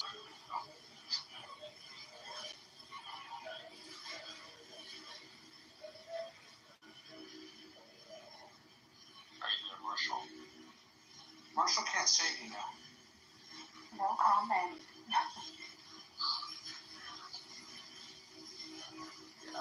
Oh. Oh, Marco, I think you flatter her. Yeah, I don't know. It's just to me, I have a suspicion that I just don't want her. If she really doesn't want to, be discussed about this. Hold on. This is what I suggest. Don't publicly pursue her the way that I do with Monica. This is a special technique that I'm using. I don't think this will work for everyone. What I would do if I were you, this is my personal advice, is I would just be in her presence, be excellent in her presence, make her laugh. Once she laughs, send her a private message, keep the conversation going. Try not to make it awkward. Don't pepper her with too many compliments. And then just, like I said, just be excellent in her presence. Is there any way I could experience Monica? Because I just hear back off, pal. I saw her first. No, just to experience it. You can listen to the replays because the replays are on. Yeah. Well, I just want to say it's like, making Joe laugh. Is it a shift? Because I can definitely make her laugh. So.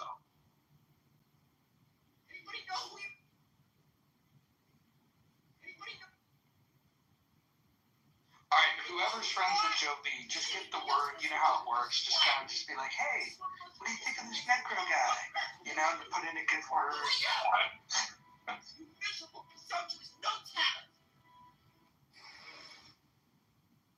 I think we can make this happen. Yeah, Joe, I'm sorry, I'm just so bad. I'm like the worst person you could ever be. I'm just hearing all this about Monica and not experiencing any of it. Is this Matt cool?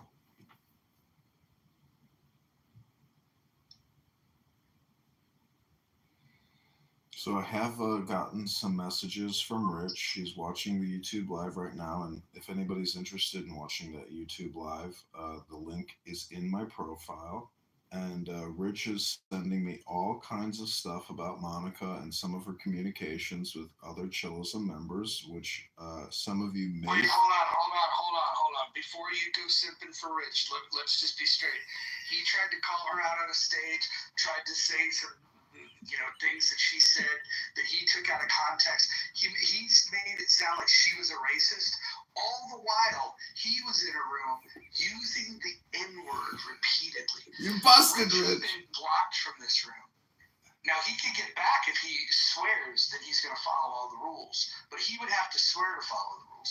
Because right now, I think that Rich has offended enough people in this room, broken enough rules, and the last thing that he's ever going to do in my presence is disrespect the Queen of Clubhouse.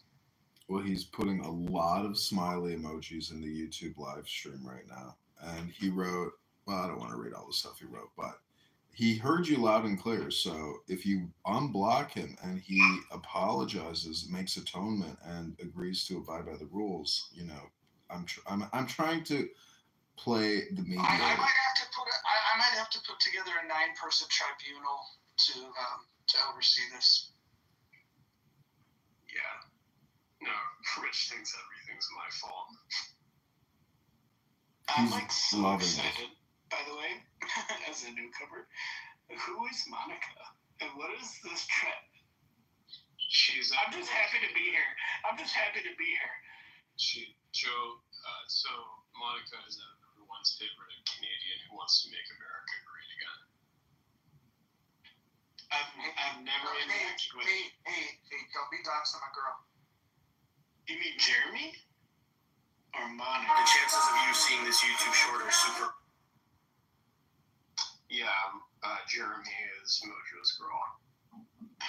What are you talking about? I'm just happy to be here. Is it my imagination, or does Joe sound dead ass like Matt Cool? I am not Matt Cool. I promise you that. Where's Matt Cool at? And he is the Aristotle icon. He's currently in a Pepe room. Yeah. No, he's right down below. He is the Aristotle icon. Oh yeah, I see him. Wait, what did he vote? What's the blue? I will pass. Of course, Matt Cole passed on a book reading room.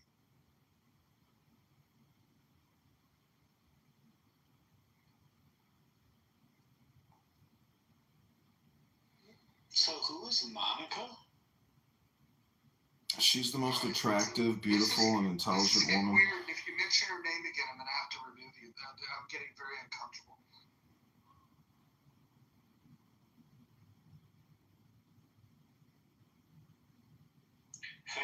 Fair. Joe, you haven't answered the survey question yet. Are you interested in joining our book club?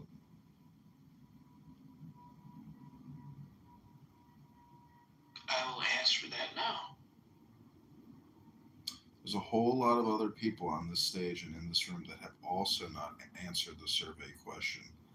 Do you want to join John Kitover's book club? Yes, I do. I will pass, or tell me more. I said yes, as long as you read Dorian Gray. Are you guys confident in your reading voice, like in front of other people? I'm confident. I can read rock. Hopefully it doesn't have big words. I do better with smaller words. Yeah, in the Tao, less is more. Another thing, you got to be able to read confidently to make it, There's Dr. Seuss in there. The most important word in the Constitution is erection.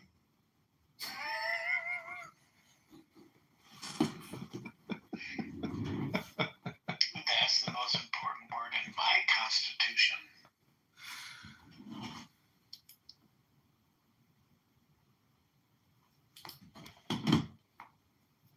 Roger. Talk to me. What's up? That YouTube link that I just put in the chat, it's just a really short little clip of a nurse that does like these little, hospice videos. But I want you to listen to the patient and tell me who you think it sounds like.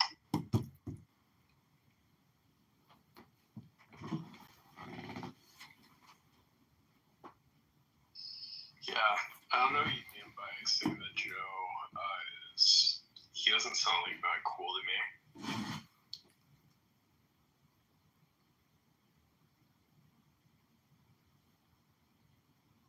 Right? Yeah, I'm not. Dang. That's crazy. That's crazy. It's her voice to it. I'm not Matt Cool. I'm Joe Cool, if you will.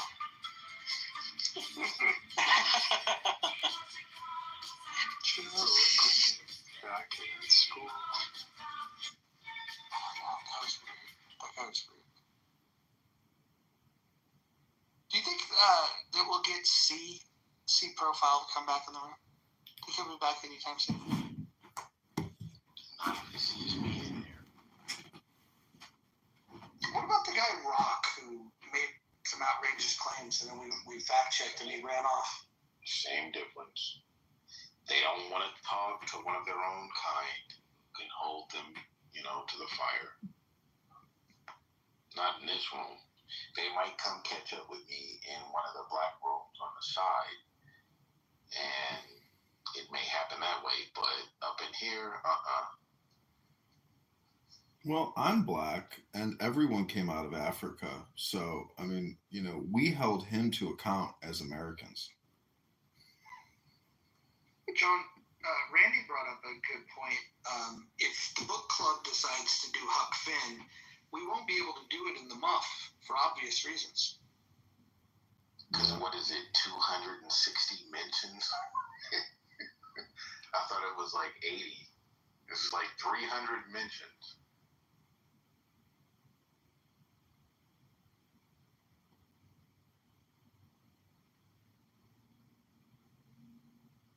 surprisingly, I think it's only African Americans that I have heard use the N word in the mouth. Nope, Rich has used it.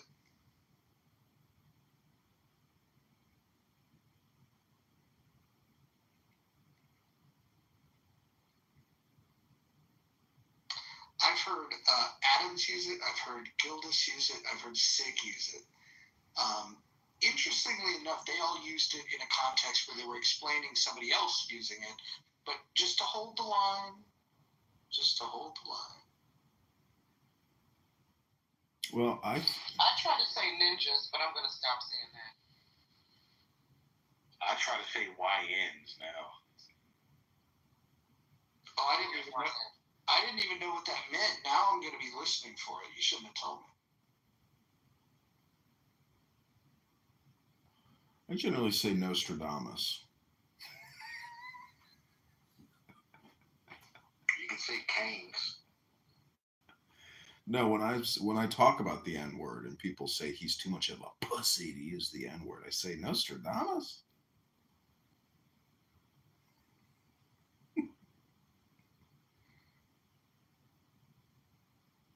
We added no saying the K word to that rule.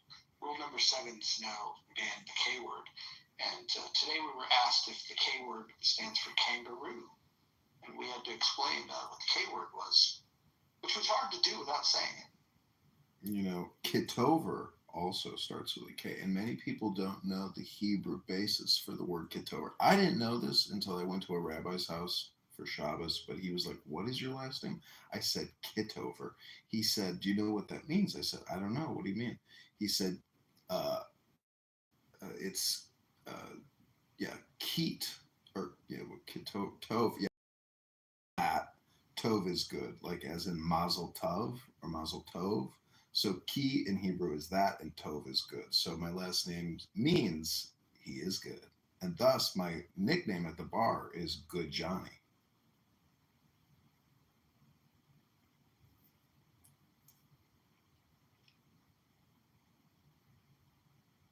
But it's Genesis, after Hashem, Ribbono Shel Olam, Yahweh created the universe and the world. He said, Kitover.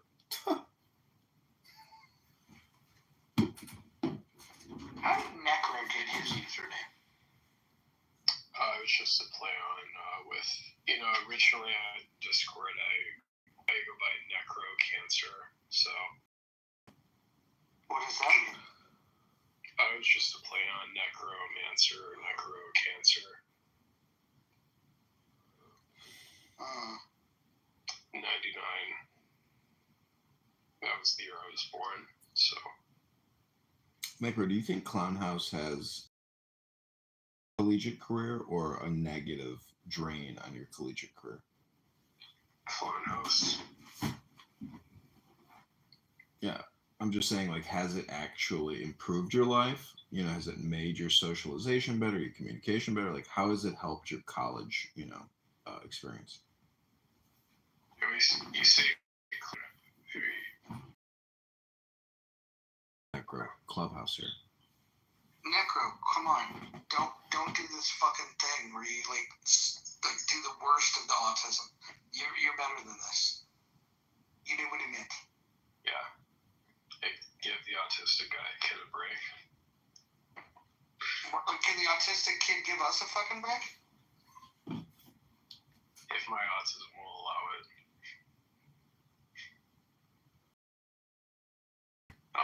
Anyways, as far as the app improving my life, I've definitely met a lot of people in social life. You met Joe B. Yeah, and she's very kind. She's probably one. What is it about Joe B that you find yourself drawn to?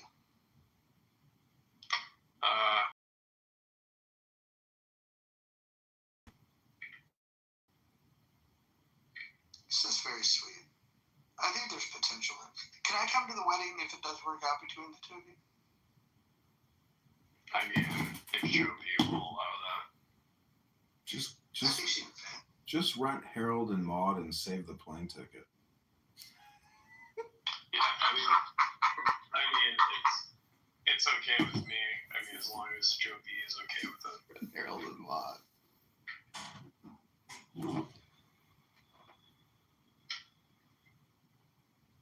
The more the merrier, in my opinion.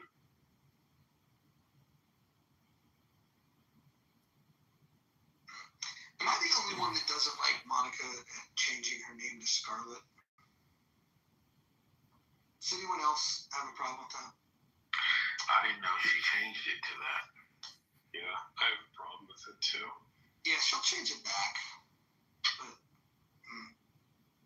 not a fan. Oh, Bruce is here. Listen for the name. Oh, Bruce, my talent man. Bruce, when's our next booking? I'm so happy you took on being on my talent manager a couple of years ago, but we've yet to book any acts.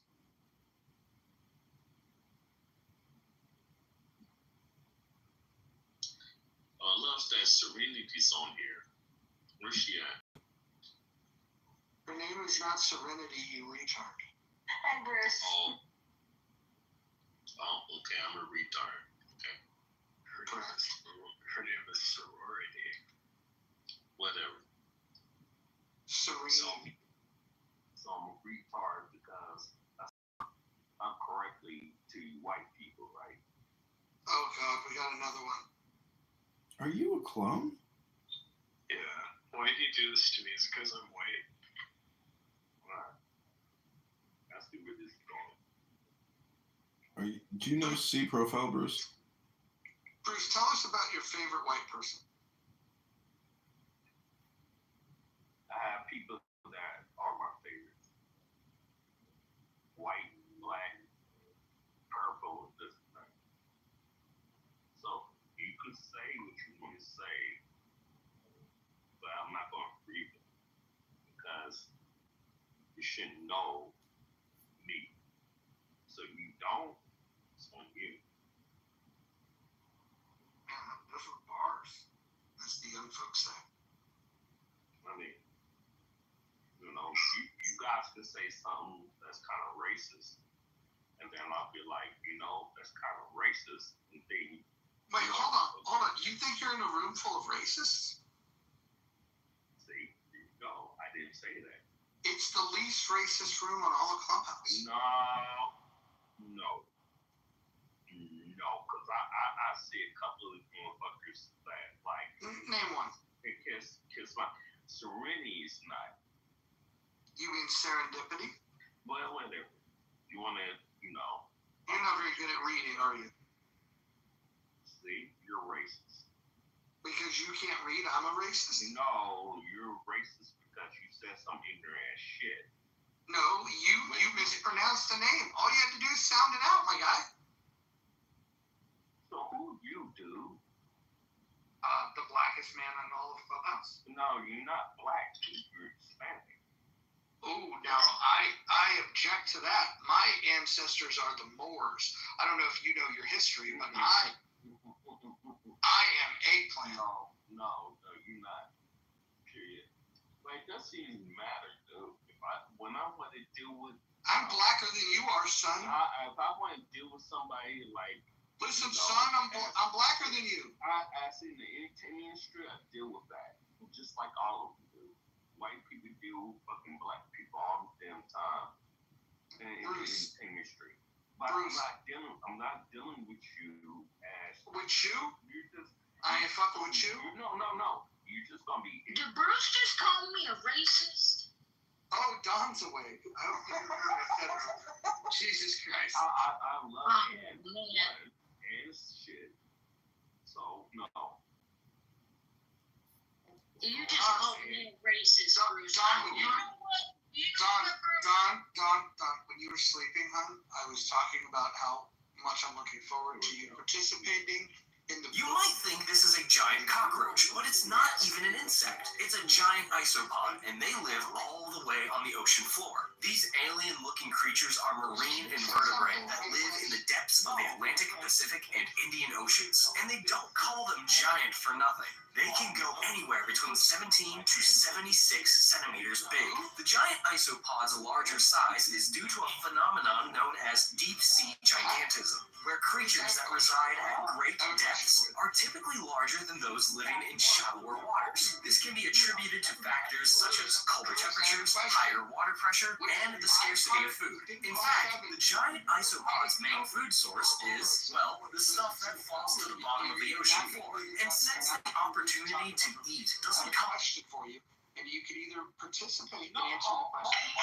It's been insanely hot these past couple of days. Answer the question, yes or no? Okay, you didn't want to answer the question. You cannot speak over me. There's no way you're going to get speak over me. Version of God. If things get so bad, I can just tidal wave, and those that aren't on the fucking boat, they don't get to survive. Think of me as God. Yes, the almighty creator of the Celestial Country Club. Or the creator of love.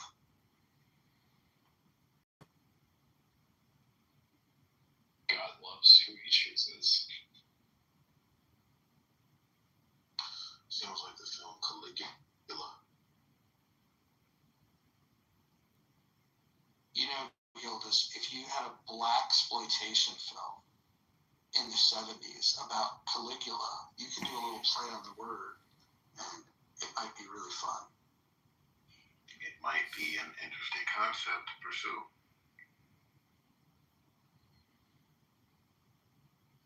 I mean, you know, I always thought that Django Unchained was a great movie, and they should have done like a spun-off film called, you know, Mandingo, and it would have been about, like, you could have had Leonardo DiCaprio being like a Mandingo, you know, like fighting broker coach or whatever.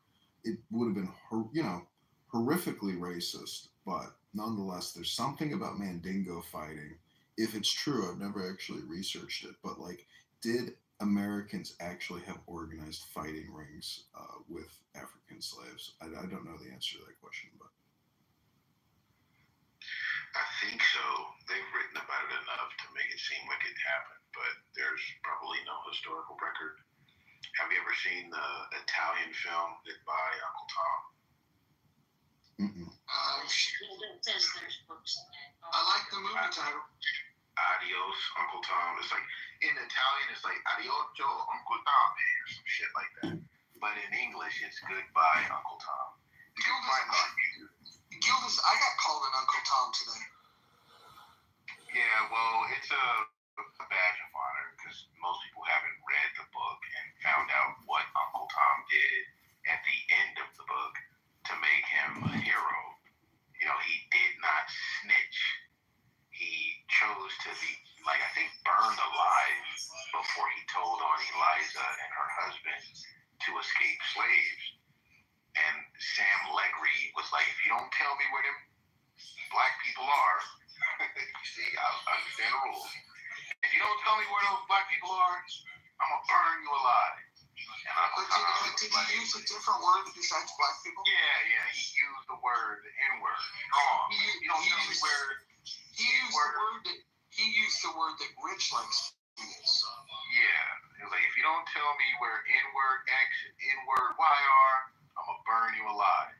And Uncle Tom said, fine, you can burn me alive. And he burned alive at the end of the book to save two escaped slaves. So when you call somebody an Uncle Tom because, excuse me, ninjas don't read, they think they're insulting you.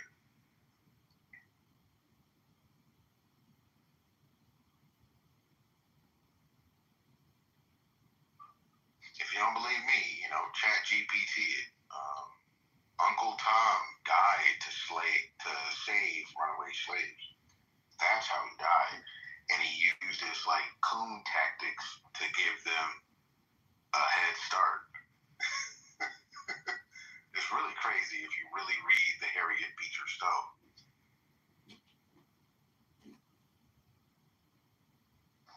What is that? What is what? I'm sorry, what is the tactics you're talking about? Where you're like, oh, I don't know, it ain't nothing but us chickens, master. I don't know where them fools that ran off to. I guess I must have slipped and forgot where everything was. And, you know, he played that role to allow them some time to cross into Canada. Thank you. You've never heard a former American slave, now Canadian resident, come on this app and talk about like their lineage or history or how they made it to Canada. Oh, man. If we could hear from the Halifax black population, the Newfoundland and Labrador black population, what their stories must be, how their grandparents got up there.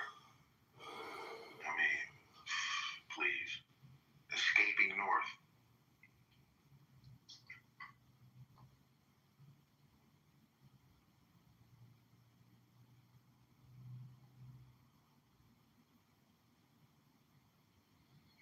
But for all that, when anyone calls me an Uncle Tom, I take it as a badge of honor. Do you think there was ever like an angry slave on the run who hated white people so much that they naturally assumed that going north was a lie and therefore they decided to go south because they didn't want to believe the white man's lie about freedom? I mean, potentially. Yeah, but I think at the time, like, most people understood that if you wanted to get free, you gotta go north. Does he think it's a serious question? There was no reason, and it was too difficult to escape into Mexico. So, yeah, man, you cross that Ohio River and keep going north. As far north as you can get.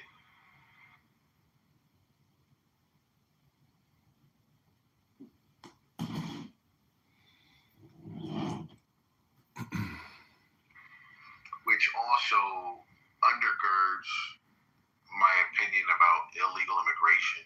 I think they're just trying to move north too. And I don't understand why so many African Americans are against, you know, Hispanic immigrants coming to this country, because they're basically doing the same thing that my people were doing around the Fugitive Slave Act, trying to get north.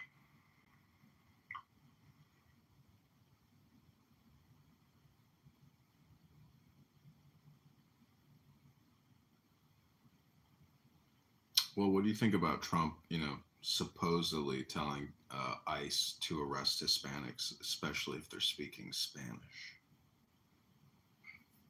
Well, I'm not the most, I'm not, like, I didn't vote for Trump. I didn't support the tariff plan or any of that. And when it comes to immigration, I also disagree. I think the people who are here, who are working, should be allowed to stay. And whether you give them amnesty or whatever, figure that out and let them stay.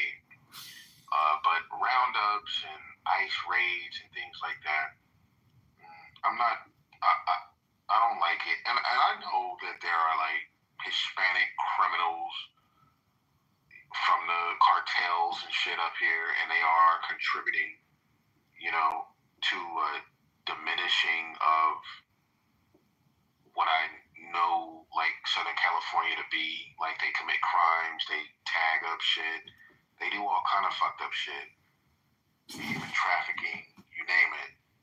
And they should be, caught and deported or imprisoned or some combination. But I do believe that the vast majority of people who are coming over here, quote unquote, illegally, they have every right to be here, and they should stay here, and they should be, vindicated. Like, yeah, thank you for showing that people are willing to endure all kind of crazy nonsense to get here, and let them stay. I don't know how much it costs to go through each and every case, but ultimately, yeah, they should stay here. They're cool people.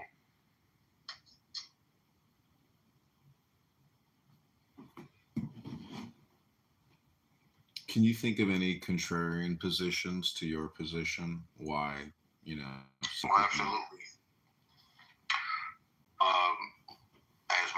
cousins in LA tell me they pole vaulted over here, and it just looks like they busted a pinata all over Los Angeles.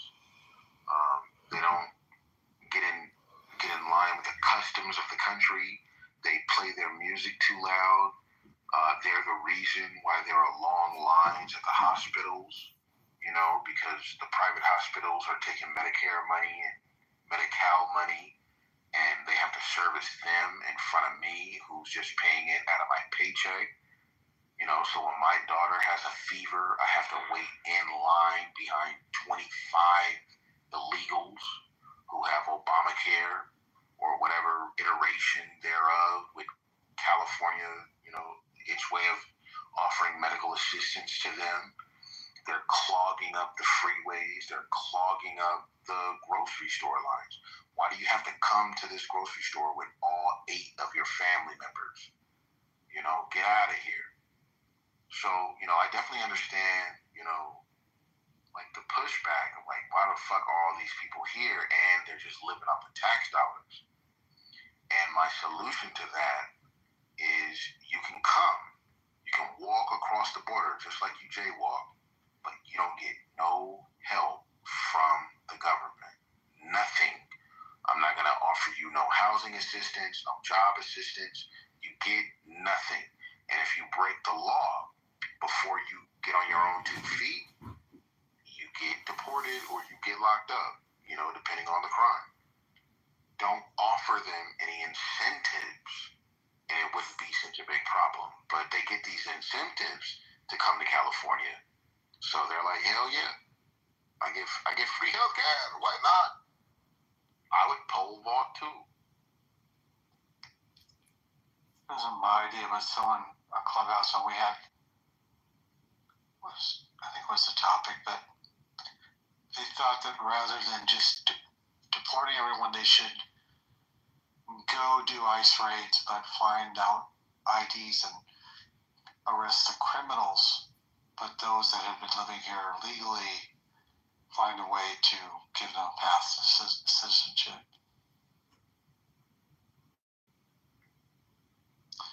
It shouldn't take 8 to 10 years to go through that, and both administrations have done nothing to increase the judges and a path to quicker citizenship. David, do you know what it's like in, let's say, India, Russia, Bangladesh, for that matter, when an illegal alien comes into that country and tries to work or live? Do you know what the punishments are for that in other countries other than the U.S.? I'm not advocating what I just said, but it was one idea. I have no idea. I'm sure it's severe. Yeah, it's very severe. It's like 10 years automatic imprisonment in Russia, multi-years in India. I mean, other countries do not tolerate this type of clown world behavior. I don't know if some of you are aware of that, but America is very lenient compared to the rest of the world on this one topic. We're lenient. I guess I don't understand sending them to a foreign country other than their own. I don't know why everyone goes to El Salvador or somewhere talking about Africa. I don't understand that part. And frankly, if the figure is right, that 25% of the people they round up are not undocumented, but they might not have their papers on them, or they get caught up in this mess that is America. Sorry, it's late. The immigration system without due process. I mean, the due process part really upsets me. Lack of due process. Yeah, well, if you believe. Wait, hold on, Gildas. That's a constitutional right for citizens of America.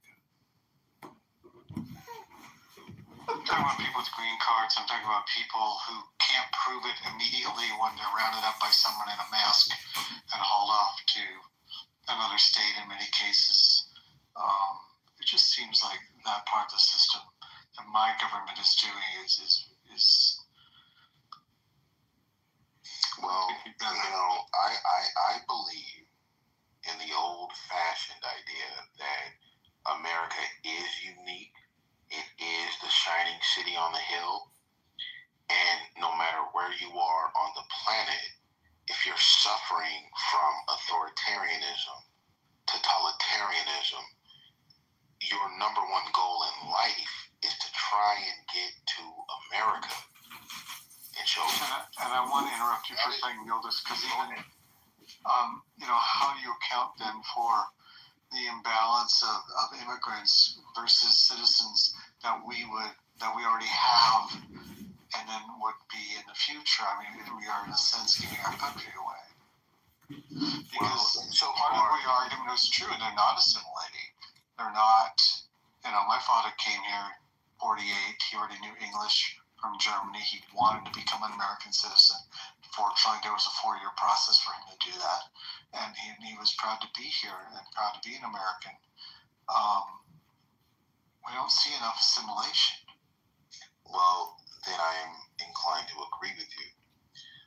Insofar as anybody from around the planet should be able to walk across the American border or swim across or float across, whatever it may be, the only stipulation is that you believe in individual rights. And if you come over here from wherever the hell you're from, if you believe that and you can espouse that at the border, that's the stipulation. And if you walk back on that, or you try and come over here and be a communist, then yeah, you get deported. You're deported. But I'm also not going to give you a free apartment and free health care. If you came all the way over here from fucking Mongolia or fucking Venezuela or wherever you came from, because you believe that, man, if I just had the chance to be an individual, I could make something happen, then yes, come on in. You're welcome in America. Black, white, Asian, Filipino, I don't care. Eagle. My father did have sponsors and a job. Well, I mean, if you got that, even better. Even better. But the point is, you're not coming over here to say, well, I made it here. Can you give me something? If you come over here with that mentality, I want to check you at Ellis Island. You look like you got lice anyway. Go back to Italy. Go back to Morocco. Go back to Guyana. Wherever the fuck you came from. Go back. You can't stay. But if you come over here being like, yo, man, I got $12 in my pocket, but my uncle wants to make me the flipper at his pizza restaurant in the Bronx, and that's what I'm going to do. Come on in. I want you here. Yeah, come on in. Let me see what you do. And let that motherfucker, give them a trial period. If in 5 years they turn communist or some shit, then they're deported. But if they come over here and start opening up Levi's jeans, all sorts of businesses and things that contribute, you're welcome. That's the only stipulation, is that you believe in the principles of the Constitution. That's how you become a citizen. You swear by those laws or those ideas, rather, and you come on over here and make it happen. That's it. Gildas, let me ask you a question then. Do you support Trump's gold card? Because essentially that's what that would fit the ideas you're saying. If someone can pay for their citizenship and be a productive member, multi-millionaire, you'd be okay with that? No, I don't think you need to purchase a gold card. You just need to be able to come over here and be willing to fit into the economy where you start and go from there. You don't need a But you support the gold card. No, I don't support a gold card. No, I don't support any of that. But that's contradictory of the statements you just said. Because Trump's created, or I don't know if it's actually in place. I think it's been. I don't think it is. But no, I wouldn't want the government giving out privileges to people who just have more money. No, that's not what it's about. It's, will you come over here? It's a very old-fashioned idea from like the 1880s and even before that. Will you say that you believe in individual rights in a free market? When you put your thumbprint, whatever the fuck, some bio data out your cheek, I don't know. Will you say that that's what you believe? And if you say yes, you got 5 years to prove it, 2 years to prove it. If you come over here and become a criminal or some other shit, you're deported. If you come over here and start a business, a kiosk in a mall, and it grows, well, you get to stay Vancouver, I think, when did Hong Kong change? 94, 95? When they changed 97, thank you. So if you had $500,000, I believe, and you brought it into this country with you, you could get citizenship. Or at least is that a realistic way to enforce immigration? I mean, you're going to have the federal government go check to see if they are following up to what they've swore to? They lose it. I mean, well, that's what they're doing now, and it's not necessarily working the best way. They're finding people who may or may not be criminals, and they're just using the largesse that they have to seek and destroy. All right, well, stop wasting all of that money. Wait until the person actually commits an egregious crime, and if they do that, then, deport them. I'm fine with deporting people. I'm not just trying to overfill the country with refugees who claim they're refugees, but they're actually criminals like Tony Montana. I get it. Asking, but he's done for saying it's an egregious crime. That's like an egregious crime now? Or yeah, it needs to be what kind of crime are you talking about? You can come over here as a quote-unquote illegal immigrant and steal an apple. All right, and then you're just subject to the penalties in your jurisdiction, whatever that may be. I mean, if you live in Los Angeles, you can get away with it. If you live in Iowa, maybe you get locked up for a night or you get fined. I don't know. That's up to the state. Let me ask you, then why do us as an American have to be a victim to a crime first? And like that apple in your example was someone's property, so you're okay with deportation only occurring when an American is a victim and their property or their person has suffered some sort of injury. Yes, because you're. But you give an exception to the apple because that's not that much, right? Because you're innocent until proven guilty, just like all other Americans enjoy that privilege. You're innocent until proven guilty. No, but why should an American have to be the victim first? Because you're innocent until proven guilty.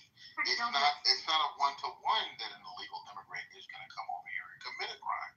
So they should not be punished for that. If they do steal an apple out of your orchard, then they are now a criminal and they're guilty. And you can prosecute them based on your local laws. But prior to that, they should not be understood as criminals. Right, but I think the thing that they're taking issue with is the fact that you made the statement that if they commit an egregious crime, that I think you must feel differently if that egregious crime was inflicted upon your wife or your mother or your daughter.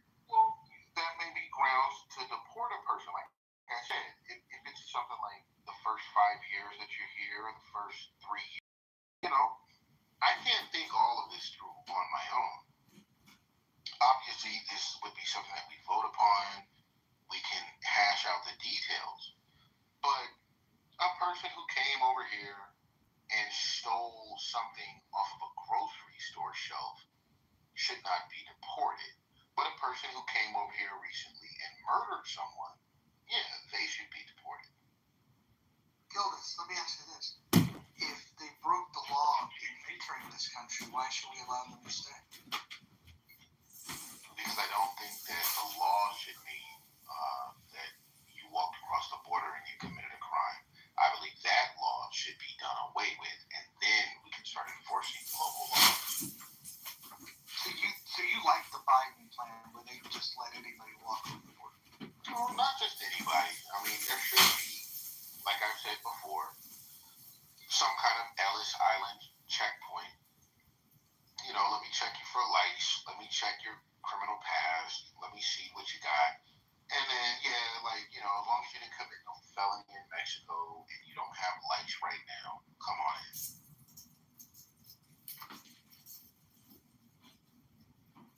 So, yeah, point out that hold on.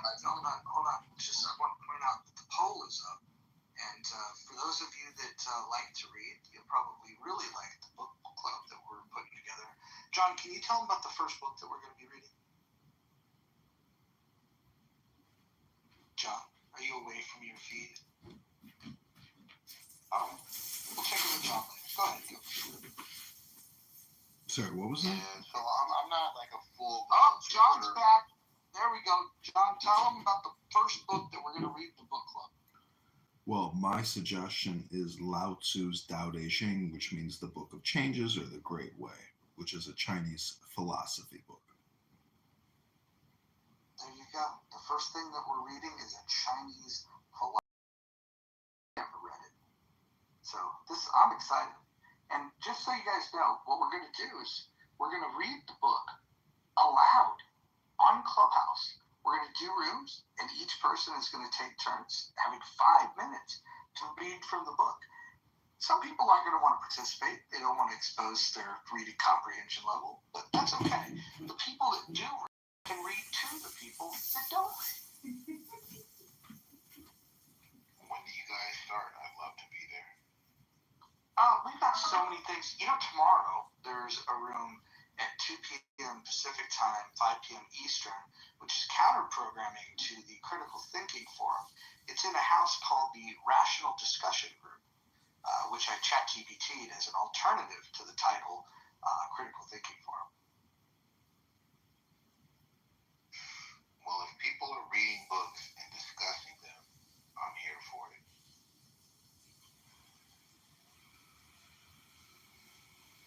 Are you going to be here tomorrow, Gildas, or do you have things to do? I'm pretty much open until the 25th. I got 3 kids, so I can't always get on during the day. But, I can come in around this time and maybe 2 hours before it. That's what I can do. Oh, so you on the banker hours, so you can come on the Clubhouse and swing shit. Yeah, it's like I know everybody's getting ready to go to sleep on the East Coast. People who've been holding rooms for 8 hours on the West Coast, it's like, So I think the readings that we'll do will be later in the evening, but the hour and a half room that we do in the Rational Discussion Group is really just a room to provide an alternative to people that don't like the shit that Gary Bumgarner's been doing. He doesn't allow the chat to stay open, and he created a Facebook group for the boomers to participate and chat on Facebook. And so Anson Burlingame, one of the greatest people ever on this app, he helps lead these discussions. And I thought the first room was great. So we don't know what the title's going to be tomorrow.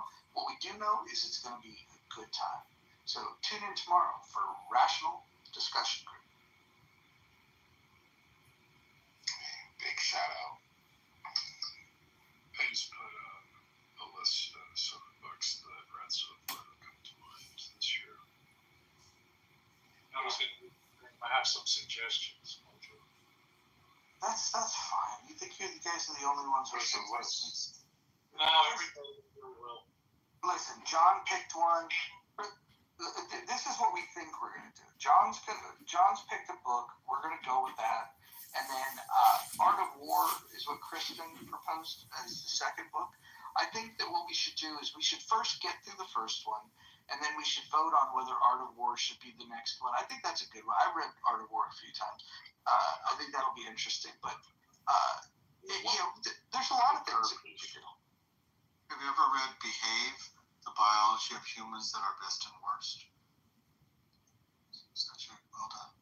No, but there's a book that talks about this theory that human beings got enlightened by the monkeys coming out of the trees to eat mushrooms. We could get that book and we could read that out loud. That might be fun. Are you talking Food of the Gods? No. Eating meat made our brain grow faster. Yeah. Are any of you familiar with Robert Heinlein's Stranger in a Strange Land? Yes. I actually have the information. Did he write Starship? Yes. Yeah. Okay. He's also the one that came up with the term "there ain't no such thing as a free lunch." Yeah. It's interesting. It's interesting though. Robert Heinlein, he actually competed with the guy who founded Scientology with Dianetics, Hubbard. They both were competing to see which book could create a cult with the Stranger in a Strange around. So.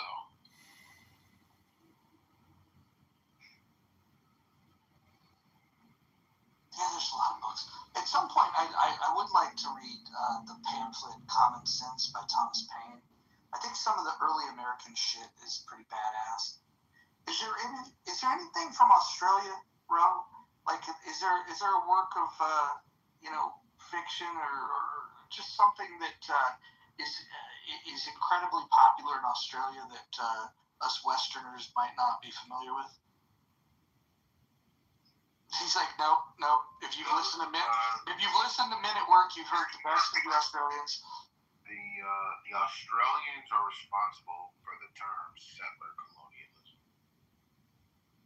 There's an Australian guy who wrote it, I forget his name, but he invented the term. And settler colonialism is his.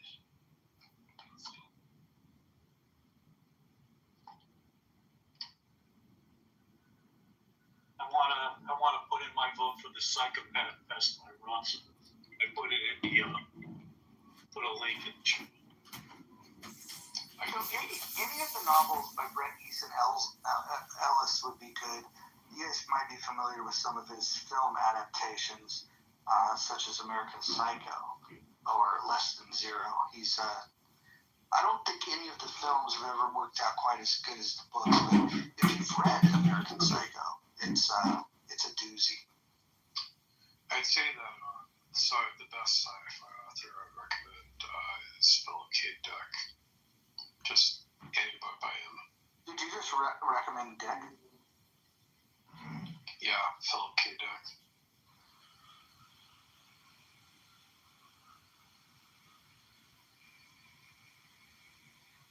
Mitch, what was the book again?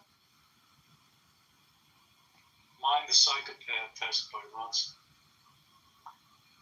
If we ever want to really lose people and just read from something super boring, we can get Cricket Lou's book, DNS and Bind.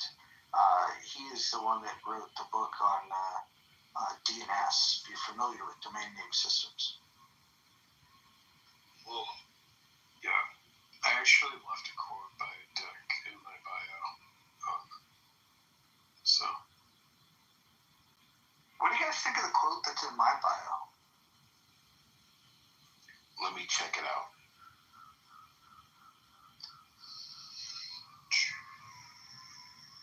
Gildas, if you want to read it out loud, this will be a practice. Yeah, that's what I was trying to do. Get my hold on, Necro. Hold on. Gildas is going to read it. This will be an example of what it sounds like to read out loud in a room. A man who refuses to be self-reliant is like a bird who refuses to fly. He will be forever dependent on those who can. Oh boy, it sounds like a Passover Seder. Yeah, it reminds me of the book Jonathan Livingston Seagull for some reason. I ain't gonna ask nobody to read my quote, my profile. It's too long. But it's something that you need to know. So just read it on your own time.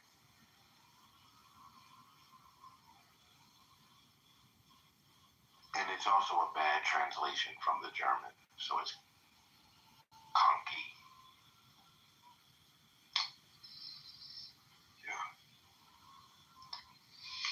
Yeah, I also put in my bio that I share the same birthday as Eric Clapton and Van Gogh, and I also was born on the 18th year anniversary of when Reagan was shot.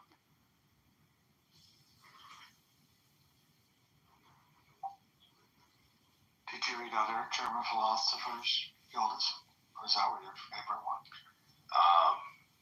To keep it real with you guys, I've read a lot of philosophy, period, from the pre-Socratics through what I want to get through this fall is Heidegger. I haven't read Heidegger. Rilke? Any Rilke? Rilke. Okay. Nietzsche. Yeah, I read him when I was young. It's just a few little poetic verses that inspire the artist, but there's nothing really profound in Rilke. You got to go back to Nietzsche. You got to go back to Nietzsche. And if you read your Nietzsche, which I read that deeply, man. I thought I was a Nietzschean when I was like 19. I loved it because his prose is so beautiful. He's an elegant writer. I wish I could approach 10% of his elegance, but he's out of his mind. He has no idea that his stupid ideas are going to lead to Nazism, but they do lead to Nazism. So, Gildas, here's my test of whether you're knowledgeable of Nietzsche. What did he mean when he said, God is dead? Oh, he meant that the Enlightenment had undermined the ability for God to be the authority. If science is going to be the new authority, then how can we rely on God? And if we don't have God in place anymore, how can you keep the people in check? It'll be left up to the scientists, the Platonists. He hated Socrates. All right, hold on. Pause. I want to welcome Joe B back to the room. Joe B, I don't want to make things awkward, but welcome to the room. You might have admirers here. Gildas, go ahead.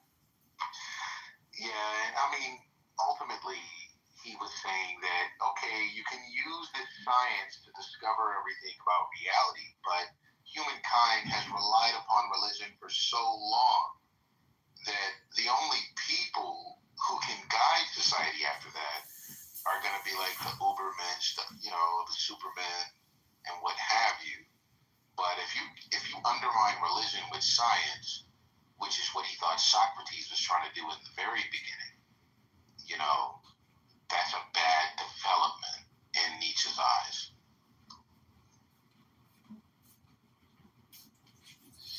Yeah, that's a pretty good way to describe it.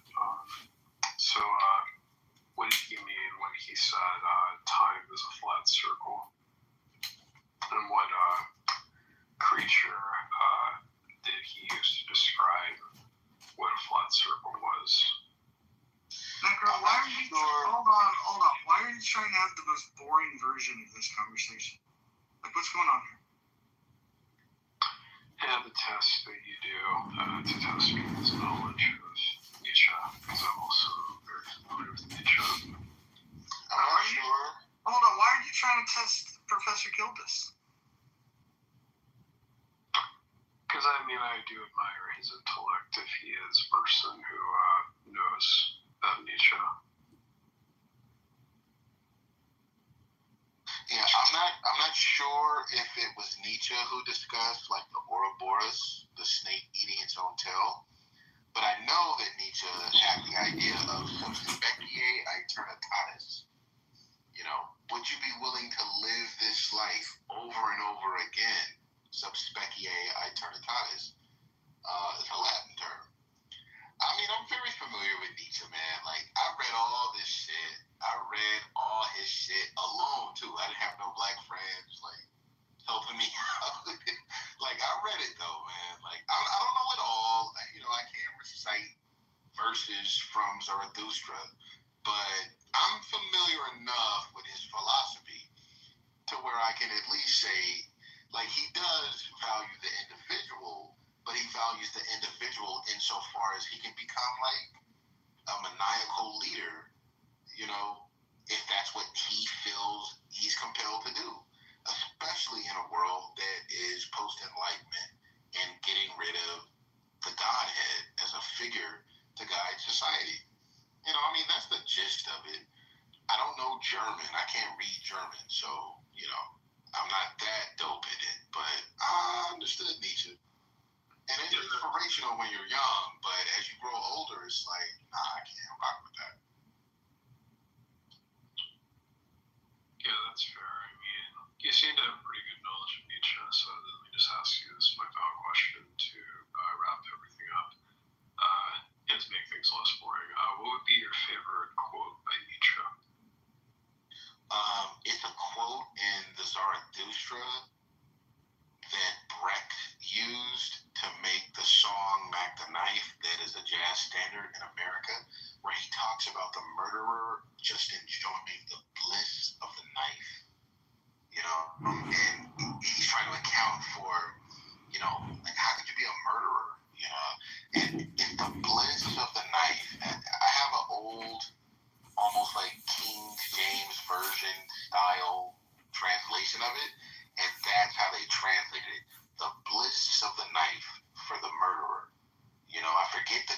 Byron in Thus Spake Zarathustra, but I know I could get it right now if I went into my library. But he talks about the bliss of the knife. That's very Mac the Knife. Yeah, Mac the Knife kind of comes from that idea, but Brecht, translated that in the Three Penny Opera, and then Louis Armstrong picked it up and made it a jazz standard. Yeah, man, like I've read my Nietzsche, dog. Like, I've been on it, and I'm black, and I'm African American too, and I know you don't come across African Americans who read that philosophy like that, but I've been on my shit. No, that's definitely something. If you want to know my fascination with nature, I actually have a quote by him in my bio. The other one that I love is from The Birth of Tragedy, where he says something. Hey, we're gonna have to stop having the most conversation possible. Like, this is weird. All right, my bad. But he asked me, he called me to the stage. Like, I'll just say there's this one other quote. Before you do any other quotes, just read the room. All the ladies left. You dried up every pussy in the muff. All right, my bad. I'll keep quiet. My bad. I was supposed to guess on the 3017 motion. Yeah, go ahead. Current national debt. Yeah, it's a good one. Do you know what the current unfunded liabilities are? Oh my God. Much bigger than that, right? Yeah, we could call it 100 trillion. On the national debt clock, it said $514,000 for every family in the United States unfunded liability.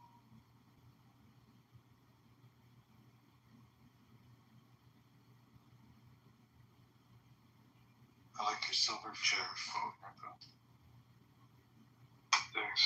They've been changing it, though. I don't know if you're following the United States debt clock, but they've been changing it. Now they're talking about the assets that we have and the money that's being cut from programs, Doge savings.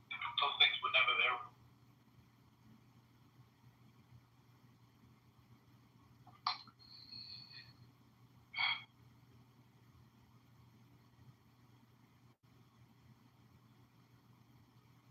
Yeah, my bad. I didn't mean to nerd out.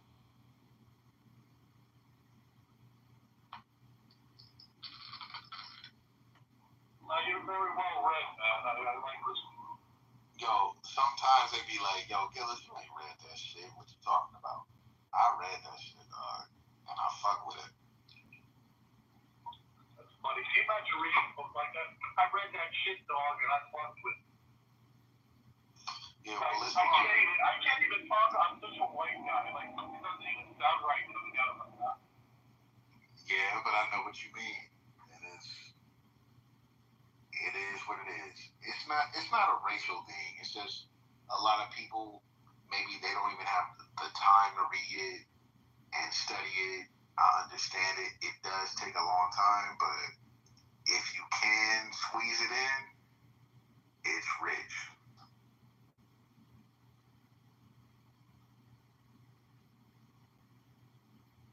Those Frank Zappa folks are good too. Yeah, I think that's the best advice you can give anyone, I think. I'd love to know if everybody could take one book they think changed their life. What would it be? I think the Kurt Cobain, though, the one where he says, everybody dies. Nobody dies a virgin, life fucks us all. Yeah. He said a book that, that was influential. For me, it was in 1994 when I read Atlas Shrugged. It was right before that, in 92, I voted in the election, voting for Ross Perot. I didn't really know anything about politics, but I knew that Dana Carvey's impersonation of Ross Perot was pretty funny. So I voted for Ross Perot. And then after I voted, I had this sense of like, what did I do? I just voted for the president. I don't know anything. I made my selection based on an SNL skit. So then I started thinking about politics. That was like after I voted, I started thinking about it. And then I was inspired to read Atlas Shrugged. And then when I did, that was kind of like the beginning of my political awakening and thinking about things differently. Now, in hindsight, I think that if I were to go back and read it right now, which it's such a fucking long book, it'd be a task to do it. I doubt it would move me in the same way, but that was the initial thing that got me thinking about, like, hey, what if the entrepreneurs, what if the producers really did just say, to hell with all this and stopped working? We talk about like labor strikes and frontline workers going on strike, but what if the real producers, the ones that come up with the ideas to innovate and change the world, what if they were to say, to hell with this shit? Ayn Rand to me was like an eye opener, but as you get older and as you think about it, there is something that's I guess a little simplistic in her thinking, and then there's something like really problematic with some of her acolytes. So it's weird. It's like I feel about the same way now about Ayn Rand the way I feel about like Hulk Hogan. Like Hulk Hogan was the thing that I watched to first get me into wrestling. But if you were to ask me my favorite wrestlers, his name wouldn't come up. So, but he has a special place. So he's like P. Diddy almost for you guys. That's just a joke. But yeah, like I read Ayn Rand early too. And I was like reading it, and I was like, this is dope. And then I think I checked out the Objectivist Lexicon out of the library at the college that I was in at that time when I was like 18. And I got to like the article or the entry on the Native Americans, and she was like, the Native Americans had no right to the land because they weren't developing it, and that's why they needed to be eradicated. Hold on. She called them savages, and she called them savages. Yeah. But here's the thing, right? And some people just say, "Oh, it's a shit take" or whatever. The bigger part is that she doesn't think of it as a genocide. She thinks of it as a war, and I think it's if you allow people to shape it for you, like from when we're young kids, they try to tell us that like, oh yeah, the natives were here and they were slaughtered and this was a terrible thing.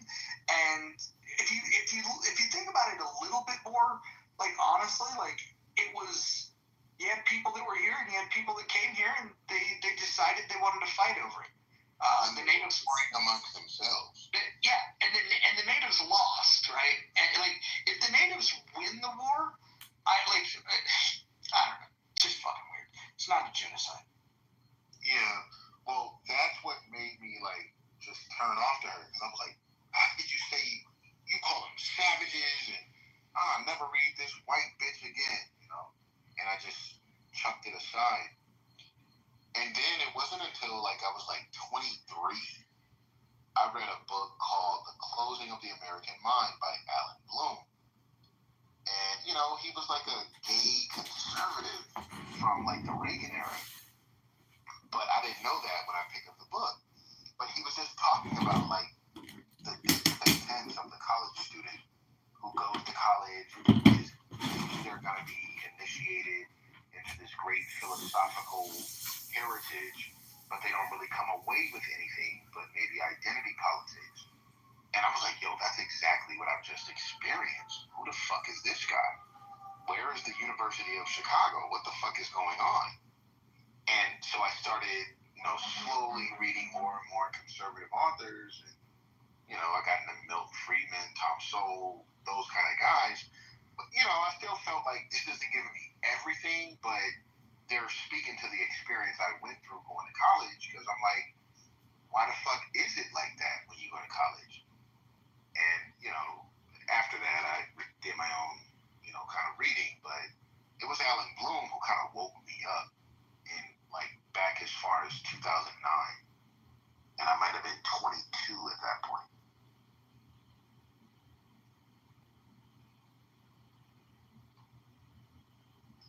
Have you ever read Robert Nozick? No, I have not read Nozick. I think he's one of the most overlooked philosophers. I've so been meaning to read this book since you recommended him to me. Anarchy State and Utopia, it absolutely shits on both Rawls and Murray Rothbard in one book. It's like he just writes one book that just shuts both of those fuckers down.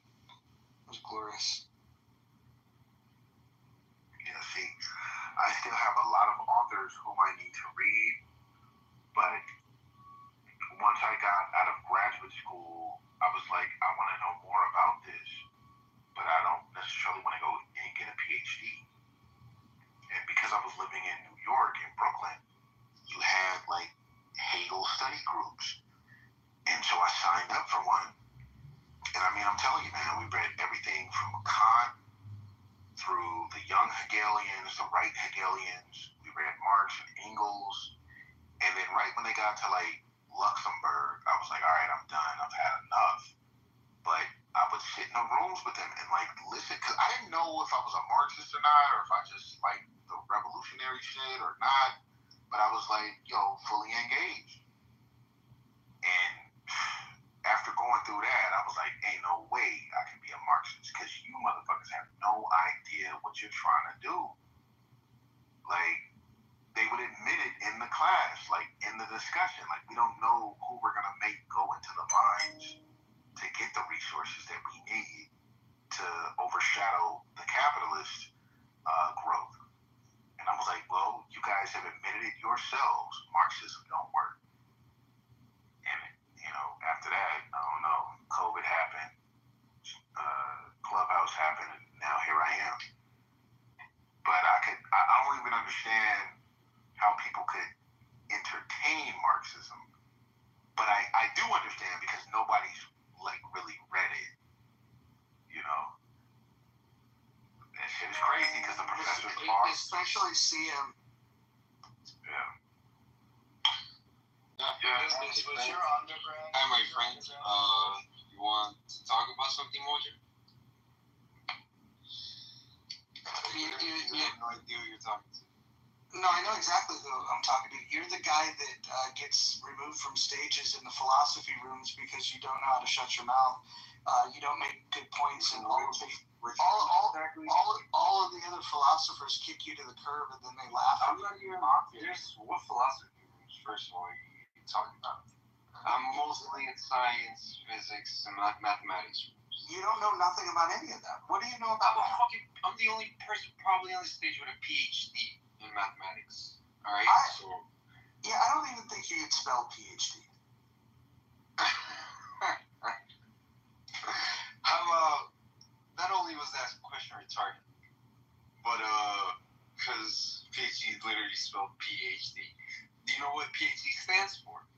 Doctor of Philosophy. Next question. Congratulations. Do you have any philosophy, specifically a good one? Like, I mean, in the hard sciences. I don't want to hear you have a PhD in fucking, gender studies or sociology or some shit. Wait, do you have an engineering degree or biology? Well, hold on. Well, hold on. I'm telling you, in no universe are you more. Can I respond? May I respond? See, this is what I'm talking about. You get removed from stages because you don't know how to shut your mouth. So I've never seen you in my life. I haven't. Shut the fuck up and allow him to speak. He's got his little fucking ball on his head tied a little too fucking tight. So yeah, I have a CHD in economics. Do you want to discuss? The fuck is a CHD? Doctor of Clubhouse. Exactly. You're one of these wannabe Clubhouse philosophers. Have fun with that, bro. Okay. You claim to be educated and you still speak broken English. I don't know. I'm from Miami. This is how I talk generally. Wait, you're from Miami and you speak broken English? Do I sound like I'm speaking broken English? Yes. Well, I don't know. You sound like Che Guevara right before he was going to take his last breath. I was gonna say Benny Blanc. How fucking stupid. Okay, so you guys like crazy like far right or something? Like is that the thing? And that's why Fox like hold on. Pretending like they covered the virgin stuff. When you can find it in March 1848 treaties. Come on. Hold on. God, there's no universe. What? I promise you. Those. Yeah, no, I've heard. You don't even know how to have a fucking conversation, you fucking retard. You don't understand. Okay, I got your warning. Go ahead. I told you, Roger. He doesn't speak English. He doesn't know what shut up means. He doesn't know how to have a conversation, for fuck's sake. Welcome to the stage, Hagoop and Dave. What's going on? Hopefully you guys speak fucking English. I'm gonna stop. Well, Hagoop definitely speaks English. Yeah, I try to do my best. I sound like I'm from California, which some people don't think is proper English. No, you're good. This is sounding like Bakersfield right now. Go ahead. Oh, no, definitely. That was weird, kind of a narcissistic role. I got a question. Fresno, man? No, I'm Southern California, Los Angeles County. Oh, okay. I lived in Buena Park for about 6 months. Did you at least enjoy it? Well, I was on Beach Boulevard. There was mini golf and a driving range, and we had Knott's Berry Farm, and we had the dinner and a show spots. I mean, there was a lot of entertainment, but other than that, it was lame. You had to go to. For me, it was going to La Habra, where I can go and get a taste of the Hispanic women. They smelled amazing. It was awesome. I think I'm closer to where Adams is at. Actually, no, Adams is on the west side, so I'm on the east side. I'm not on the west side. I think you and I both have the same congressman. Hey, I got a question for Necro and Gildas. I just got rid of Adam Schiff. Oh, we definitely do have the same. Damn. We're like practically neighbors, Adams. Can I ask a question about Nietzsche? It's Nietzsche. It's about the will to power. So is will to power and is God dead, or God is dead and will to power, are those contradictory statements? You'll find out. No, they're not. The notion of God is dead means that man is no longer ruled by Christianity in Europe. But to say that, the other part of it means that man has to decide what his fate will be, what he will want to do without, with the absence of God. And Nietzsche said that was a great development, which is what the Enlightenment also said. But where he diverges from maybe like the Voltaires is you don't have to use reason as a guide now that God is gone. You can use your feelings. You can use your blood and soil nationalism to direct your thinking. And that's why people will associate him with being like a proto-Nazi, because they're saying, he opens up the door not to use logic and reason to guide you in the absence of God, but to use your gut feelings and your the land that you live on to help direct you. Well, if you want to talk about an abandonment from reason, we would go and look at Kant. Well, Kant wants to hold up reason, but he wants to make some room for faith. And that's all he really did. He didn't. No. The problem with Kant is the simple fact that he believes that that people should submit to this idea of a duty to other extremely problematic. He doesn't believe in people's ability to to reason out of self-interest, and this is why Kant is a favorite of collectivists everywhere. Yeah, I mean, absolutely, you're right. Like, Kant left the door open. He just didn't get explicit about it. He just left the door open to say, you don't have to rely solely on reason. There are other capacities in the human mind that can guide your actions. And he left the door open. He didn't say much more after that.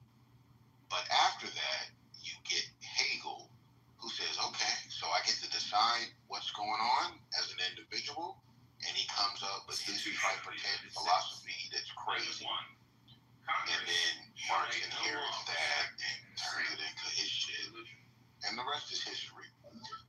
But I have a question. Yeah, sure. Genetic precepts. Knowing what you know about philosophy, what do you think of Donald Trump? He's a pragmatist.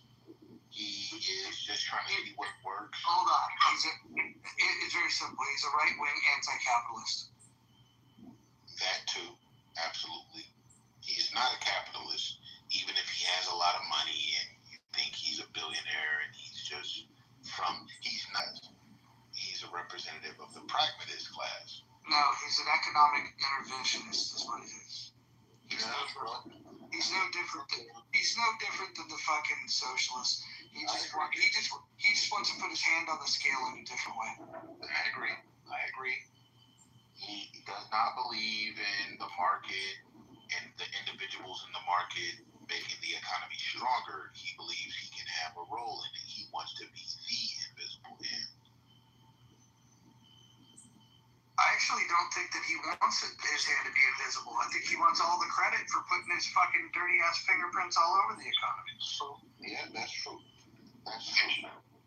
Yeah, he is a government interventionist, and insofar as he is that, he's not a leftist communist, but he's operating from the same standpoint that they operate from.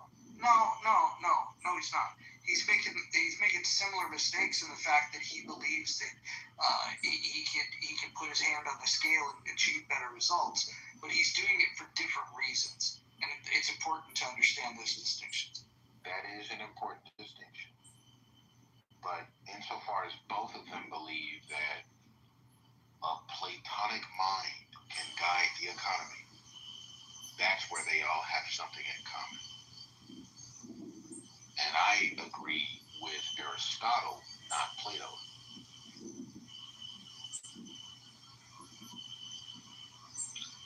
Yeah. I also think Nietzsche, he was an aristocrat. Why do we keep jumping around one philosopher to the next? You guys are so sloppy. Next thing you know, we're going to do it in Schiller's and talk about Hegel for 45 minutes. Come to find out the people arguing about it had never read Hegel. It's fucking hilarious.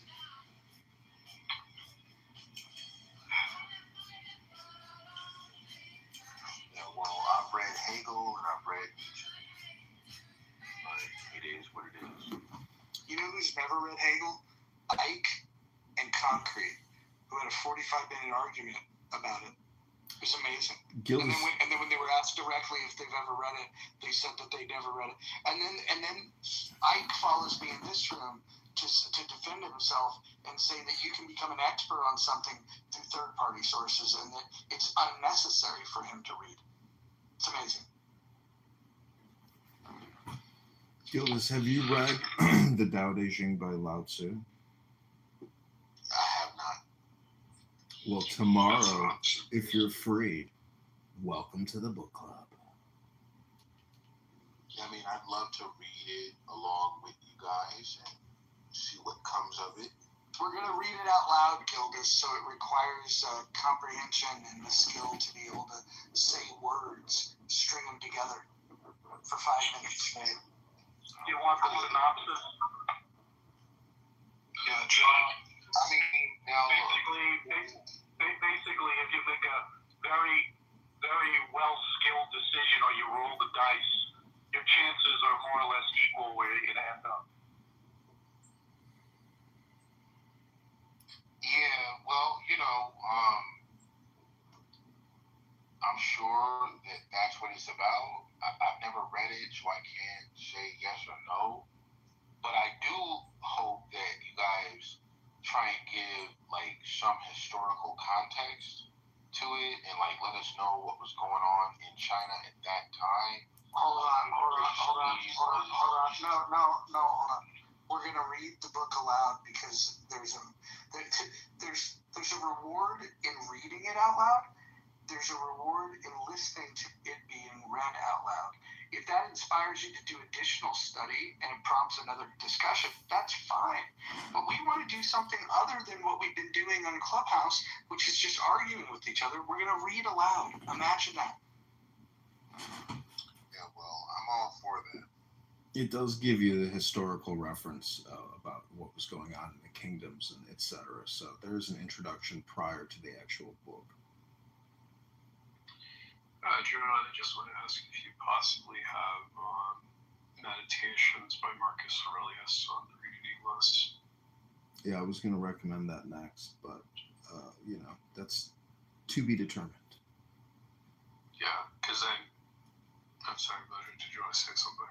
I was just going to say, I think we should allow people to recommend a book, and then we'll go ahead and we'll agree that is the book, and we'll have some veto power. Like if some asshole says, hey, let's read Sam Harris, Free Will, I'm going to say, no, that's a waste of fucking time. We're not going to read Sam Harris about free will. So there's some books that we're not going to read. I'd rather fucking read Twilight than read Sam Harris. That's because there's no free will. If you get to read the book with me, I'm going to give you the full, balanced decision. I'm going to get into it. I'm going to show you why I think it's wrong and why I think it's right. But, yeah, you'll definitely benefit. Nobody cares about the analysis. The exercise here is to actually read the book and read it out loud. Hagoop, you were trying to tap in. Go ahead. Yes, sir. Gustave Le Bon's The Crowd. It's a cool, quick read. It's the foundational work that inspired Mussolini and the early fascist leaders to come up with fascism. You dropped the link in the chat? Yes. Let me pull it for you guys. Thank you. I thought you were going to say The Prince by Machiavelli. Overplayed. There's better book. I'd say that the as much as I don't like Sam Harris, he's at least a cut about Jordan Peterson. Highly disagree. I think they're both doing the same shtick. The problem is that Sam Harris legitimately believes that he's the smartest guy on the planet. Sam Harris is such a fucking retard. Like, if you take him in small doses, in the way that he speaks, you go, oh, he must be an intelligent guy. He sounds very educated. But then, when you read his book, he'll do things like, he does this little trick where he'll just be like, well, you have to assume that this is true. And then he starts building on it. But the part that he tells you that you just have to take his word for it that's true is the part that he can't justify. And so when you read his book, read it slowly. And just ask yourself, why is he telling you you just have to accept it? It almost sounds like the Bible when they say that you just have to believe. Yeah, and that's the thing that really is the thing I can't stand about him is his pompous arrogance, as sensible as some of his points might be. It's like when You know the only thing that he's right about? The only thing he's right about? You're probably going to say Islam, I think. Yeah, the pedophile death cult known as Islam. Yeah. Although I think his intervention, I don't know if you ever saw his conversation with Noam Chomsky. Noam Chomsky made Sam Harris sound like Bill O'Reilly. The only reason why I think some people think that Sam Harris is a smart guy is when he owned fucking Ben Affleck on the Bill Maher show, which was really Ben Affleck just owning himself and Sam Harris was president. But if you watch that, you get the feeling of like, oh, I like this guy. Yeah, Ben Affleck, that's gross, that's racist. If that's racist, it's like, hey, it's a religion, it's not a race. He's got really bad TDS. I don't know if you've ever heard him go on and on about Trump, but it's like it's borderline obsessive, or it is obsessive, 100%.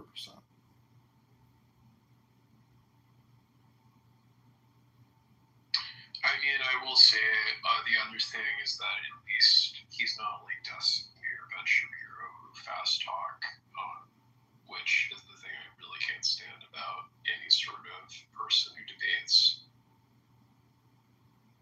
What's the queer kid that swims in that same circle? The I forget his name.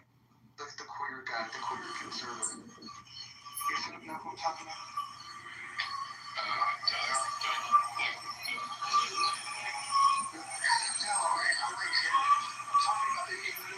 Conservative. He was part of that, intellectual dark web, but he's not very intellectual. I forget his fucking name. He's the one that sounds the stupidest, but he's gay, and so like you can't say he's stupid because he's gay, and if you call a gay person stupid, then that's homophobic. Was it the little Malachowski or whatever his name was? No, it's the little twinkie faggot guy that like. Let me go look it up. Are you talking about Dave? Yes, Dave Rubin. Thank you. I said Dave Rubin. Yeah, Dave Rubin. He is so fucking stupid. He has no original takes. He just has nice hair, and he's on the team because he's the gay guy. Well, yeah. Here's the brilliant part. You can't fuck with him because he's gay, and like so, he gets away like it's like a battering ram. It's like when they tokenize Candace Owens. Yeah, Candace Owens. I can't stand the black grifters who have defended, giving reparations to people who own slaves and their descendants. Candace Owens is the most obvious grifter that's ever been produced. She just months before she started talking her shit as a conservative, she was like hardcore left. Somebody got in her ear and said, "Hon, you're not going to make any fucking money doing this shit. But those motherfuckers over there, they would really appreciate a mildly attractive black woman agreeing with them." And so they weaponized her. She made a lot of money. I don't begrudge her making money, but don't ever tell me that she's sincere. She's the biggest grifter of them all. Yeah, I just imagine PragerU. He's like, how can I make a video about race? And then this does backflips through a 3-story building, through the window on the 3rd floor, saying at your service.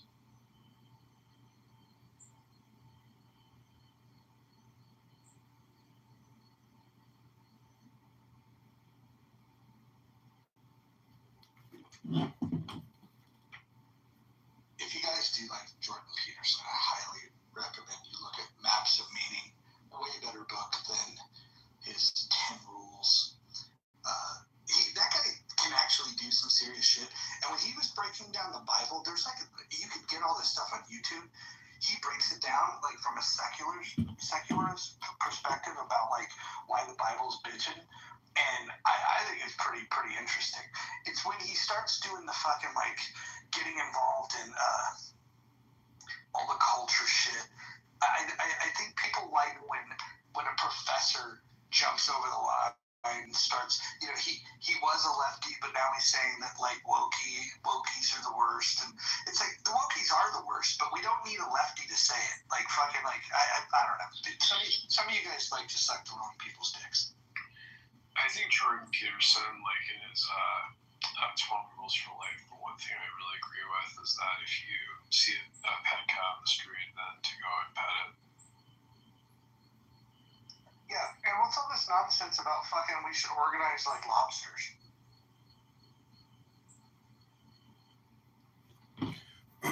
That's the peace and love movement. Did you ever see that movie with, I think it's Joaquin Phoenix, called, oh no, it's the guy from he played Bullseye. I think he's Australian, but it was that lobster movie or whatever it was. Or if you don't fall in love. Yeah, Colin Farrell. If you don't fall in love at this retreat, you become a lobster. You become any animal of your choosing. he just chose the lobster. That's a great movie. It's a famous director, if you have watched. It's really funny. Very dark, morbid comedy. The Jordan Peterson's a show and a grifter. It's sad to see that he went down that path, just like everybody else did. Let me ask this question, if it's okay.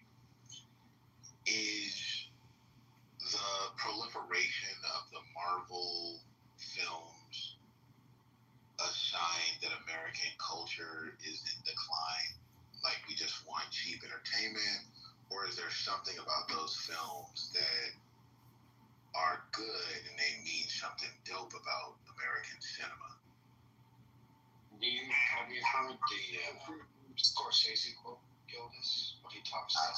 I think I heard about it. Like, he's like, those are not films. Those are just junk. They're theme park movies. They're theme park movies. So you go and you feel the rush of the roller coaster, but they don't leave anything to think about after the fact. That's just not true. That's what I'm asking. Like, do you agree with Scorsese, or are those films just showing that, you know, like, we reached a level of cinematography? You said yes, and you keep talking. What the fuck? Well, I mean, for other people to chime in. No, you know how you can prove that it's actually quality is if you just type in Thanos quotes or you type in Ultron quotes and you just listen to the dialogue of those main characters, you'll realize it's very smart. It's like listening to Sopranos and just typing in on YouTube, you know, Tony Soprano quotes or Tony Soprano, and then you can listen to Tony for an hour talking, and it becomes like the Tony Soprano show or the Ultron show or the who's the guy from Avengers, Thanos show. So like they take a lot of esoteric philosophy and plug it into Ultron and Thanos and other characters because those are the myths and the legends, and they're written by intelligent people who, you know, draw from good source material. But they're all made for China. That's the one thing to remember, is all these family-friendly movies are made for mass distribution from China to the United States and everywhere else because it's global distribution. Thanks, everyone. Going to bed. Have a great evening. Good night, brother. John, have you seen the John Cena apology to China in Cantonese? No. You should YouTube that. It's fucking embarrassing. John Cena apologizes to China? How gay is that? In Cantonese. It's not dubbed, right? Obviously. No, you gotta go listen to it. It's fucking hilarious.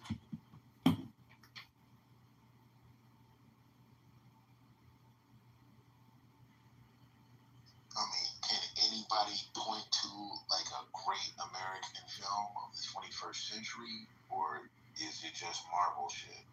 No Country for Old Men and There Will Be Blood. Those are the top two. Yeah, I agree. Those are the top two. Probably throw Gangs of New York in there somewhere. Battle Royale is good too. But the Marvel films are not like something Americans should celebrate as American cinema. Are they just cheap ass? I mean, they have mega budgets, man. Like, people love them. You know, what do they say about American culture? Can I ask Mojo something about There Will Be Blood? See, Gildas, I mean, I think that you think that America, you know, if you can say it, it is not true, meaning that, like, if you think America is on the decline because these movies are the decline, you just got to look at it in terms of economics or basically business savvy. I mean, those movies are global distribution films, so they're huge, multi-billion-dollar, projects. And if you think that coordinated effort, indicates that America is on the downfall, I think it's just the exact opposite. It's optimization and efficiency, which is what's creating, these catalogs of these, mythological Marvel movies. I mean, it's literally American myth manifest into the film screen. But I wanted to ask about There Will Be Blood because I've seen it many, many times and I love the soundtrack. Ask away, but I want to tell you that I pinned in the chat and above the John Cena. For some reason, I can't view the chat anymore. When I click it, I'll have to exit the room. But anyways, the question about There Will Be Blood. He uses that son, that bastard son, that he basically saves, I guess, because his coworker died in the pit.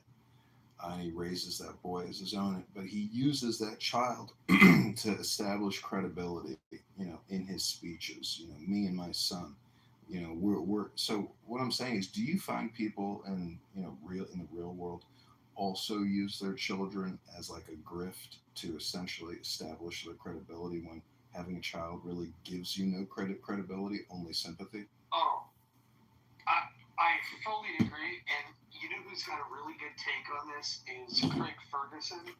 When he was doing his late night talk show, he was talking about people complaining that a little, you shouldn't talk shit about politicians' kids. And his take was, wait a minute, you can't parade your kids onto the stage, and then when they get criticized, say that they're not up for criticism. It's like at one moment, the kids need to stay out of politics, but the next moment, when it's expedient for you, you bring the children on there. And he was just calling out both sides about how they're hypocritical in the way that they weaponize and use their children when it's convenient. That There Will Be Blood was showing you how the rational man had to contend with these motherfucking Christians. They were so basic, they were so irrational that it took a guy like that, and they couldn't help but make him look like the bad guy at the end of the day. But what he actually represented was like progress in America. He moved everything forward, but you're supposed to sympathize with the Christian family that's trying to hold on to some invisible, project they have on their land.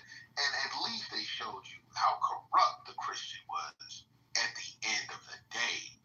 That film, There Will Be Blood, is absolutely the most capitalist film that has been shot in the last 30 years.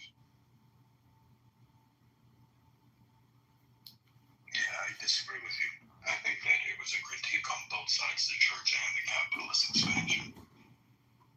They made the capitalism crazy just so Thomas Anderson tends to balance two opposing views in the majority of his movies. Like if you watched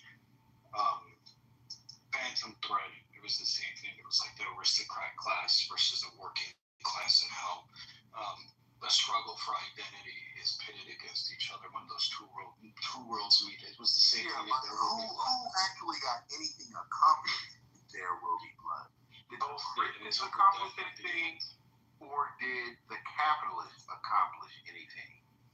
And even though, I do think, they had to hide their intentions, maybe, that film shows you, obviously, that the capitalist was right all up, but they just made him into a drunken, crazy motherfucker just to kind of shit on capitalism. But ultimately, his vision was the better vision. Really? He destroyed himself in the end.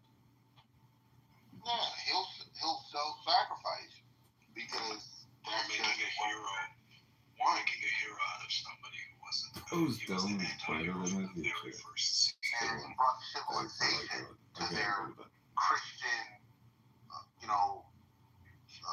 whatever you call it, outposts. They were just gonna live there and die there.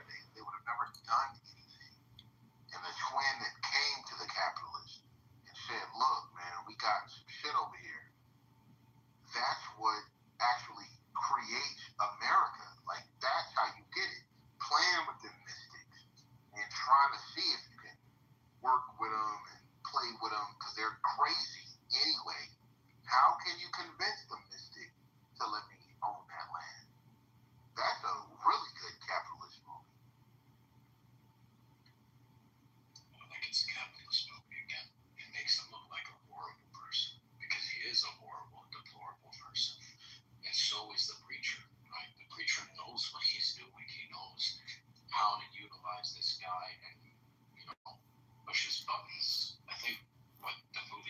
to convey is the lack of morality on both sides because they're both trying to achieve a goal. You know, when he comes to the front of the church and he's like, admit that God helped you or whatever he's saying, and he's like, God, you know, God did it. Yes, God. He's doing that as like, this is what I gotta do for these mystics.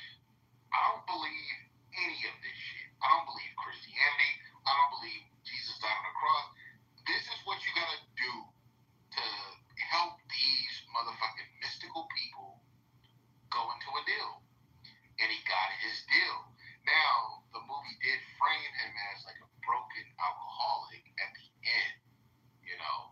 And I think that's just the way American cinema and American culture looks at capitalism.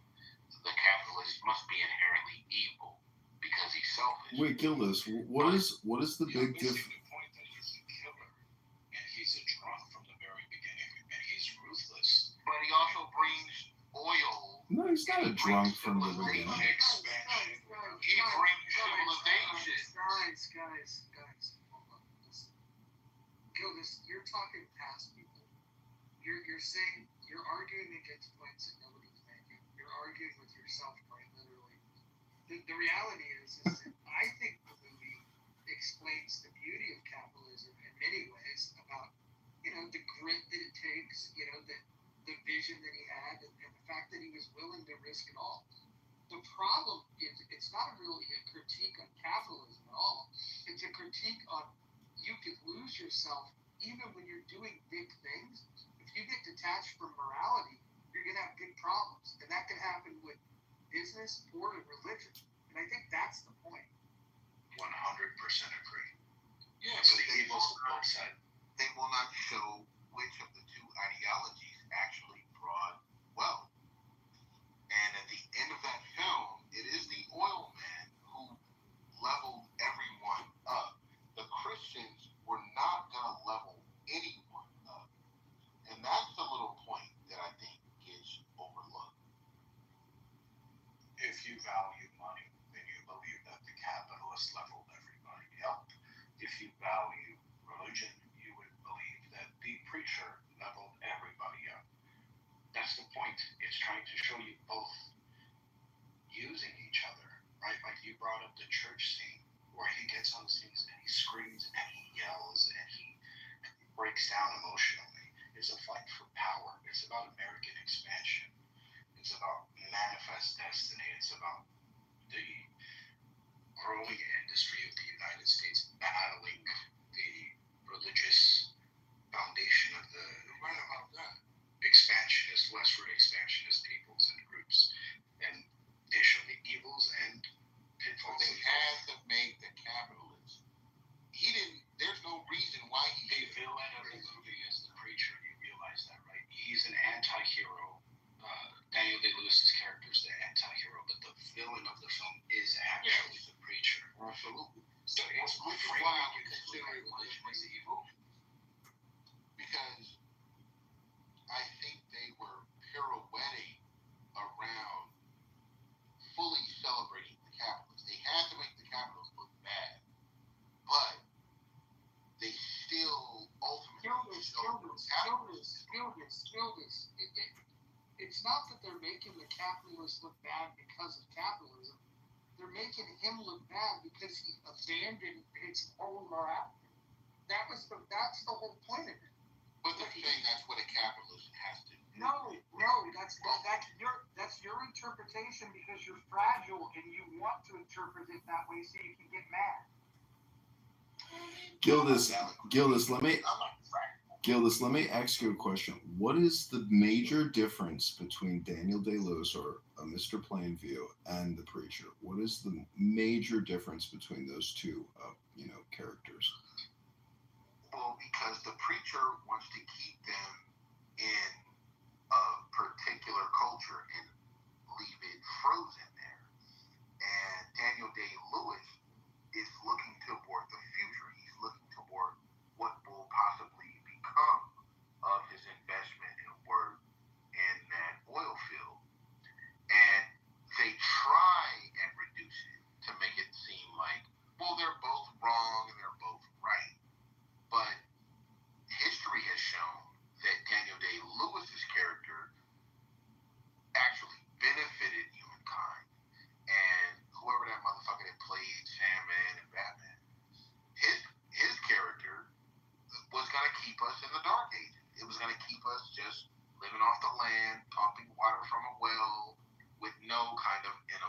Exactly.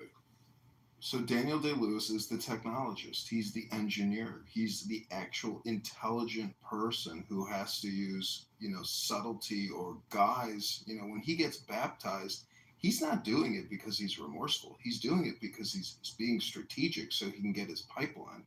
So what my point is that they're both hypnotists and both have to do persuasion, but only one of them is actually intelligent, and that's Daniel Day-Lewis, because he's an actual engineer. Yeah, well, I'm happy that you will say that. But that is, insofar as when we're talking about like the best films of the 21st century, yeah, that's up there because it gets to that argument. Like, should you be able to be a mystic and guide America, or should you guide it through your own individualistic principles, which do a little bit shat upon in that movie, but at least they got it out. That's a strong film. It's a strong film in American cinema to show like the capitalist urge still should win. And they did decide on the side of the capitalists as opposed to the religionists at the end of the film, even though they made the capitalists look kind of bad. So I do think that's a very important film. Well, and I safely assume this that you probably hated Parasite because it's like extremely I didn't watch Parasite. I didn't watch that. I've seen it, but I haven't watched it, man. I hear people say it's good, but I haven't. In the last 20 years, for sure. Okay, 20 years. That was the last film I saw before the pandemic. Those Batman films were pretty good. Like the one with the Joker and Heath Ledger. That was like a moment in American cinema, and it was talking about, like, can you be good if you have to do bad to be good? Is that, do you have to kill the Native Americans to make good, or are you just as evil as the Joker? That's a good philosophical question that our film and our cinema should ask. Was the Joker right? Was Batman right? I'm okay with that. That's a good question to ask. Of course, I believe Batman was right, but, it asked that question. We could bring it back to Collins on the critique of reasoning. Who was actually evil in the dark? Who actually had the right moral compass? That's why I hated the pop, because there's way too much like universal presuppositions in his philosophy. You have to agree to the first steps to be able to actually get him. I don't agree with some of his shit. But Chris, Kant believes you guys have duties. Kant believes you guys have duties, and if you don't live up to those duties, then you are immoral. What his duties are, we should talk about, but those aren't any American duties. I don't believe in German duties. Like the German duty to make sure the state lives. That's Plato, and that's Crito. The state is most important, even over your individual life. No! As an American, I can't believe that. What do you think about this quote, Gildas? Let me read it to you.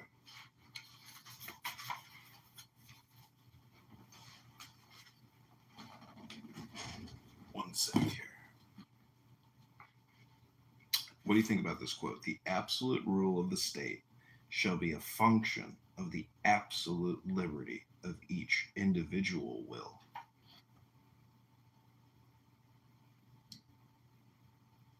Can you read it one more time?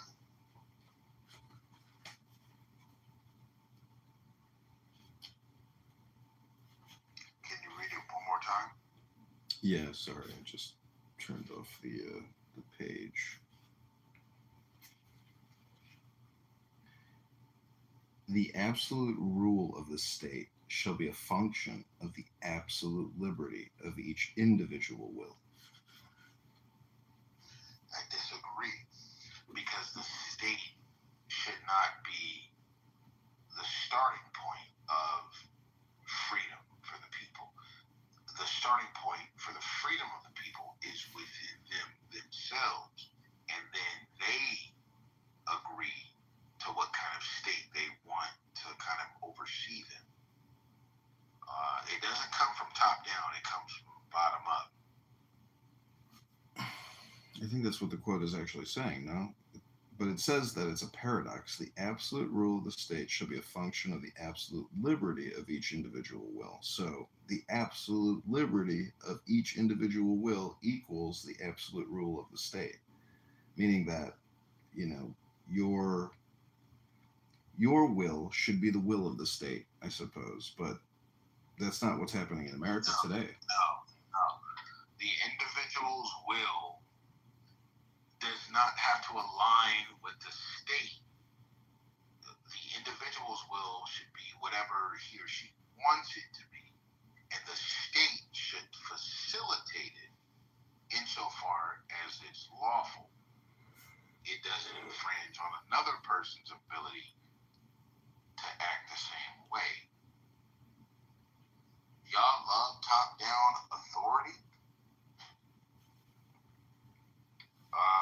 Have you ever read the Crito? Yeah. Yeah, I've read it. Come then, what reason can you give us in the city for trying to destroy us? Did we not, to begin with, give birth to you? And wasn't it through us that your father married your mother and conceived you? So show those of us the laws concerning marriages, what fault you find that keeps them from being good. I find no fault with them, I would say.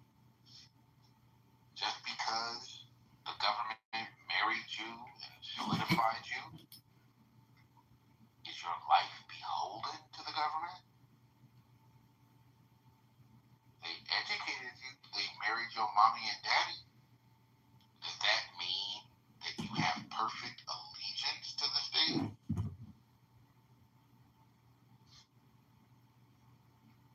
That's what Crito, the dialogue Crito, is saying. That's what Plato was saying. I don't believe that shit. Well, what liberties do you have? To purchase property where I want, to live where I want, to eat what I want, to move how I want to marry who I want to dress how I want to eat what I want. So you govern yourself. I have so many liberties. So I'm just asking, if our individual liberties should equal the absolute rule of the state. I mean, why is there this major disconnect between, what the U.S. government is doing and what the will of the people is? Well, that might be a question that I'm not able to answer.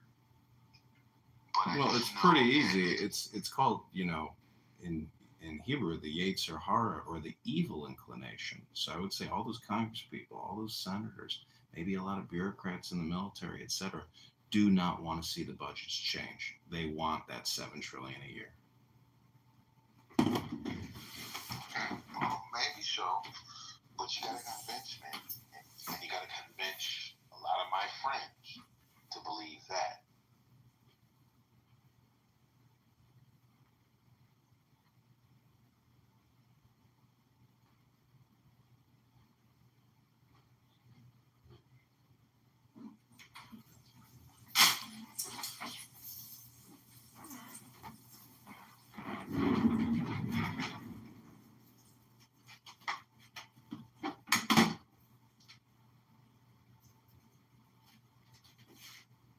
Ladies and gentlemen, I am exiting my office, but I am not exiting Clown House. Good night, and I look forward to the book club tomorrow. All good.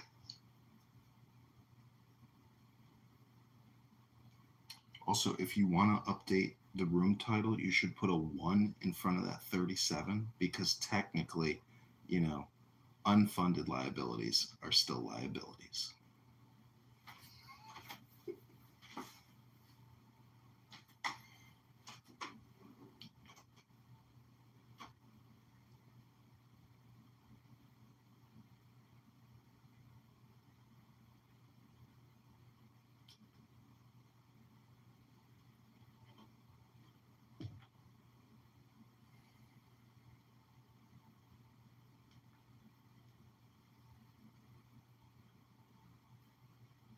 Will do.